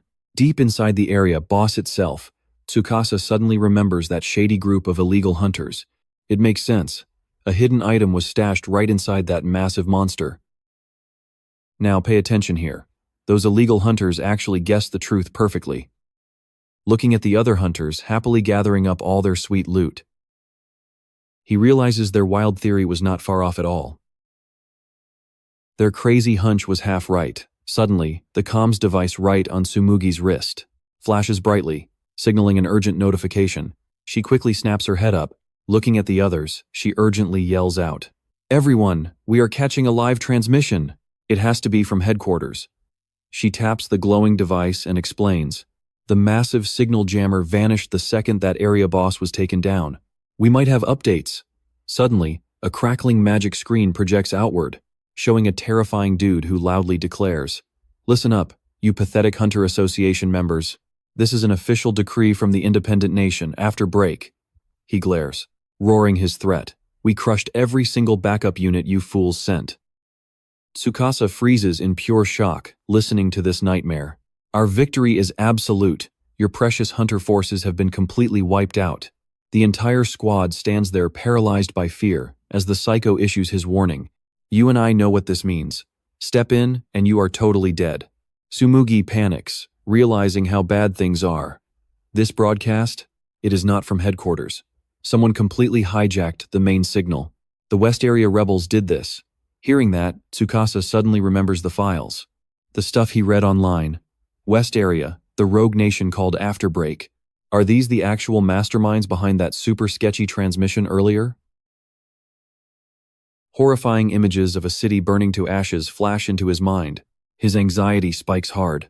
Has the war between the Hunter Association and rebels begun? Wait, what about Nana? Is his older sister even safe over there? The rebel leader keeps screaming his demands. We will drop the massive hammer. Ultimate judgment on any who dare invade. That is the iron will of our nation. The glorious Afterbreak. Right now, the hunters, dripping cold sweat in absolute terror. Afterbreak? What did he just say? Pure madness. Trust me. You and I absolutely need to see what happens next. Let's jump right into this absolute chaos. Someone just captured the West District, declaring it a completely independent nation. Even I do not have all the specific details right now. Suddenly, the brutal image of the wiped-out scouting force flashed violently right through her mind. That dead signal? It means the entire recon unit sent into that zone got completely annihilated. Things were looking incredibly critical. Sumuji quickly spun around to ask for his strategic advice. Ninomiya, do you have weight, huh? Did he just completely vanish into thin air? The hunters frantically looked around, but their savior was totally gone. Seriously, exactly when did this guy manage to slip away like that? Even his incredibly terrifying monster companions had totally disappeared without leaving a single trace. Sumuji thought deeply for a second. Ninomiya, that man is absolutely extraordinary. What in the world could make him rush off in such a massive hurry? Meanwhile, right at the Iwaya district border, a pair of boots desperately slammed into the water, sending huge splashes flying absolutely everywhere. Tsukasa, along with Jin and Mimi, sprinted forward like their lives depended on it. There was absolutely zero time to just stand around. Watch closely, this is where his determination peaks. No matter what happens, I need to reach the West District fast. He told himself that before the total chaos of the West District's independence demands spread further, he had to rescue Siri right now. Looking down from the high hill, Tsukasa quickly scanned the area and shouted, "I see it! There's the city!" Staring straight at the massive skyscrapers guarding the West District entrance, he thought with absolute certainty, "I am completely sure Nana is there." But he suddenly stopped, turning back to check on Jin and Mimi. "Wait a second, before we keep pushing forward, I need to do something about you two first." Tsukasa's face turned completely serious as he quickly assessed the situation. Walking into a heavily guarded city with monsters trailing behind was basically impossible. He desperately needed a way to move around without drawing any unwanted attention. Without wasting a single second, he threw his hand out, casting a skill straight into the ground. You might be confused, but watch this. Trap creation. Immediately, a massive coffin radiating this intense purple aura erupted straight out from beneath the dirt. Both Jin and the little mimic Mimi widened their eyes in pure shock at this sudden appearance. The absolutely gigantic coffin stood tall, displaying its system information right there, the phantom coffin, a secure container where trapped monsters get completely sealed away. Instantly, the heavy coffin lid slowly unlatched itself before swinging wide open. Tsukasa pointed his hand toward the imposing coffin, sounding pretty awkward as he addressed his companions. "I am so sorry, guys, but could you two step inside this coffin for just a little bit?" He quickly continued explaining exactly how the mechanism worked. "This trap cage can hold both of you safely, and I can actually summon you two at will, whenever it becomes totally necessary." In other words, this was basically a summoning system utilizing traps. Tsukasa awkwardly added, "It honestly might not be the most comfortable place to stay." But Jin responded, without a single hesitation, "We do not mind at all, if it is for you, master." The noble knight smiled gently, passionately swearing her absolute and unwavering loyalty to him. "We will gladly follow you absolutely anywhere you go." The little chest Mimi eagerly stuck out its long tongue in full agreement. Jin stepped gracefully into the dark coffin alongside Mimi, bowing her head deeply. "Then, my master, please summon us whenever you need our strength in battle." Mimi stood right beside her, happily agreeing. Right after that, the magic coffin lid slammed shut automatically. The imposing coffin slowly sank back into the earth, disappearing completely into the hazy, mysterious fog. Tsukasa watched his team hide away. "Trust me, things get wild from here. Stick with me." Tsukasa just got his focus back. Time to finally move out. He walks completely alone down a ruined street. The sunset over the West District feels heavy. Muttering to himself, heading toward the city where Siri is waiting. He carefully steps through the rubble. This zone just saw an absolute war zone level fight. Then he freezes. Under the debris, the crushed, bloody bodies of fallen hunters everywhere. Were these the Hunter Association reinforcements?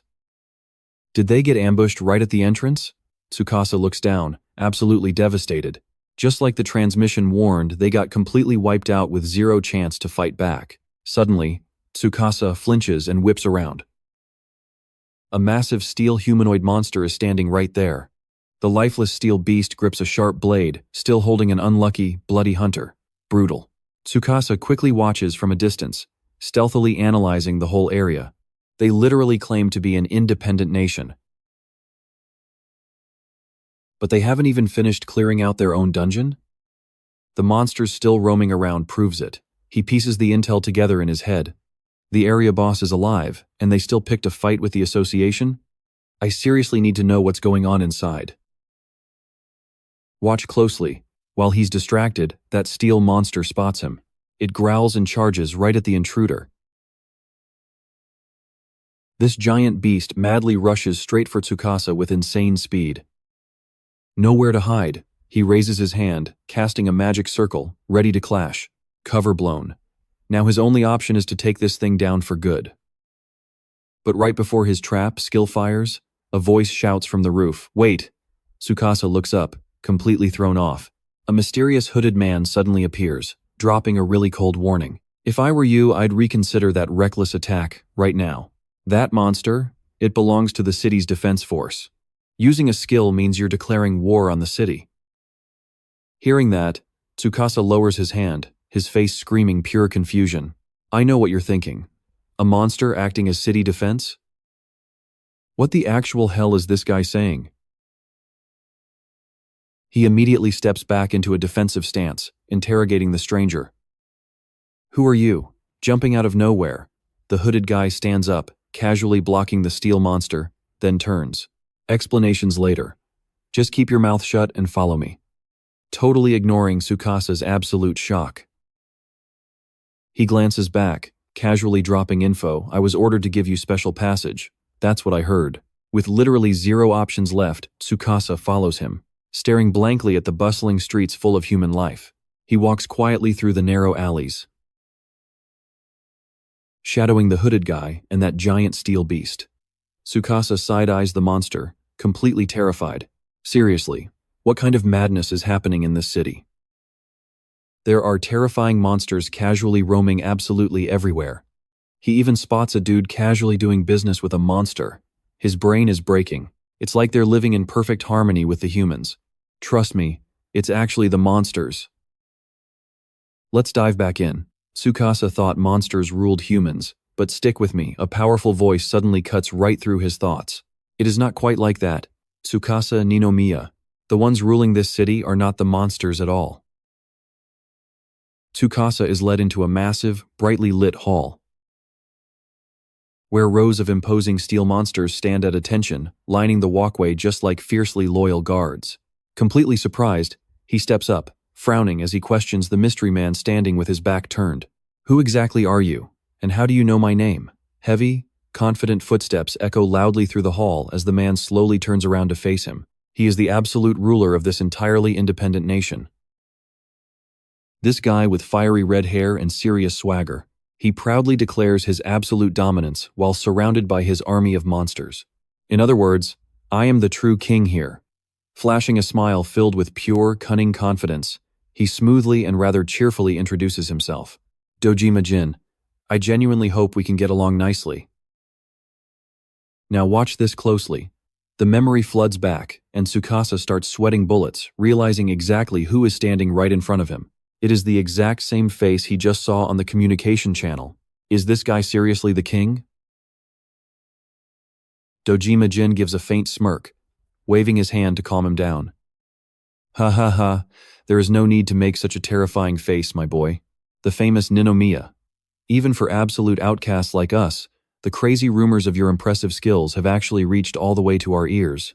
His eyes flash with pure amusement and praise, staring down Tsukasa, the legendary hunter who crushed a local boss monster all by himself. Tsukasa studies him extremely carefully, whispering quietly as he pieces the information together. Did he just say outcasts? So they are actually former members of the official Hunter Association. Dojima Jin smiles, adding, I have heard a lot about you from him. Beside him, a mysterious cloaked guy reaches up and slowly pulls down his hood. He casually speaks up. Looks like you two are pretty close, huh? I know you didn't expect this. A familiar face leaves Tsukasa completely stunned. You are, the blonde guy is grinning wide, cheerfully waving hello like nothing absolutely crazy just happened. Asanuma? Still unable to believe his own eyes, Tsukasa aggressively demands some real answers. What the heck are you doing in a bizarre place like this? I was totally convinced you had died back in the central district. Asanuma forces a grim smile, suddenly flashing back to those pure horror memories. You have no idea how incredibly bad things actually got right after that. Get this. The Hunter Association totally caught us in the act, looting that area while everything was in total chaos. Vivid flashes of their brutal, desperate escape flood right into Asanuma's mind. Hunted down by security forces, constantly running without taking a single break. His squad had to risk absolutely everything, dodging endless dangers through the dead of night. Before they could even realize it, they had crossed multiple dangerous zones during one truly massive, incredibly desperate getaway. Finally, the beautiful silhouette of a glowing city appeared on the dark horizon. Asanuma continues with deep emotion, and at the very end of all that chaos, glancing proudly at his brand new boss, he says, "I eventually found my way here, right to this very outcast guild that I am proudly leading now." Hearing this, Dojima Jin crosses his arms tight, looking at his subordinate with wild ambition burning in his eyes. "I am definitely not the only one turning my back on the Hunter Association. Just in this specific area alone, there are tons of comrades sharing the exact same fate. Trust me, you'll want more." Asanuma laughs, explaining further while leaning on Tsukasa. "Let's jump back in. These guys living free in this post-apocalyptic dungeon world, they are basically just lawless, violent thugs." Hearing this nonsense, Tsukasa just keeps his eyes locked defensively right on Dojima Jin. "So what? Are your only allies just a bunch of rowdy, out-of-control hunters, is that it?" Dojima Jin flashes a totally sinister smile, confidently firing back at that little insult. "Oh man, what a joke. The truth is, my military force does not just stop right there."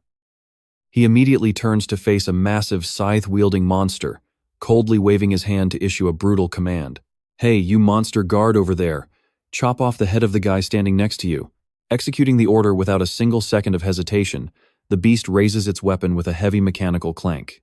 The unfortunate monster next to it barely has time to throw up its arms in pure desperation. Now watch closely. That razor-sharp scythe slashes straight down with absolutely terrifying, unstoppable force. The metal head cleanly snaps right off, crashing hard into the dirt with a loud crunch.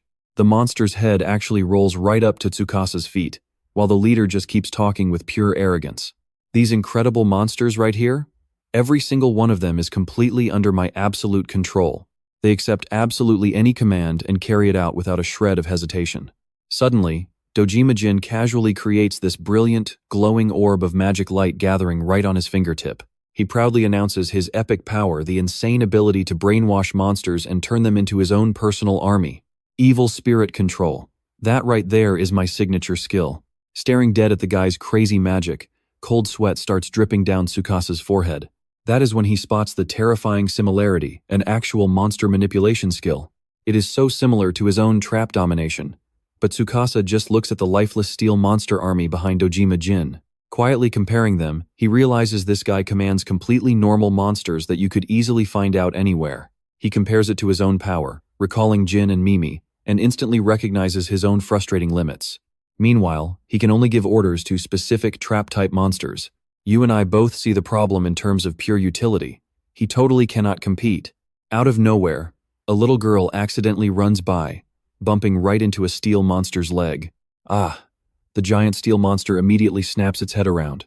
Its soulless, glowing red eyes stare straight down, completely startling the poor little girl. Panicking, the mother rushes in to tightly hug her little daughter, frantically bowing to apologize to the terrifying beast. "I am so incredibly sorry." As the steel monster turns away, the mother hurriedly drags her kid off, hastily scolding her. "I told you to be extra careful when we go outside, did I not?" While Tsukasa just stands there silently watching the whole thing unfold, Dojima Jin smiles with smug satisfaction. Casually explaining things to the young man, he says, "Do not worry. I might make them feel a little bit scared, but these monsters actually protect our weak, defenseless citizens." He points straight toward the massive, fiery defensive wall created by the monsters right outside. With a literal monster army, their minimum level of safety is completely guaranteed out here, defending against wild beasts and the lawless scum pouring in from outside the city limits. In the end, I fully intend to expand this monster-led domination even further across the land. His eyes practically flash with this totally insane, global-level ambition. Not just the West Bloc. I will deploy this monster army worldwide and forge one completely unified nation to finally rule absolutely everything. He spreads his arms wide like he wants to embrace the glowing city behind him. Exactly. This very land is exactly where everything begins, the absolute rule of the independent afterbreak nation, governed by me. Hearing those wildly arrogant words, Tsukasa just freezes in thought. Let that sink in. Not just the West Block, but the whole world. He is dead serious. Then suddenly, Dojima Jin drops his crazy fanatic look. He turns to Tsukasa with a friendly look, getting right back to business. Leaning forward, that smile of his carrying some seriously dark hidden meaning. I have a few things to ask you. But stick with me here. First, we are taking a little city tour. Walking through these heavily guarded streets, tension is thick in the air. He looks back and asks, "So, Ninomiya, it is pretty different from the outside world, right?" Tsukasa just answers cautiously, "Yeah." But suddenly, one of the lackeys steps right up, cutting the whole conversation off. "Master, regarding that matter." Dojima Jin tilts his head. "What is it now?" While those two are talking, Tsukasa anxiously scans the entire area around him.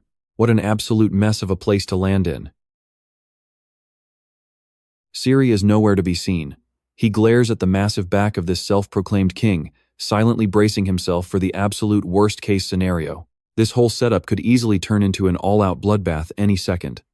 Just in case, I need to analyze this guy's actual combat power. No hesitation at all.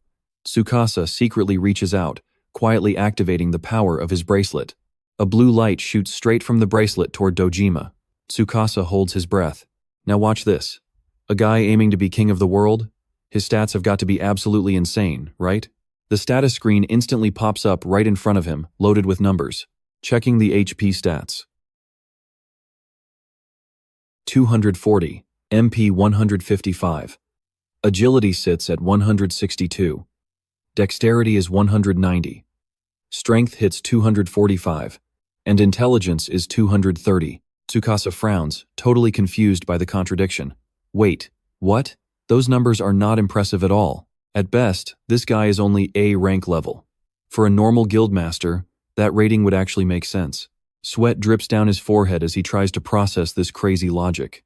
With stats this incredibly low, can this guy seriously handle that kind of power? A skill that literally controls a massive army of monsters.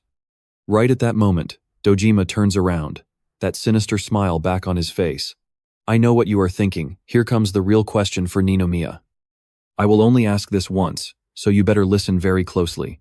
His expression instantly shifts into something absolutely dead serious, throwing out a seriously tempting offer. Will you join my side and help me build a completely new world? Will you step up and become a member of the independent nation after break? Tsukasa's eyes go completely sharp. He glares right at this ambitious madman, silently judging him from head to toe. Without a single second of hesitation, Tsukasa fires right back at the offer. I refuse. His gaze burns with pure resolve, completely exposing the villain's dark ambitions. What you are trying to create here is absolutely nothing short of pure hell. Hearing that flat rejection, Dojima Jin does not even get mad. He just gives a mocking laugh. I understand. I told you I was only going to ask you one time. In an instant, he swings his arm, launching glowing, blood-red magic chains straight at our boy at full speed. With zero time to react, Tsukasa's body is rapidly bound tight by those brutal, glowing magic chains. Staring at the red-hot links crushing around his body,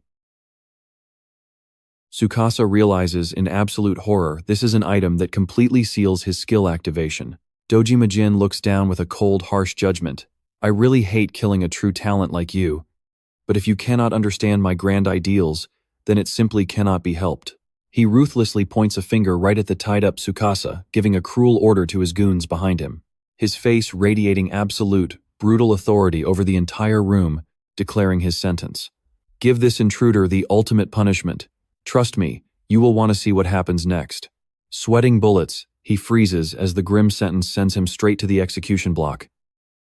Stick with me here, you have to see Dojima arrogantly leading Tsukasa straight through this completely ruined city.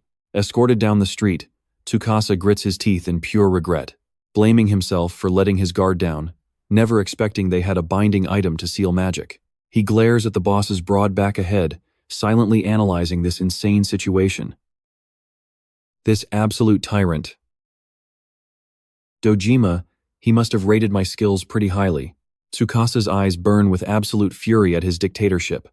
The second I refused to join them, they sentenced me to death. Honestly, what an absolutely ridiculous, power-hungry tyrant.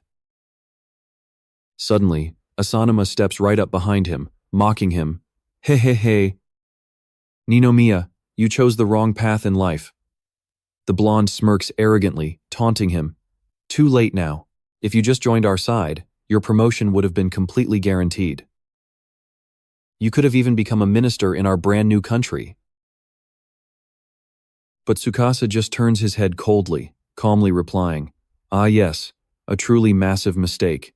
Suddenly, he just stops walking, secretly dropping a red cylinder right down onto the cobblestone street, but not a mistake because I refused your offer. With extreme disgust, he finishes his thought. The real mistake was getting involved with pathetic scum like you in the first place. Catching them completely off guard like that. Tsukasa swiftly kicks that red can straight backwards right behind the distracted guards. Now pay attention here. That can flies at terrifying speed straight into a blind spot.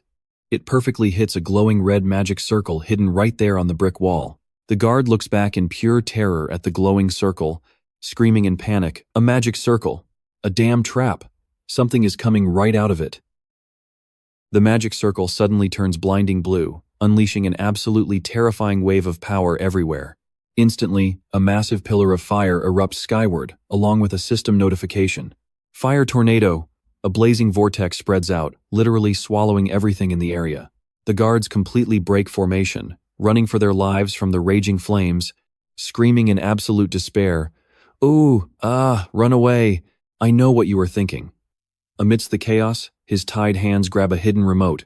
He calmly turns his head, watching those guys struggling to escape, boldly declaring, Sorry, but I am using that wall trap, this is how I fight. An image of Tsukasa carefully scanning with magic appears, explaining his absolute confidence. Of course. I finished scanning for traps long before I even entered this city. I know every single detail of all the traps in this area. Taking advantage of the enemy's distraction, Tsukasa's ceiling chains instantly snap and shatter into pieces. Stretching his body after breaking free, he pockets the device and turns away. Now that these annoying chains are off, I need to hurry and find Siri. But before he can get far, a heavy footstep suddenly stomps down, blocking his path and making him completely freeze. Emerging from that thick, hazy fog, Asanuma blocks him. That is it. You and I gotta see what happens. Stick with me. We are facing Ninomiya-kun. His face twists into this crazy, excited smile. A boring, ordinary execution just wouldn't be any fun for a guy like him. This entire mess has to be settled once and for all, with a brutal one-on-one duel. Suddenly, Asanuma draws a sword radiating glowing purple energy and drops right into a battle stance. He aggressively declares war, screaming that he is not just some weak little nobody anymore. I will make you witness the brand new techniques of my absolutely perfect, upgraded form with your own two eyes. Asanuma lunges forward with his brightly glowing blade, roaring fiercely. Take a taste of my brand new skill, Cyclone Attack. Facing the sudden attack, Tsukasa stays completely calm, raises his arm to block, and swiftly jumps back to dodge. Both massive energies violently clash, instantly blasting Asanuma straight backwards through the air. He gasps in absolute pure shock. Desperate to turn the tables, Asanuma swings his sword but gets grazed by a deadly slash that sends fresh blood flying from his arm. Meanwhile, Tsukasa casually holds his stance from afar. Grabbing his heavily bleeding wound, Asanuma smirks with total blinding arrogance. Looks like you got slightly stronger, but do not get cocky just because you managed to give me a little scratch. Hearing that, Tsukasa turns his head with a piercing, freezing glare and calmly replies, That is only if it actually was just a mere scratch. Now watch this closely. Asanuma suddenly freezes in utter shock. He stares blankly at his rapidly changing hand, completely panicking as he stammers out, Huh? Seeing his arm slowly turning a dead gray color that keeps spreading, he frantically screams out in terror, What the hell is this? Solid rock quickly swallows up half of his body, making a terrified Asanuma sweat heavy bullets. He angrily realizes the truth. Could this actually be petrification magic? You turned my own body into solid stone? Tsukasa casually raises his blue glowing sword to clearly explain, This is the hidden power of this insanely rare item. It inflicts a heavy status debuff on literally anyone that gets sliced by it, along with a system notification popping right up. Phantom Light Sword, Petrification Attack Mode, applies a brutal effect, turning the enemy's entire body into solid stone, rendering them completely immobilized and helpless. After successfully locking down his enemy, you and I know what comes next. Tsukasa taps the glowing system interface to check his stats. The character status board instantly pops up clearly right in front of his eyes. His current stats read stamina at 225, magic power at 140, agility at 158, flexibility at 190, strength at 198, and intelligence at 185. After reading those insane stats, Tsukasa looks back at the petrified guy and coldly warns him, "You might have leveled up, but you are still nowhere near my tier right now. If you do not want to die, you better stop picking stupid fights that you cannot actually win." Asanuma can only helplessly click his tongue. Leaving the complete loser behind, Tsukasa decisively turns around, walks away, and drops one absolutely brutal final line. "You lose." Even though Asanuma cannot move at all, he still strains his neck to scream bitterly right at his retreating back. "You idiot, do not get so cocky just because you managed to defeat me. Do not forget this fact. This entire city is absolutely crawling with your enemies." Right after that warning, two massive metal guards, their heavy footsteps loudly slamming into the ground, suddenly rush out to block the path, forcing Tsukasa to stop. Tsukasa looks up at the two giant battle machines right in front of him, a hint of tension crossing his face as he sweats bullets.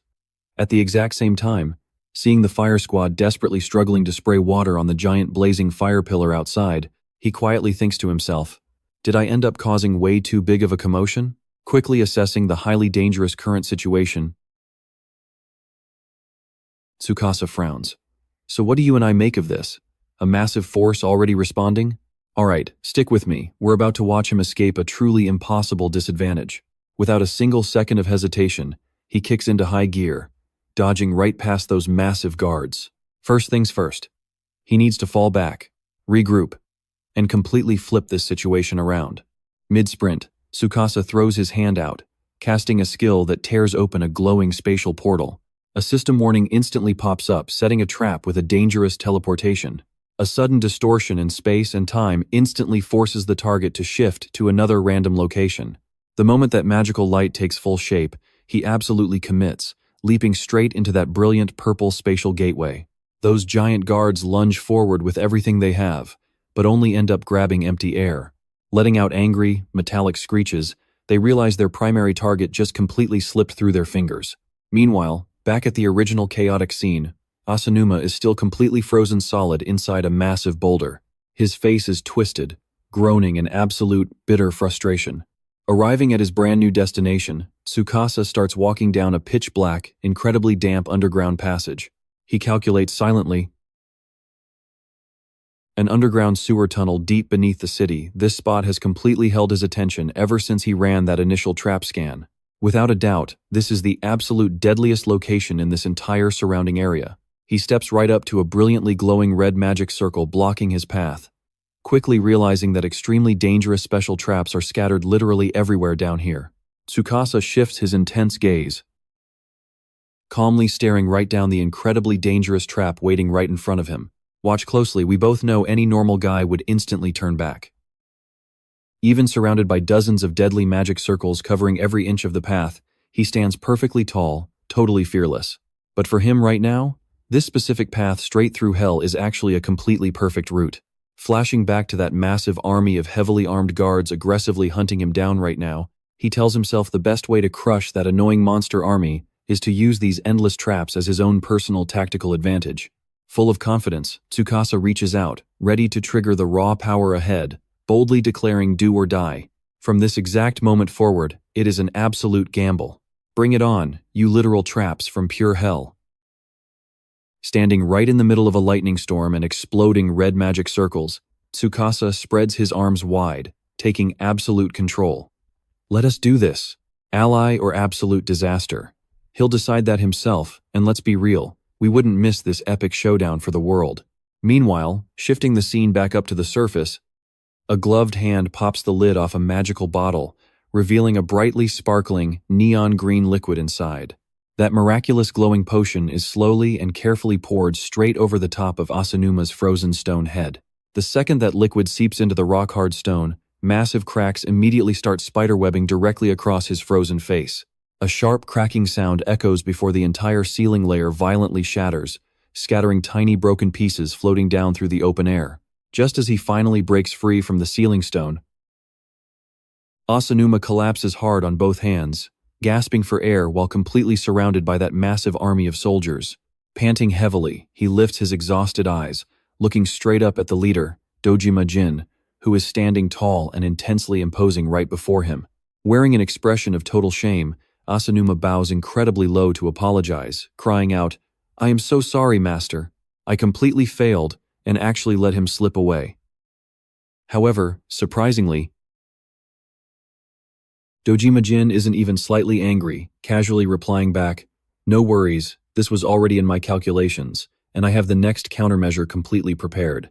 The boss shifts his gaze to the soldier right beside him, his voice crystal clear as he issues an order.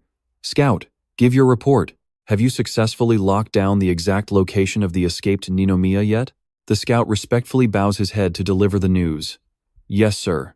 The tracking magic results are completely in Tsukasa. Ninomiya seems to still be holding out deep inside the underground tunnel. Squinting those cold yellow eyes, he silently analyzes an underground tunnel for hours. Trust me, you and I know things will get completely wild. Let's dive right in." The lackey confirms our guy was there the whole time, pitching a new plan. "Yes.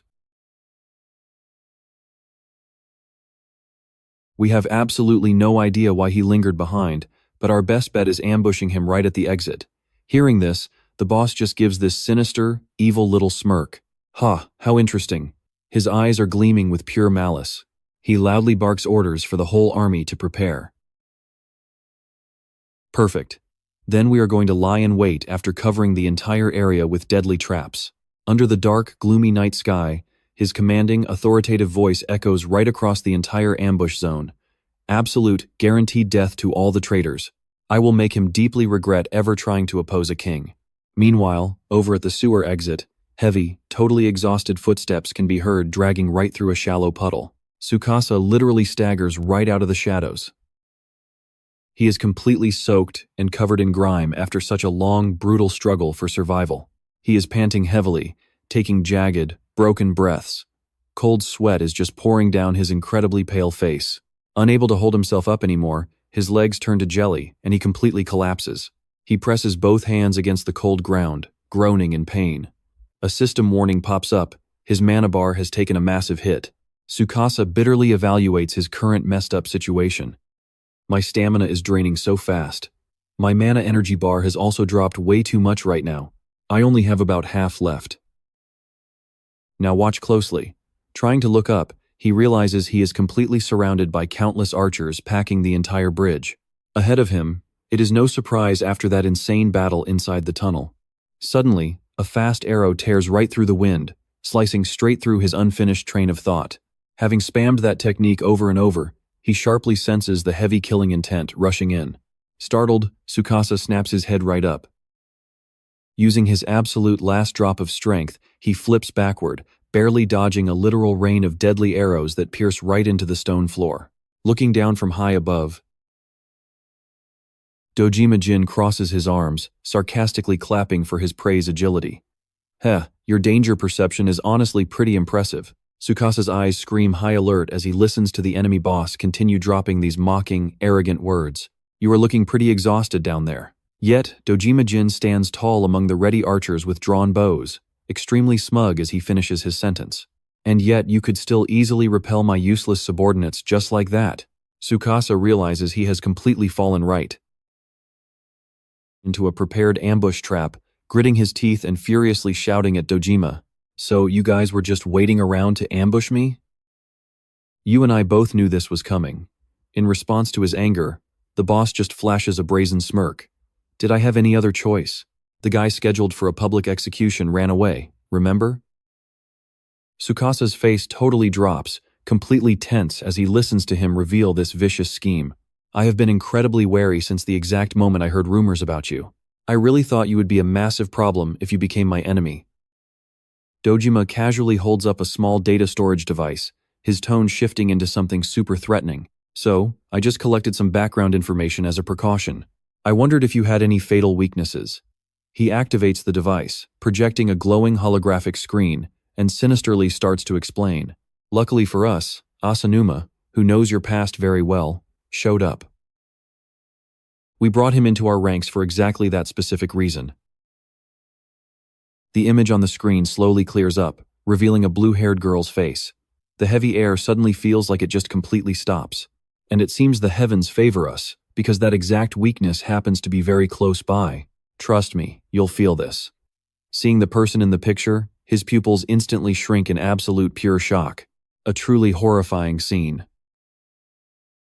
Let's dive in. The very first thing he sees? A tied-up girl, strapped to a massive crucifix. Panic hits him, and he screams out Siri's name. Seeing his enemy absolutely freaking out, Dojima just raises the cross projection in his hand. He gloats, dropping some absolutely toxic words. Your precious little sister. Let me guess. She is a resident of the Western District, right? The smile on his face twists into something sick as he proudly brags about his completely despicable plan. The second I found that out, I immediately tracked her down within my own territory and grabbed her. She is my hostage now. Just to be safe, he does not even let Tsukasa process the shocking blow. Dojima ruthlessly drops the final verdict. Consider this the ultimate punishment for your stupid, pointless rebellion against me. We are going to execute your sister first, right in front of your eyes. Now watch closely here.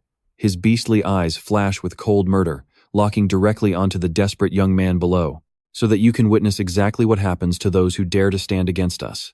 Pure rage boils over. Tsukasa grits his teeth and furiously roars out, "You bastards! Is this seriously how you guys operate?" He glares furiously straight up at the smug boss, who is standing arrogantly on the bridge, loudly mocking him. King of the world, do not even make me laugh. Eyes practically burning with hatred, he continues to throw straight facts right at his face. You are honestly lower than absolute trash. You do not even deserve to command those pathetic monsters. While that guy keeps his arrogant smirk, Tsukasa refuses to back down. He throws his hand out, tracing a bright glowing purple magic circle, and boldly declares, I am not going to let you have your way. Trap creation. A massive coffin suddenly rises up right out of the blinding magic formation, followed by a system notification. Phantom coffin. A literal cage used for sealing monsters. Tsukasa stands firm right next to the coffin, pushing a huge surge of magic power to release the creature trapped inside, aiming it straight at his enemies. His eyes shining with absolute determination, he shouts out loud, calling out the names of his loyal companions. Jin, Mimi, get out here right now. The heavy coffin doors slowly burst wide open as his ultimate combat order echoes out. I am leaving those absolute scumbags to the two of you. Instantly, the black-armored female knight and the phantom chest dash out, carrying absolute fury with them into battle. Make them pay the price for their cruel and tyrannical actions. Go get them. You and I thought he would panic, right? Nope. Dojima just smirks with twisted praise. Ho, so you can actually command monsters too? You really are quite an interesting guy. Right until the very end, he smugly raises his finger high up in the air, dropping an incredibly arrogant, mocking challenge. Heh, then keep going, Ninomiya. Your precious little sister is waiting in the mining area right up ahead. His face completely twists into an absolutely savage, psychotic smile. Screaming like a maniac, if you think you can actually save her, then go try. Without hesitating for a single second at the taunt, Tsukasa grits his teeth. No need to tell me that. The second he says that, he lunges forward, blasting right past the defense line of archers on the bridge. Watching Tsukasa's back as he desperately charges ahead, Dojima mutters with pure disgust. Heh, what a stupid naive traitor. Deep inside his mind, a completely ruthless and toxic plot has already been laid out. That little sister of his? She is nothing more than just bait. And that is where we leave it.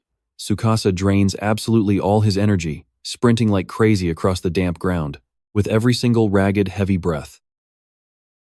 He promises himself, even though his heart is overflowing with pure anxiety, Siri, wait for me. I will save you right now. No matter what happens, I swear I will protect you. Stick with me here. Let's flash back a few years. He was just an ordinary guy in a dark room, typing away and staring intently at glowing text on his computer monitor. He thought to himself. He wanted to memorize every single useful detail about becoming a hunter. While completely absorbed in his research, a sudden noise from the doorway made him jump and quickly look back. The door creaked open, and his little sister Siri walked in with a bright smile and a cheerful voice. "Big brother, I heard the news. Did you really awaken an S-class job?" Tsukasa calmly spun his chair around to face her and softly replied, "Yeah, but I still do not completely understand it." He raised his hand, inspecting it closely. With a thoughtful look in his eyes, he carefully explained to her, "It is a unique hidden class called Trap Master." Tsukasa's face immediately dropped, clearly showing his deep insecurity and anxiety. "I plan to become a hunter next year, but I might not even be able to control this kind of crazy power." Siri instantly rushed over, tightly grabbing both of her brother's hands to comfort him. "Do not say things like that." As Tsukasa looked at her in surprise, she spoke with absolute faith. "You are going to be an amazing hunter, big brother." Siri's gentle smile warmed up the entire room as she softly continued. "You have to get super strong so you can protect Mom and me," snapping back to brutal reality. He desperately sprinted through the hazy, blinding fog. His little sister's highly hopeful words kept ringing loudly in his ears. "Right, big brother?" His feet slammed heavily against the freezing cold ground. Darting straight forward, he carried an absolutely unshakable iron resolve in his heart. "Yeah, Siri, just leave it all to me. Watch closely here." He pushed his absolute max speed toward that cross, fiercely promising himself, "I will bet absolutely everything I have to protect you." Ignoring the friction, Tsukasa slid hard, digging his hands into the freezing dirt to break right before the stone pedestal. Looking up at her tiny figure tied high above, he screamed in pure agony, "Siri!" Hearing that familiar voice, the little girl quickly looked down at him and tearfully sobbed back. "Ah, big brother." He frantically tried to calm his panicked sister down. "I will get you down. Just hold on." Before he could even approach, a massive, violent shockwave suddenly exploded around the cross, forcing him to freeze in his tracks. Tsukasa's expression instantly changed to sheer horror. "You and I both know this feeling." Cold sweat poured down as lethal danger closed in. High above, a terrified Siri, with her face completely covered in tears, screamed out in panic. "Ah!" Right behind her, an absolutely colossal, three-headed dragon roared wildly as it crawled out of a blazing red magic portal, forcing him to quickly step back on the defensive, staring wide-eyed in absolute horror at this monstrous beast. Tsukasa chillingly analyzed the situation. What the hell is this terrifying monster? Judging strictly by its massive size, could it actually be a regional area boss? At that exact moment, a maniacal laugh echoed out, followed by Asanuma's mocking voice from a distance. "Gya ha ha. Did you honestly think my master would obediently hand your little sister back?" The blonde bastard smirked smugly, completely hyping up his own master. "My master can even easily tame and control a massive regional area boss without breaking a sweat." Completely ignoring the massive power gap, Tsukasa turned his head, glaring with pure, unadulterated hatred. Asanuma frantically waved his hand, pointing straight at the two siblings. Coldly delivering his judgment, "It is execution time. Burn the sight of your sister getting devoured right into your eyes." The blazing red dragon head opened its massive jaws, lunging straight at the cross, making Tsukasa scream in utter desperation. "Siri, no way out." He gritted his teeth, igniting purple magic. "Trust me, you will want to see what happens next." Damit. The vicious dragon charges forward, claws out and ripping right through the wind, ready to crush its tiny target, and trust me, you and I are not ready for this save. Siri can only cry in total despair. But suddenly, a terrifying crash echoes out of nowhere as the dragon bites down on something completely solid, shattering its own teeth to pieces. Thinking he completely finished off the target, Asanuma pumps his fist in pure excitement, shouting, "I finally caught him." However, the massive beast suddenly stumbles back in absolute shock, realizing the thing it just chewed on definitely was not human flesh. Instead, resting perfectly right inside the monster jaws at this moment, is a spiked metal sphere right alongside a glowing system prompt. A decoy iron sphere. Now watch closely, because this item just flipped the whole situation around. Using that perfect distraction, Tsukasa scoops up his sister and teleports straight down to the ground. Landing safely in a magical flash, holding her tight, he gently asks if she is okay. "Siri, are you hurt?" "It is okay now, just leave the rest of this to me," making the little girl choke back tears. "Big brother." Standing safely beside him, Siri is still completely stunned as her voice shakes. "Did you come here alone? You really came just for me?" Helping her sit down to rest, Tsukasa gives a gentle smile and replies, "Of course I did. I gave you my promise, right?" A totally genuine promise that he would become a powerful hunter, someone who could always protect her no matter what. But before he finishes, glowing red chains shoot right out of thin air. Tsukasa is instantly tied up, so shocked he cannot even form a single word. Feeling his magic totally draining away, he panics as the bitter reality hits him hard. Is this actually a magic sealing item being used right now? Right then, the slow footsteps of the enemy approach closer, along with a super sarcastic chuckle. "Hehehehe. You dropped your guard, Ninomiya. Asanuma smirks with the chains, and you and I both hate this guy. Now you cannot use a single one of your skills ever again." Tsukasa struggles to turn his head toward the mastermind, fiercely growling his name in anger, "Asanuma." Mocking his opponent completely, the cruel blonde guy finally puts all his cards on the table. "Your little sister was just the bait. The actual real goal was always to completely neutralize you exactly like this." His face twists up in totally sick satisfaction as he continues to mock him endlessly. "I have to admit, you definitely did get much stronger." While talking, he spreads his arms in front of the massive dark shadow. Looming over them is the three-headed dragon completely dominating the siblings. But can you escape this mess while dragging dead weight around? He absolutely knows he cannot fight back right now. Tsukasa panics and screams at her, "Damn it, Siri, run away right now. Hurry up, you will get caught in this if you stay." Making the confused girl cry out, "Big brother!" His eyes flash with a stubborn resilience that absolutely refuses to yield, clearly proving he definitely knew this was a trap but showed up anyway. Even if he dies, he will absolutely make sure that she survives. But the vile beast gives them zero time for goodbyes. It charges up a purely destructive energy blast, smashing it straight down, as the massive dragon slowly creeps closer to them both.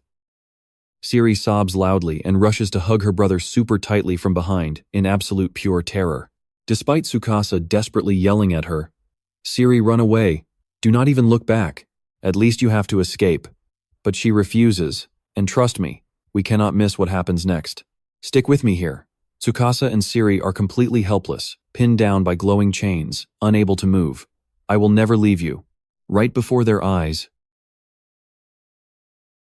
that massive evil dragon is charging up a blinding orb of pure, destructive energy right in its mouth. Staring down an absolute death sentence, the two siblings can only freeze, eyes wide open in pure panic, bracing for the absolute worst. But then boom, a massive explosion erupts right in front of them, completely deflecting that deadly dragon beam into nowhere. That insane shockwave blasts Asanuma straight onto his back, leaving him groaning in absolute agony. Peering through the heavy dust cloud, a stunned Tsukasa and Siri gasp.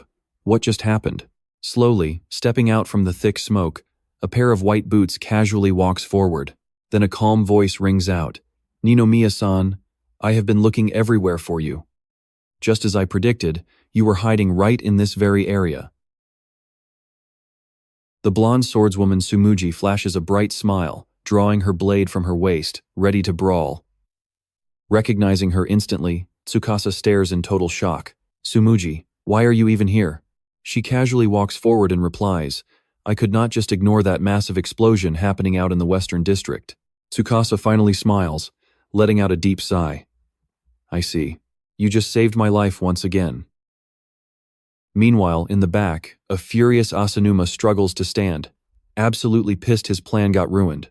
The blonde traitor screams at the top of his lungs, charging forward madly. "Do not mess with me." Gripping a dagger glowing with dark purple magic, he grinds his teeth in pure rage. "I was so incredibly close to winning. Now watch closely." Asanuma raises his dagger, aiming a deadly sneak attack right at Tsumuji. His eyes bulge with pure, murderous intent. "I was so close to killing you." Tsumuji flinches and turns around, but Tsukasa is way faster. He instantly activates a defensive magic circle right underneath that enemy's feet. In a flash, a giant fist of glowing light erupts upward, launching Asanuma high into the air with a system prompt. Mirror Punch, a perfect counterattack skill specifically designed to block any dirty surprise attacks. That absolute powerhouse of a punch sends the traitor flying backward, sliding across the dirt until he is knocked completely cold. Watching the enemy get instantly dropped, Tsumugi turns around with a bright, impressed smile. You really are deadly until the very last second, Ninomiya-san. Thank you so much. But that sweet little moment gets instantly crushed when the giant dragon roars again. Tsukasa starts sweating bullets. Can you believe this? It is still alive. Assessing this incredibly deadly situation, he knits his eyebrows in pure worry. Keeping Siri here is way too dangerous.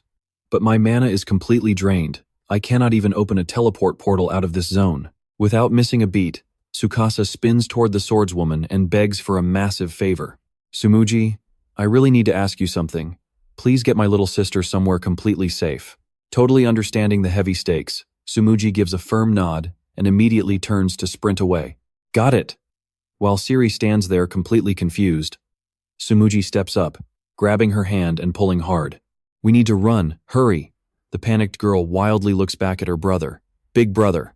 Tsukasa simply stands his ground there, watching his sister fade into the distance with a gentle, totally reassuring smile. Siri runs, looking back with a hand on her chest. Through her streaming tears, she bravely whispers, I just know we will meet again. So whatever it takes, you are absolutely not allowed to lose here. Hearing her words, Tsukasa flashes a super confident smirk, clearly sealing that promise. Yeah, the very second those two girls disappear from sight, he spins right back around to face the roaring monster violently swinging its massive heads. Ready for next time? Bring it, area boss. Alright, stick with me here. The dragon roars, spitting lightning, while Tsukasa focuses everything he has into one ultimate skill. He thrusts his hand forward, summoning this massive, blinding purple magic circle into the air, shouting at the top of his lungs, I will definitely defeat you. Right at that exact second, Tsukasa stomps on a glowing magic array right beneath him, using it as a perfect mid-air springboard. Propelled by that insane force, he launches straight up, tearing through the night sky and dodging deadly beams of light, aiming right for the cluster of massive dragon heads. One vicious dragon opens its giant jaws, blasting out a blinding wave of pure destructive energy. Seizing his one chance, Tsukasa drops a barrier of light to block the shot, triggering a trap and system alert. Diamond block, a solid diamond shield blocking the way.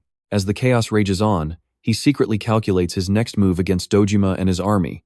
If I take down the area boss right now, every single monster in this zone vanishes. Now watch this. Dojima's entire monster army will be completely wiped out. Tsukasa scans the massive beast, trapping him, looking for any weakness. A giant monster with multiple deadly heads. To beat it, I have to destroy the base of the neck acting as its core. He flips through the air, perfectly dodging a barrage of lethal lasers. Those attacking heads are angled outward, keeping the main core heavily guarded. Ignoring the danger, Tsukasa dives straight into the center of those fiery red necks. But if I jump right into its reach, their defenses will actually become weak. Midair, he raises his glowing blue magic sword high and shouts, "This is the finishing blow." Tsukasa plummets down like an absolute missile from above, stabbing right into the monster core, catching the beast completely off guard. You saw that coming, right? Watching from afar, Dojima turns absolutely pale with terror. A trap. The insane power from Tsukasa's attack violently erupts, radiating a blinding light that swallows everything around it. A fiery pillar of pure energy pierces the sky, totally annihilating the life center of the giant evil dragon. The shockwave creates a massive mushroom cloud, blowing thick dust and smoke all over the place. Waking up from the blast, Asanuma slowly crawls up through the thick fog. Coughing and totally confused, he mutters, "What the hell just happened here?" Remembering the fight right before passing out, his eyes snap open in panic. Oh right, where did that bastard Ninomiya run off to? Peering through the dust, Asanuma spots the massive three-headed dragon collapsing onto the ground. Seeing no sign of his enemy, he grabs his face and bursts out laughing. Ha ha ha. I get it now. So even he could not handle the area boss after all. Let that sink in. Just nearby, Tsukasa's battered body is lying completely motionless. While Asanuma keeps spitting insults, in the end, he was just an amateur hunter. While he is unconscious, a familiar voice echoes in his ear. "Big brother, wake up." Memories suddenly flood back, taking him back to the moment Siri was looking at him, worried. "Why are you staying so quiet?" Tsukasa's face is covered in bruises. He avoids his sister's eyes, bitterly explaining the truth about the bullying. Siri carefully puts medicine on his wounds, gently telling him, "This is so wrong. You should tell our parents or teachers and let them handle it entirely." But he just brushes it off. "No big deal, just bring the first aid kit and make sure nobody sees you." The little girl stares down, her hands gripping her lap in total, absolute helplessness. She really does not want to say it, but in that heavy, dead silence, stick with me here, because Siri's words cut right to his core. "You're getting bullied, just because you want to be a hunter, even with your body covered in brutal bruises?" But Tsukasa looks up, his eyes totally unshaken. He has already made up his mind. One day, he's going to become a hunter and protect absolutely everyone around him. He can't afford to cry over something like this. Still, Siri just looks at her big brother with those eyes, tearing up, completely overflowing with pity. Despite his tough act, her choked-up voice echoes deeply in his mind. "Tsukasa, seeing you get hurt like this, I just can't take it. Stop trying to carry everything alone." That desperate warning hits him right like a lightning bolt. Snapping Tsukasa fully awake, he throws his eyes open, sitting up in pure panic, absolutely drenched in cold sweat. Now watch this closely, because waking up to a giant dragon glaring at you, pure nightmare fuel. The massive beast growls low, opening its jaws wide to charge up a sphere, blinding energy radiating straight up death. This is bad. Tsukasa's eyes go incredibly wide, horrified, reflecting that deadly light rushing right at him. Total despair crashes over his mind. This is death. Right at that second, an armored iron hand firmly reaches out, grabbing Tsukasa tightly by the arm. The black-armored female knight swings her massive greatsword, instantly cleaving the energy beam, completely shattering the dragon's attack. She loudly calls her master, making him yell out in shock, "Jin!" Seeing him safe, the monster chest lets out an excited, happy little noise. On, Tsukasa cries out in pure joy. "Me too? You guys both came for me?" Standing like a shield before her master, Jin bows her head just a little, looking guilty. "Master, I'm deeply sorry." Even though it's embarrassing to admit, she recalls that fierce, chaotic battle outside, and quickly explains her sudden actions. "We could easily feel it. I know what you're thinking, disobeying orders. But when your master is in mortal danger, rules go out the window." Hearing the absolute, undeniable loyalty from his two best companions, Tsukasa's eyes soften with deep, overwhelming emotion. "Both of you." He flashes a super warm smile, offering his most sincere gratitude straight from the bottom of his heart. "Thank you." Taking the praise, the female knight tightly grips her sword and steps right up to the front, boldly swearing her oath. "Anything for you, my master." Meanwhile, Mimi happily winks in total agreement. But that incredibly warm vibe, instantly shattered when the dragon goes completely berserk again, roaring with pure, suffocating killing intent, forcing them both into a defensive stance, right in the middle of a fiery beam barrage from the beast. Tsukasa confidently issues an order straight to his two guardian squadmates. "I have one extremely important request for you both." He yells out a lightning-fast battle strategy at the top of his lungs, just for a short time. "I need you to hold back its attacks." And he instantly gets a loud, resounding shout from Jin. "Understood." The second his team rushes forward to block the enemy, Tsukasa decisively stomps his foot hard into the solid ground. Using that opening to fall back, he silently calculates every single move and step right inside his head. "Even if I can't pull this off entirely by myself," Tsukasa looks absolutely confident, raising his hand high as a glowing magic circle flares up, firmly stating his belief. "With the help of Jin and Mimi, I can absolutely do this." His eyes flash with a razor-sharp light. Stone cold, as he remembers the trump card he already laid out, the trap he prepared way ahead of time. "And trust me, you're going to love how this trap plays out." Meanwhile, the knight Jin agilely swings her massive greatsword, delivering a razor-sharp slash that completely tears through the scales on the dragon's neck, sending fresh blood spraying everywhere. Down below, the little chest monster Mimi sneakily slaps a sticky explosive device right onto the massive heel of the giant beast. Let us dive right in. Their relentless combo attack actually lands perfectly, planting a highly unstable magic explosive right on that evil dragon. The bomb instantly detonates, creating an absolutely massive, blinding sphere of fire, knocking the giant monster backward with a totally terrifying blast of raw force. Cutting right through the blazing flames, Jin leaps back and lands completely safe.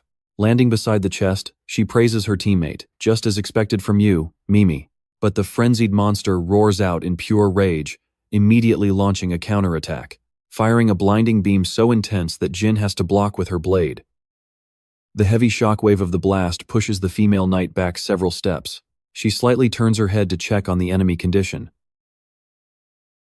Those heavily slashed scales on the beast rapidly close back up like it was never even hurt, leaving Jin completely stunned as she gasps.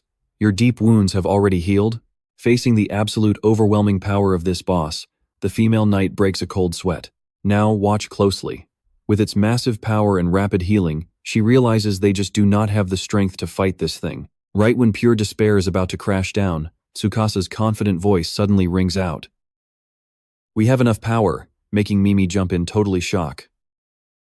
Right under the monster, Tsukasa throws his arms wide, unleashing a giant magical vortex that swallows the enemy whole. Shouting loud, "Great job, Jin, Mimi." They watch that familiar magic halo completely engulf the dragon. Jin gets super hyped and calls out, "Master, do not tell me that is your special trap?" Tsukasa's face tenses up to the max, pouring out every single drop of his remaining power. For this final deciding strike, he screams at the top of his lungs, "Release!" His hand slams hard onto the glowing magic circle, activating his ultimate trap creation skill right there. Instantly, a massive surge of bright purple magic energy violently explodes outward, tearing the ruined ground into glowing, brilliant cracks right beneath his very feet. You saw that coming, right? Following that tremor, a whole row of massive ghost coffins. They violently shoot up from the earth all around the entire battle zone. Tsukasa stands tall right in front of a shaking coffin, pulling up a system notification screen. Phantom coffin trap, a cage made for sealing monsters. His eyes are shining with absolute, undeniable determination. Gritting his teeth, he aims right at the area boss. This time I will finish you forever. The heavy coffin doors slowly creep open, unleashing the terrifying power that was sealed deep inside them. The ultimate trap meant to totally bury those demonic phantom beasts forever. Standing on a high cliff surrounded by endless coffins, Tsukasa swings his arm and commands his fierce legion. All you evil spirits, gather up right now. A massive monster army packed with flying sharks, swift centaurs, and heavy ironclad goblins appears. They flood out of their cages, fiercely obeying the loud shout of their commander. The monster squad stands ready, right as this overwhelming beast force surrounds them from every direction. The giant three-headed dragon suddenly freezes up, directly facing off against Tsukasa. Completely provoked, the furious evil beast opens wide all of its razor-sharp, fanged mouths. Roaring violently as it charges into battle, Tsukasa stands right in the middle of his dark soldiers. Looking totally hyped, he calmly explains the crazy secret behind his sudden drop in power. The reason my magic dropped so much. Suddenly, an image shows him quietly walking alone right through the tunnel. The dark underground sewer pops up, finally giving us the answer. It was because of that tunnel battle earlier, showing an image of Tsukasa standing quietly, standing among dozens of glowing red magic circles as his explanation continues. So what do we make of this? All those massive tunnel hazards were actually his traps. Spawning trap monsters, he spreads his arms and attacks. Come along with me for this one. He completely spams his taming skill, using glowing green energy to hijack the guard monsters. He turned every single one of those trap beasts into his own personal allies. Tsukasa flashes a super proud, confident smirk. It drained a massive amount of mana, but hey, it got the job done perfectly. He stands tall, looking like an absolute boss. Leading his crazy mixed army of beasts, he proudly declares them the strongest trap monster squad. On cue, his newly tamed monster crew erupts into a deafening roar, charging forward in a savage rush straight toward that massive three-headed dragon. Tsukasa's eyes lock on the target with cold, iron-willed determination. Gritting his teeth, he channels pure killer intent. This time, he is ending this beast forever. Getting the attack order, his armored guards swing their weapons and charge, followed by a system notification. Push forward. These infantry-type trap monsters do not even flinch for a second. The wicked dragon snaps its glowing red jaws wide open, blasting a devastating beam of energy right across the battlefield. That terrifying surge of raw power hits with insane force, blasting the armored warriors backward as they struggle hard just to keep their footing. Right through the blazing magical crossfire, the fearless centaur warrior charges out, swinging a giant scythe that literally tears through the air toward the enemy. But the dragon's other massive heads instantly swoop down to close the distance, unleashing endless streams of fiery breath meant to burn the vanguard squad to absolute ashes. With one single, overpowering strike, the centaur warrior's scythe literally slices that deadly energy beam in half, ripping the flames right down the middle. Surviving that absolutely devastating wave of attacks, the majestic centaur stands its ground firmly, totally ready to carve open a path for its allies. Meanwhile, on another side of the fight, now, watch closely here. An armored guard suddenly looks up, spotting a vicious dragon head diving down to rip him apart. Tsukasa watches his entire squad fall into extreme danger, sweat pouring down his face as he bites his lip in pure stress. Seizing the opening, the rest of the fierce warriors raise their weapons and roar out loud. Do it now. Do not waste your team's effort. Chop that ugly head completely off. These brave little figures do not hesitate for a second, rushing straight into the glowing red dragon head and its snapping fangs. But right before they even touch the target, a colossal tail sweeps through like a hurricane, violently smashing those armored soldiers and sending them flying far away. Blasted high up into the air, one warrior spins out of control in a total freefall, all while the giant mechanical shark glides smoothly across the sky above them, coordinating with the squad in perfect sync. The centaur warrior reaches out with its deeply muscled arms, grabbing a firm hold of its falling teammate mid-air. Flexing every ounce of muscle power, the centaur hurls the armored soldier straight up, launching him into the sky like an absolute human torpedo. At that exact same moment,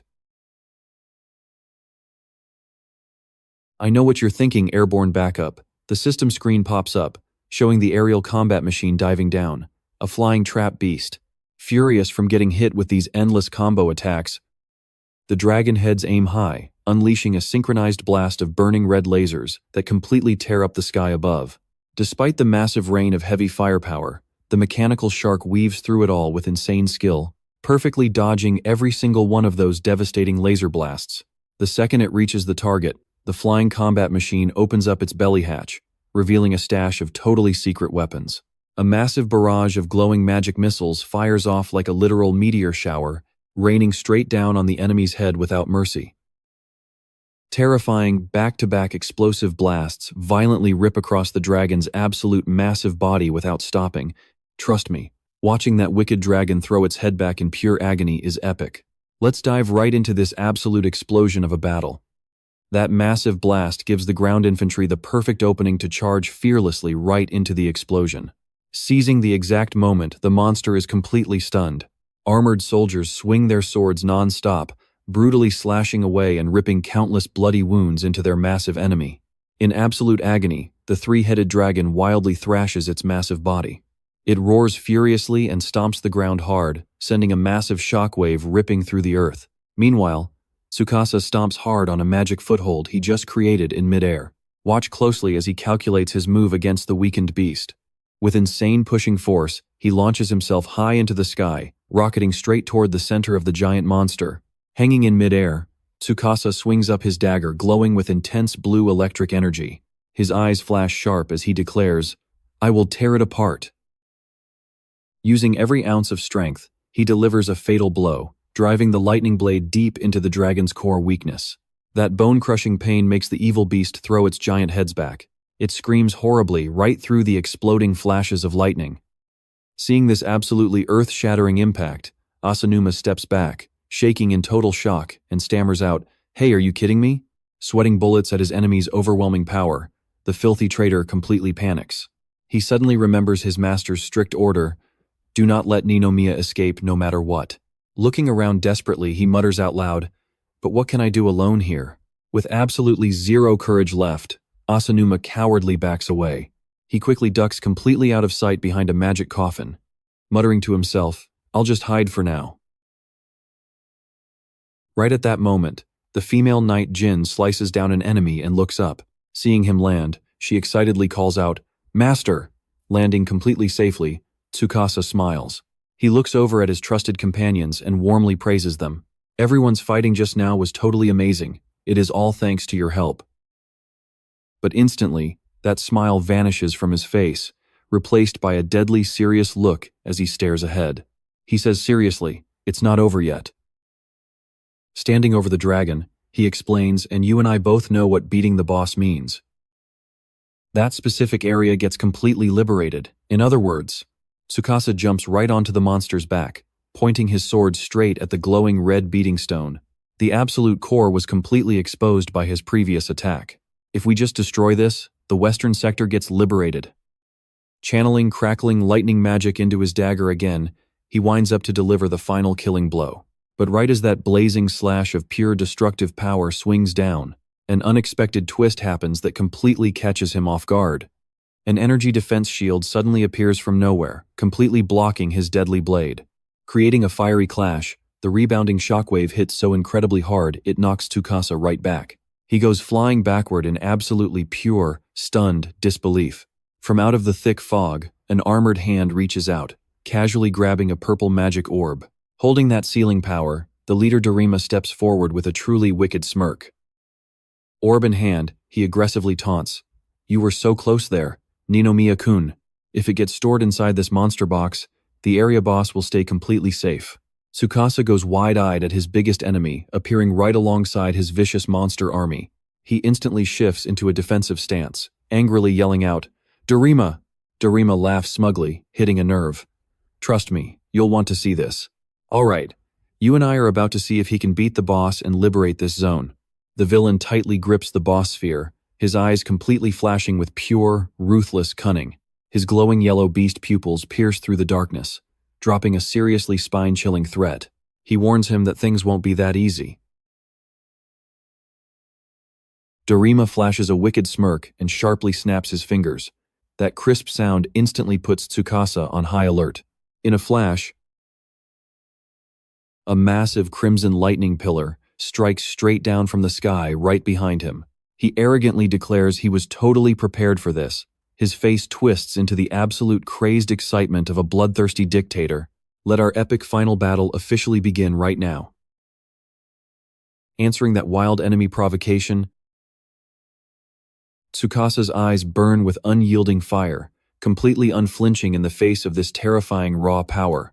Dorima raises his hand high, detonating that blazing red lightning energy to wipe out every single obstacle. Tsukasa stands tall amidst the heavy smoke, with his massive trap army facing the storm. Pay attention, we all know this deathmatch will be insane. Pure determination completely ignites in Tsukasa's eyes. Staring down the enemy, he loudly declares, "If you want to defeat the boss." Then suddenly, Dorima stands arrogantly with open arms, leading his giant golem army to cut him off. "You will have to crush us and take it from my dead hands first." Instantly after that, the battlefield explodes as Tsukasa's trap monsters and the flying mecha shark all dive straight into Dorima's army. Standing inside the thick smoke, Tsukasa shouts loud orders to his squad.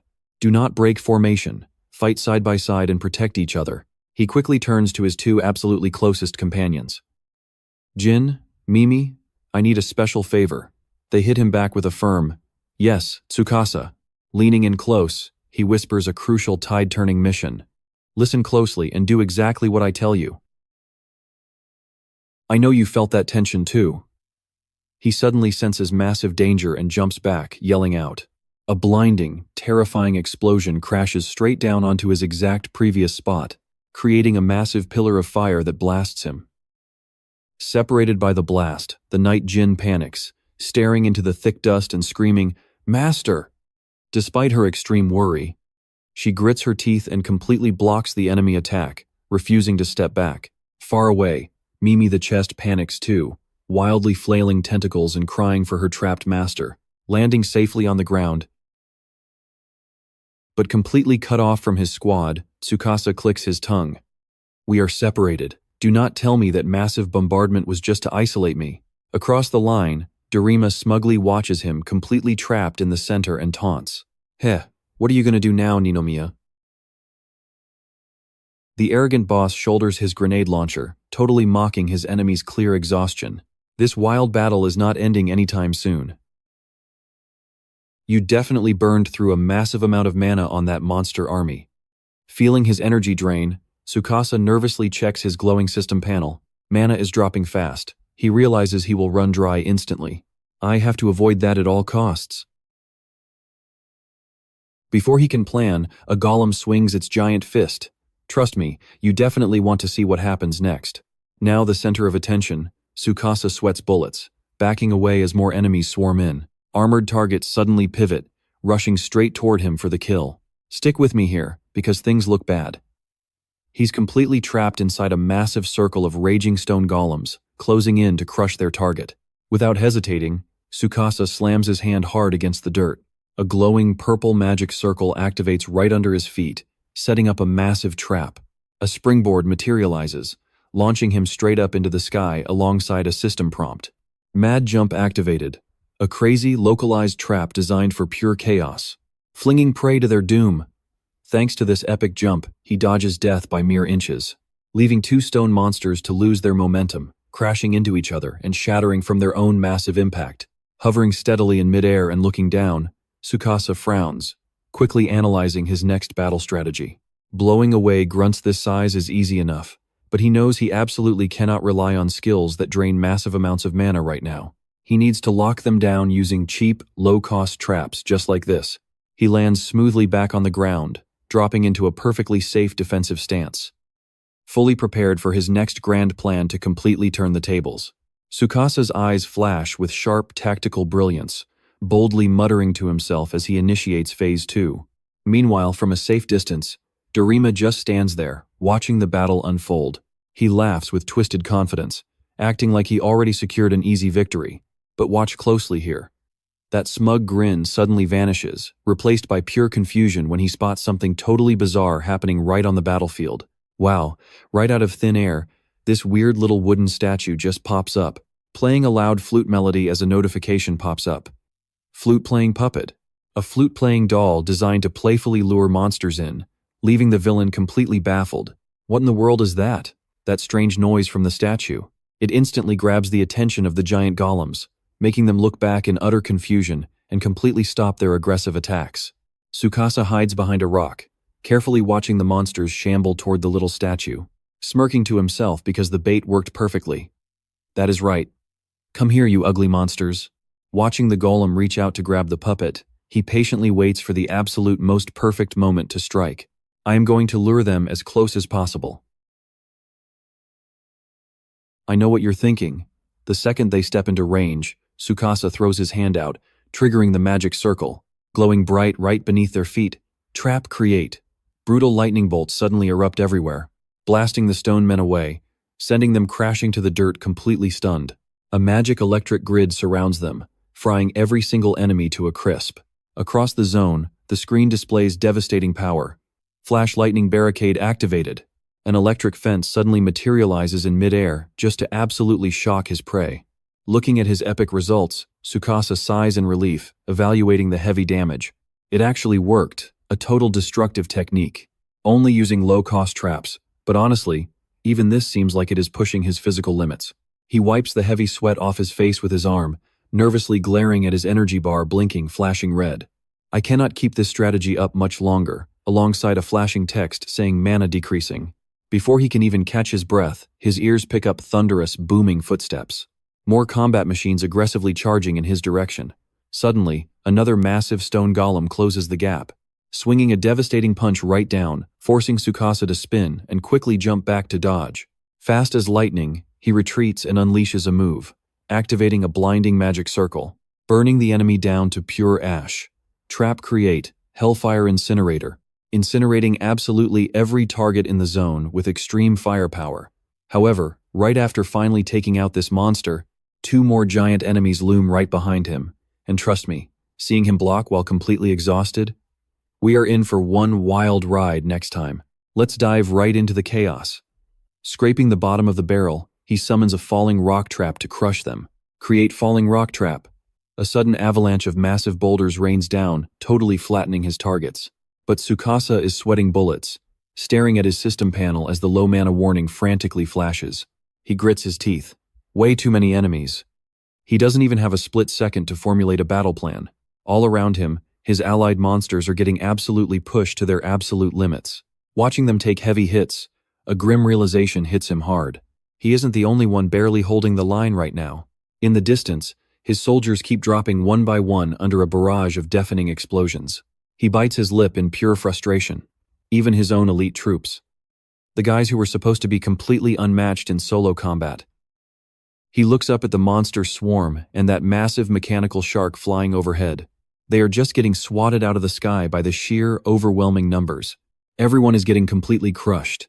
Tsukasa is totally out of options here. He makes the call, spins around, and makes a desperate dash for his life. I need to pull back before my mana hits absolute zero. Gotta bail from this battlefield right now. But the second he sprints away, a deadly purple streak of pure killing intent appears. Now watch this closely. A shot violently rips through the air from behind, triggering his danger sense. He snaps his head back, eyes wide with absolute horror as he spots the sneak attack flying at him. Far off, an enemy soldier is coldly aiming a massive, heavy-duty crossbow right at his back. The trigger pulls, and that razor-sharp bolt erupts with a terrifying surge of dark mana, tearing through space, locked dead on his exact coordinates. Staring point-blank at his own demise, Tsukasa's eyes bulge as he lets out a panicked yell. Moving on pure reflex, he throws his hand forward and instantly triggers his defensive magic. Create diamond block trap. A diamond shield blocks the hit. The wall shatters, barely saving him, but then the system window violently pops up. The flashing warning says mana depleted. Dripping in cold sweat, Tsukasa curses in pure panic. Damn it! That blast just drained the very last drop of his energy. He glares back at the crossbow sniper. Dorima steps up with a mocking smirk. Heh, what was that pathetic display just now, Ninomiya? Wasting your pathetic remaining mana on a single, simple arrow? He stares down at Tsukasa, clutching his chest, gasping for air, face drenched in sweat. The enemy boss smugly announces his victory. You and I both know he's completely powerless now. Your luck has finally run dry. Dorima flashes a wicked, sadistic smile, his eyes practically dripping with mocking bloodlust. Just like your pathetic mana bar, the arrogant boss casually closes the gap between them. Meanwhile, Tsukasa scrambles backward, desperately trying to put up his guard. A hunter completely drained of mana on the battlefield? That is basically an automatic death sentence. Backed into a corner, Tsukasa panics as he stares down this incredibly cruel, looming threat. All that is left is to accept your brutal death. Dorima smirks with absolute confidence. He raises his metal-clawed hand high, prepping the absolute final execution strike. Farewell, little hero. But suddenly, a frantic voice echoes out from right behind him. Hold on a second, master. A blonde guy suddenly dashes out, recklessly swinging a sword that is glowing with bright pink energy. Pure killing intent. Let me deliver the final, crushing blow. Hearing this, Dorima casually glances back at his subordinate who is charging straight ahead. Looking furiously at Tsukasa, the blonde screams, "After every single time he looked down on me, I deserve payback." He leaps high. "Trust me, you'll want to see what's next. Stick with me here." He points his glowing blade straight at a totally defenseless Tsukasa. "Die, Ninomiya." The blonde guy swings his sword down with everything he has, screaming his ultimate move, "Tornado!" But the attack never even lands. Out of nowhere, Dorima coldly throws a brutal punch directly into the blonde guy's chest. Getting slammed by his own boss, he goes flying backward, crashing hard onto the ground in absolute shock. What just happened? Dorima just glares with pure rage, roaring at the guy he just flattened. "Do not get cocky with me, you absolute trash. You are 100 years too early to even think about stealing my prey." Watching this absolute madness unfold, Tsukasa gasps in complete disbelief. What the hell did you just do to your very own ally? Dorima's eyes are just cold and dead. He fires back without skipping a beat. "I only call useful people my allies. This pathetic guy is nothing but a complete and total failure. A loser who has ruined his missions time and time again without fail." The blonde guy groans in agony on the dirt, helplessly taking every ounce of his master's harsh contempt. A disgusting maggot like him is just an eyesore. Isn't crushing him the only natural thing to do? Absolutely furious at this cold-blooded betrayal, Tsukasa loudly calls him out. "Are you actually kidding me? You cut him off just because he is not useful to you anymore? Someone who trusted you and followed your every order." Dorima totally ignores the angry outburst, brushing it off. Now watch closely as Dorima stares down Tsukasa, dropping a cold line that ends it. "Did I not tell you?" Dorima flashes a twisted, triumphant smirk. loudly declaring his insane ambition to the world. I will become the king who rules it all. Still writhing in pain on the ground, the blonde guy screams out in absolute despair hearing his master's ruthless declaration. My brand new kingdom has zero room for weaklings. In the distance, Dorima's troops are fighting a fierce battle, but he coldly judges every single one of them. What a bunch of cowardly losers. Anybody who cannot pull their weight will be instantly eliminated. The villainous leader shows his true cruel face, grinding his teeth as he fiercely confirms his twisted philosophy. Only the truly strong and capable are ever allowed to live. You and I can feel the tension as Tsukasa freezes, a cold sweat rolling down his cheek. Then, he suddenly snaps his head up, desperately questioning Dorima about the fate of all those innocent civilians. What exactly is going to happen to the people inside the city right now? They are totally incapable of fighting back. Some of them cannot even handle basic physical labor to survive, am I right? Dorima just lets out a contemptuous scoff, answering back. Humph. I am only keeping them breathing to maintain the city's basic functions for the time being. Eventually, every last one of them will be wiped out. He goes right on explaining his incredibly brutal purge plan to the hero. First, on the chopping block, the old ones with no future. Next up are the kids forced into studying through fear, and then, the children who completely lack any real talent. Saying that, Dorima cracks a completely unhinged smile and wraps it up. Scum like that dying off is just natural selection. Tsukasa looks over at Dorima's hunters in total shock, as the horrifying truth finally hits him hard. I get it now. So in the end, only the truly powerful survive. Does that mean only these rough hunters you brought along make the cut? Dorima bursts into laughter, mocking Tsukasa's cute little innocent mindset. Ha, you actually think those useless pawns are the strong ones? You have got to be joking. The crazy leader glances over at his rapidly growing monster army in the distance, laying it all out. I am merely using them as a temporary fix. I need basic manpower until my personal monster army is fully ready to go. Tsukasa's eyes go wide, and trust me, you will get chills hearing Dorima coldly reveal his final plan. Because right now, I finally have enough soldiers.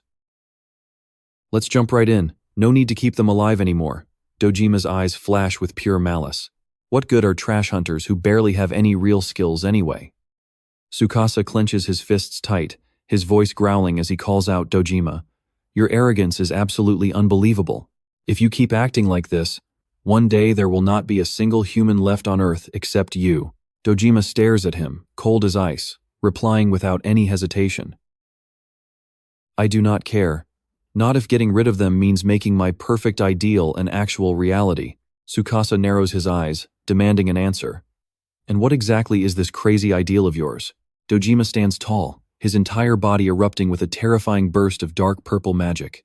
My ideal? Ha! His face twists up into this incredibly creepy, unhinged smile as he declares his goal. My ultimate ideal is to forge a world that belongs entirely to the absolute strongest. Tsukasa freezes, totally stunned, sweating buckets at the sheer insanity of Dojima's wild ambition. Dojima roars out like an absolute maniac. I do not care if the entire rest of humanity gets totally wiped out. If reaching the peak means standing completely alone, I will gladly accept that. Now, pay attention here. Instead of looking scared, Tsukasa suddenly flashes a super mysterious smile. Dojima looks totally confused and asks, "What is so funny?" Tsukasa answers him, totally calm. Oh, nothing much. I am just feeling genuinely grateful. Tsukasa's smile instantly turns sharp, cold, and heavily calculated. Grateful for the king's very generous words. He glances back toward the city, right where all of Dojima's citizens and hunters are currently gathered together. I really wonder about the people in the city and your very own loyal hunters. Tsukasa looks up at the drones buzzing across the sky, and that smug smile of his gets even wider. What would they think if they heard every single word of that? Dojima flinches, instantly realizing he just fell for a trap. He points a shaking finger at Tsukasa, roaring out. Damn it, what are you hiding behind your back? We both saw that coming, right? Right behind Tsukasa, Mimi the chest is holding a controller, secretly broadcasting their entire conversation. Dojima's face goes completely pale. Cold sweat pours down as he realizes his villainous master plan just got exposed to the whole world. Tsukasa smirks right at him, casually gesturing to those flying drones hovering quietly in the background. Oh, these little guys? We get a close-up of the advanced drones just floating silently right up in the air. He plays it cool, casually explaining his epic setup. It was nothing but a trap to expose your true, ugly colors to everyone. He keeps spilling the details. This is a setup, using special kidnapping drones. Flying devices that pop up out of nowhere to snatch people, specifically designed to catch you red-handed. Tsukasa flashes back to the moments right before the battle started. He and his crew prepped absolutely everything. I deployed these drones right before my magic completely ran out. Back then, he and Mimi quickly moved into their designated spots to pull off this massive brain play. Tsukasa explains further. I left the whole setup in the very capable hands of my trusty companion Mimi. As Mimi cheers with pure pride, he just keeps roasting the guy to his face. There is actually a high-definition video camera mounted straight onto these hovering drones. Every single crazy thing you just said has been recorded. And that exact footage is currently broadcasting live on all the massive screens down in the city square. Dojima grinds his teeth hard, his face totally scrunching up in pure, unfiltered rage. Tsukasa looks at him and smirks. Pure provocation. You talk about wiping out humanity, but actually pulling that off is still a long way away, right? So what do you and I take from this? You still need people running your city and hunters serving you. Alright, let's jump right back into this insane showdown. But honestly, I highly doubt there's anyone left who will blindly follow your orders anymore. Tsukasa wraps it up with a smug grin after exposing his lies. Hearing that, Dorima's face instantly turns pale, twisted with pure rage. Over at the city square, the crowd is panicking watching the broadcast. What is this? In the video, he said he's going to kill us. Another guy is completely stunned. Wait, didn't he promise to keep us safe? Was that all a lie? Even Dorima's own hunters are absolutely shocked and disgusted. Not just the regular townspeople, he's coming for us too. Yeah, he straight up admitted he'd eventually slaughter his own fellow hunters. A massive wave of anger ripples through them. That guy's insane. And to think we actually followed him all this way, just because we completely trusted him. Even in this absolute chaos, some people are still hesitating in pure fear. But another helpless voice rings out even so. What are we supposed to do? Watch closely back on the battlefield. One of Dorima's monsters gets attacked by his own hunters. One soldier turns and mocks him, saying, "Heh, too bad, Dorima." Tsukasa glares at him, officially declaring his absolute downfall. With this, his master plan just went up in smoke. But suddenly, a terrifying killer intent hits him, sparking his high alert. Dorima roars, his face twisted in pure, unhinged rage as he yells, "Shut up!" He totally ignores the betrayal, spitting out, "Whatever, just a minor setback." In a flash, a massive magic arrow shoots out, rocketing towards Tsukasa. Dorima screams over the massive explosions, "I don't care what useless pawns think of me." He glares down at Tsukasa, who just got blown back by the blast. "The only obstacle left in my path right now is you, Ninomiya." While the two try to dodge the explosion, Dorima just screams like an absolute maniac. "The second I completely crush you, my ultimate nation will be realized." Tsukasa suddenly stops, glancing back to face the villain's completely insane declaration. "You and I both know what's next." He grabs an orb, laughing triumphantly. "Exactly, once I destroy you, especially since your magic is totally drained now." Tsukasa recognizes the item immediately. Wait, that magic tool holds the area boss. But the color is way off. Is there a totally different monster inside? Dorima screams, tossing the glowing orb high into the air. "Go!" It flashes blindingly bright, and Dorima roars out, "My true executioner." A massive beast forms from the light. He brags that this nightmare is literally 3 giant monsters fused into one body. He just keeps bragging smugly. Their incredible power is perfectly balanced. There are absolutely 0 weaknesses left. The bizarre 3-headed fusion beast appears. Dorima screams out an unhinged challenge. "You seriously think you can survive against my ultimate, fully unstoppable trump card?" Tsukasa just stares up at the beast, utterly disgusted. He literally stitched different creatures together into one body. Disgusting. One of the beast's 3 heads, the fiery one, slowly raises its burning hand. In a split second, a massive pillar of fire blasts out, forcing Tsukasa to dodge fast. That's where we pause as Tsukasa's monster soldiers draw bows. "Alright, jump in with me." The archers fire defending their master, but every single arrow just bounces right off an invisible barrier wrapped around the wood element monster. Tsukasa's loyal soldiers stand completely frozen, totally shocked that their big attack did absolutely zero damage. All those arrows are just deflected, raining down onto the dirt in total and complete uselessness. That massive three-headed beast just stands there, towering over Tsukasa's entire army without a single scratch. Tsukasa stares in pure shock. A barrier? Is this what that guy meant by having absolutely zero weaknesses? Giving them zero time to even breathe. The monster's wood head raises an arm, charging up glowing green energy. Massive vines explode straight out of the solid ground, violently smashing right into Tsukasa's frontline soldiers without any mercy. Tsukasa screams out in total panic as he watches his army get absolutely wrecked. While everyone watches the chaos unfold, Dorima just bursts into this sick, twisted laughter. The boss throws his arms wide, ordering his beast, "Go wild and destroy everything in your path, my beautiful creation." Backed into a total corner, Tsukasa grits his teeth and curses. Damn it! He desperately analyzes the whole situation. That invisible barrier is just way too strong. Watch closely here. Regular attacks from these trap monsters will absolutely never pierce that massive shield. But then an idea hits him. Tsukasa's eyes suddenly spark with intense, fierce determination. If that is the case, what about using his special elemental attacks right now? He immediately points straight at the enemy, shouting out a brand new order to his army. "Fire arrow infantry units. Listen to my command right now." Those soldiers instantly light their weapons, launching a barrage of blazing arrows straight at that giant beast. Facing this crazy fire attack, the monster's waterhead just smirks. It casually raises a hand, instantly conjuring a massive wall of pure water, completely extinguishing every single blazing fire arrow. Tsukasa is absolutely stunned. That is a solid barrier, but with the water attribute. Did it deploy that specifically just to counter his big fire attack right now? Refusing to quit, he points at the enemy and screams, ordering a massive coordinated strike this time. In that case, launch a simultaneous water and wood attack. Trap monster squad, move out now. A wood element soldier instantly blasts out a fierce wave of pure green energy. At the exact same time, another soldier unleashes a super powerful water element strike forward. But this fusion monster somehow already predicted his exact move before it even happened. It easily summons two barriers at once, popping up both a wood shield and a fire shield, completely canceling out both incoming strikes. Tsukasa breaks a cold sweat, realizing the terrifying truth right here. A wood attribute barrier combined with a fire attribute barrier blocking his path. You and I both see it now.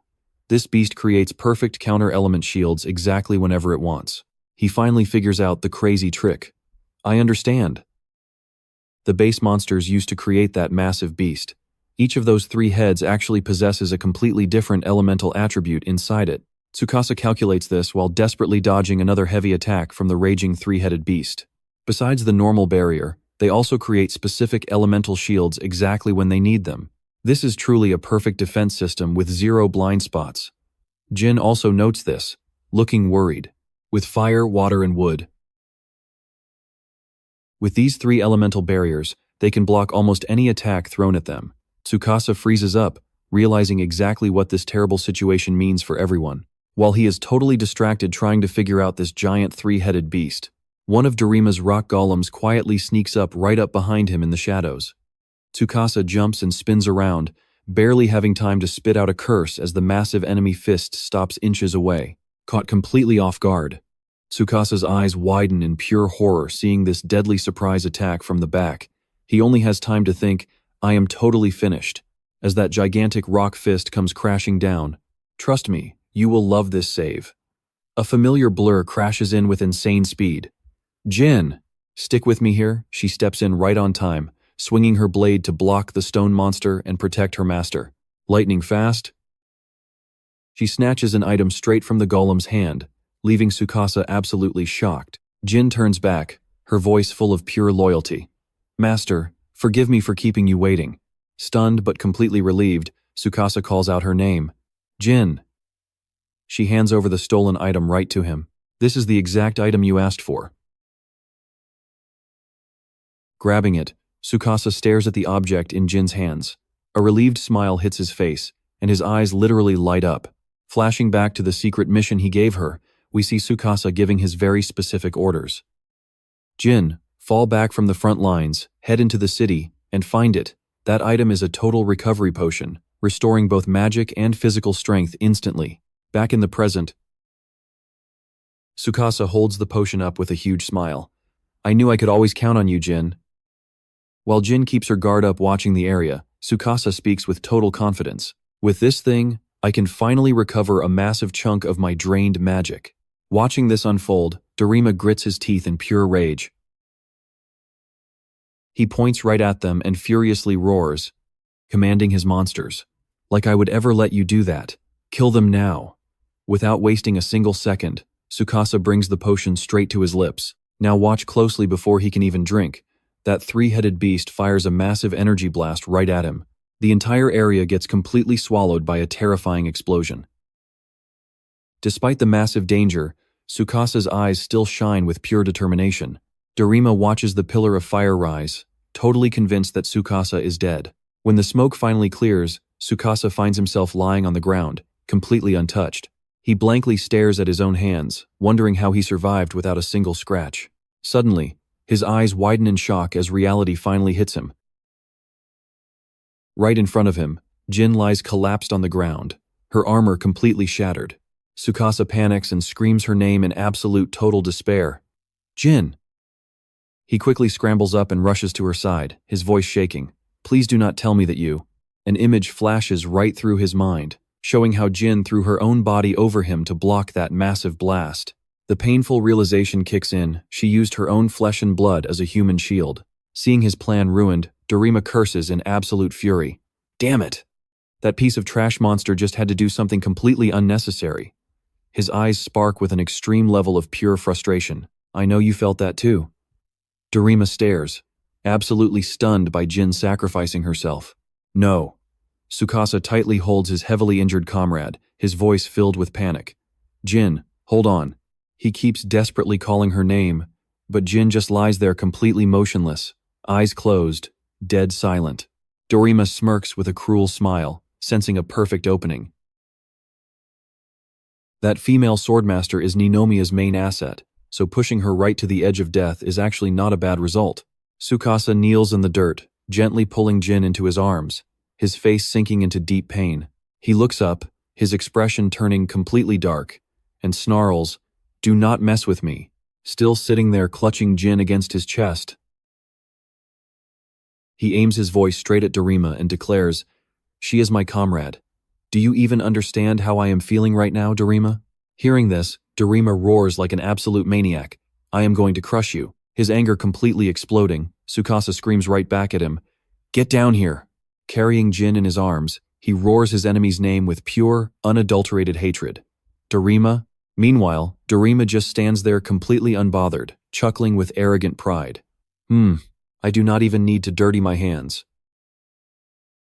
He points at Tsukasa, unleashing his fusion beast, "Die! And trust me, you are not ready for this next fight. Let's dive right in." He's holding Jin tight while analyzing this absolute nightmare of a chimera. Its twisted parts perfectly cover each other's weaknesses. He stares at it, desperate. If they don't drop this thing, the battle only gets worse.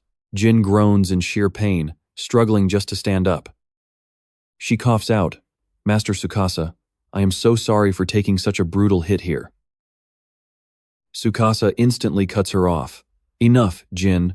Don't speak. Just focus on surviving right now."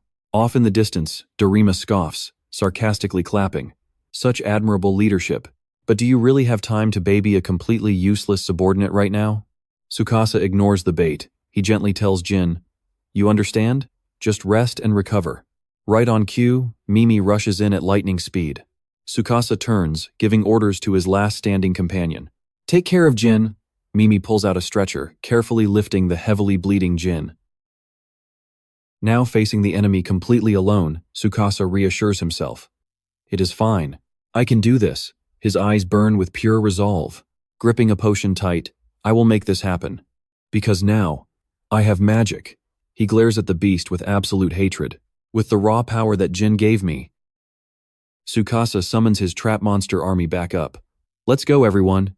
He points straight at the fusion monster, roaring, "Take him down." Hearing his command, His entire squad charges the enemy all at once. They unleash a massive wave of fire attribute attacks together, followed by crashing water attacks, and finally, some insanely heavy wood attribute strikes. But the fusion beast casually throws up counter-attribute barriers to block everything. Now watch closely, Tsukasa just noticed something.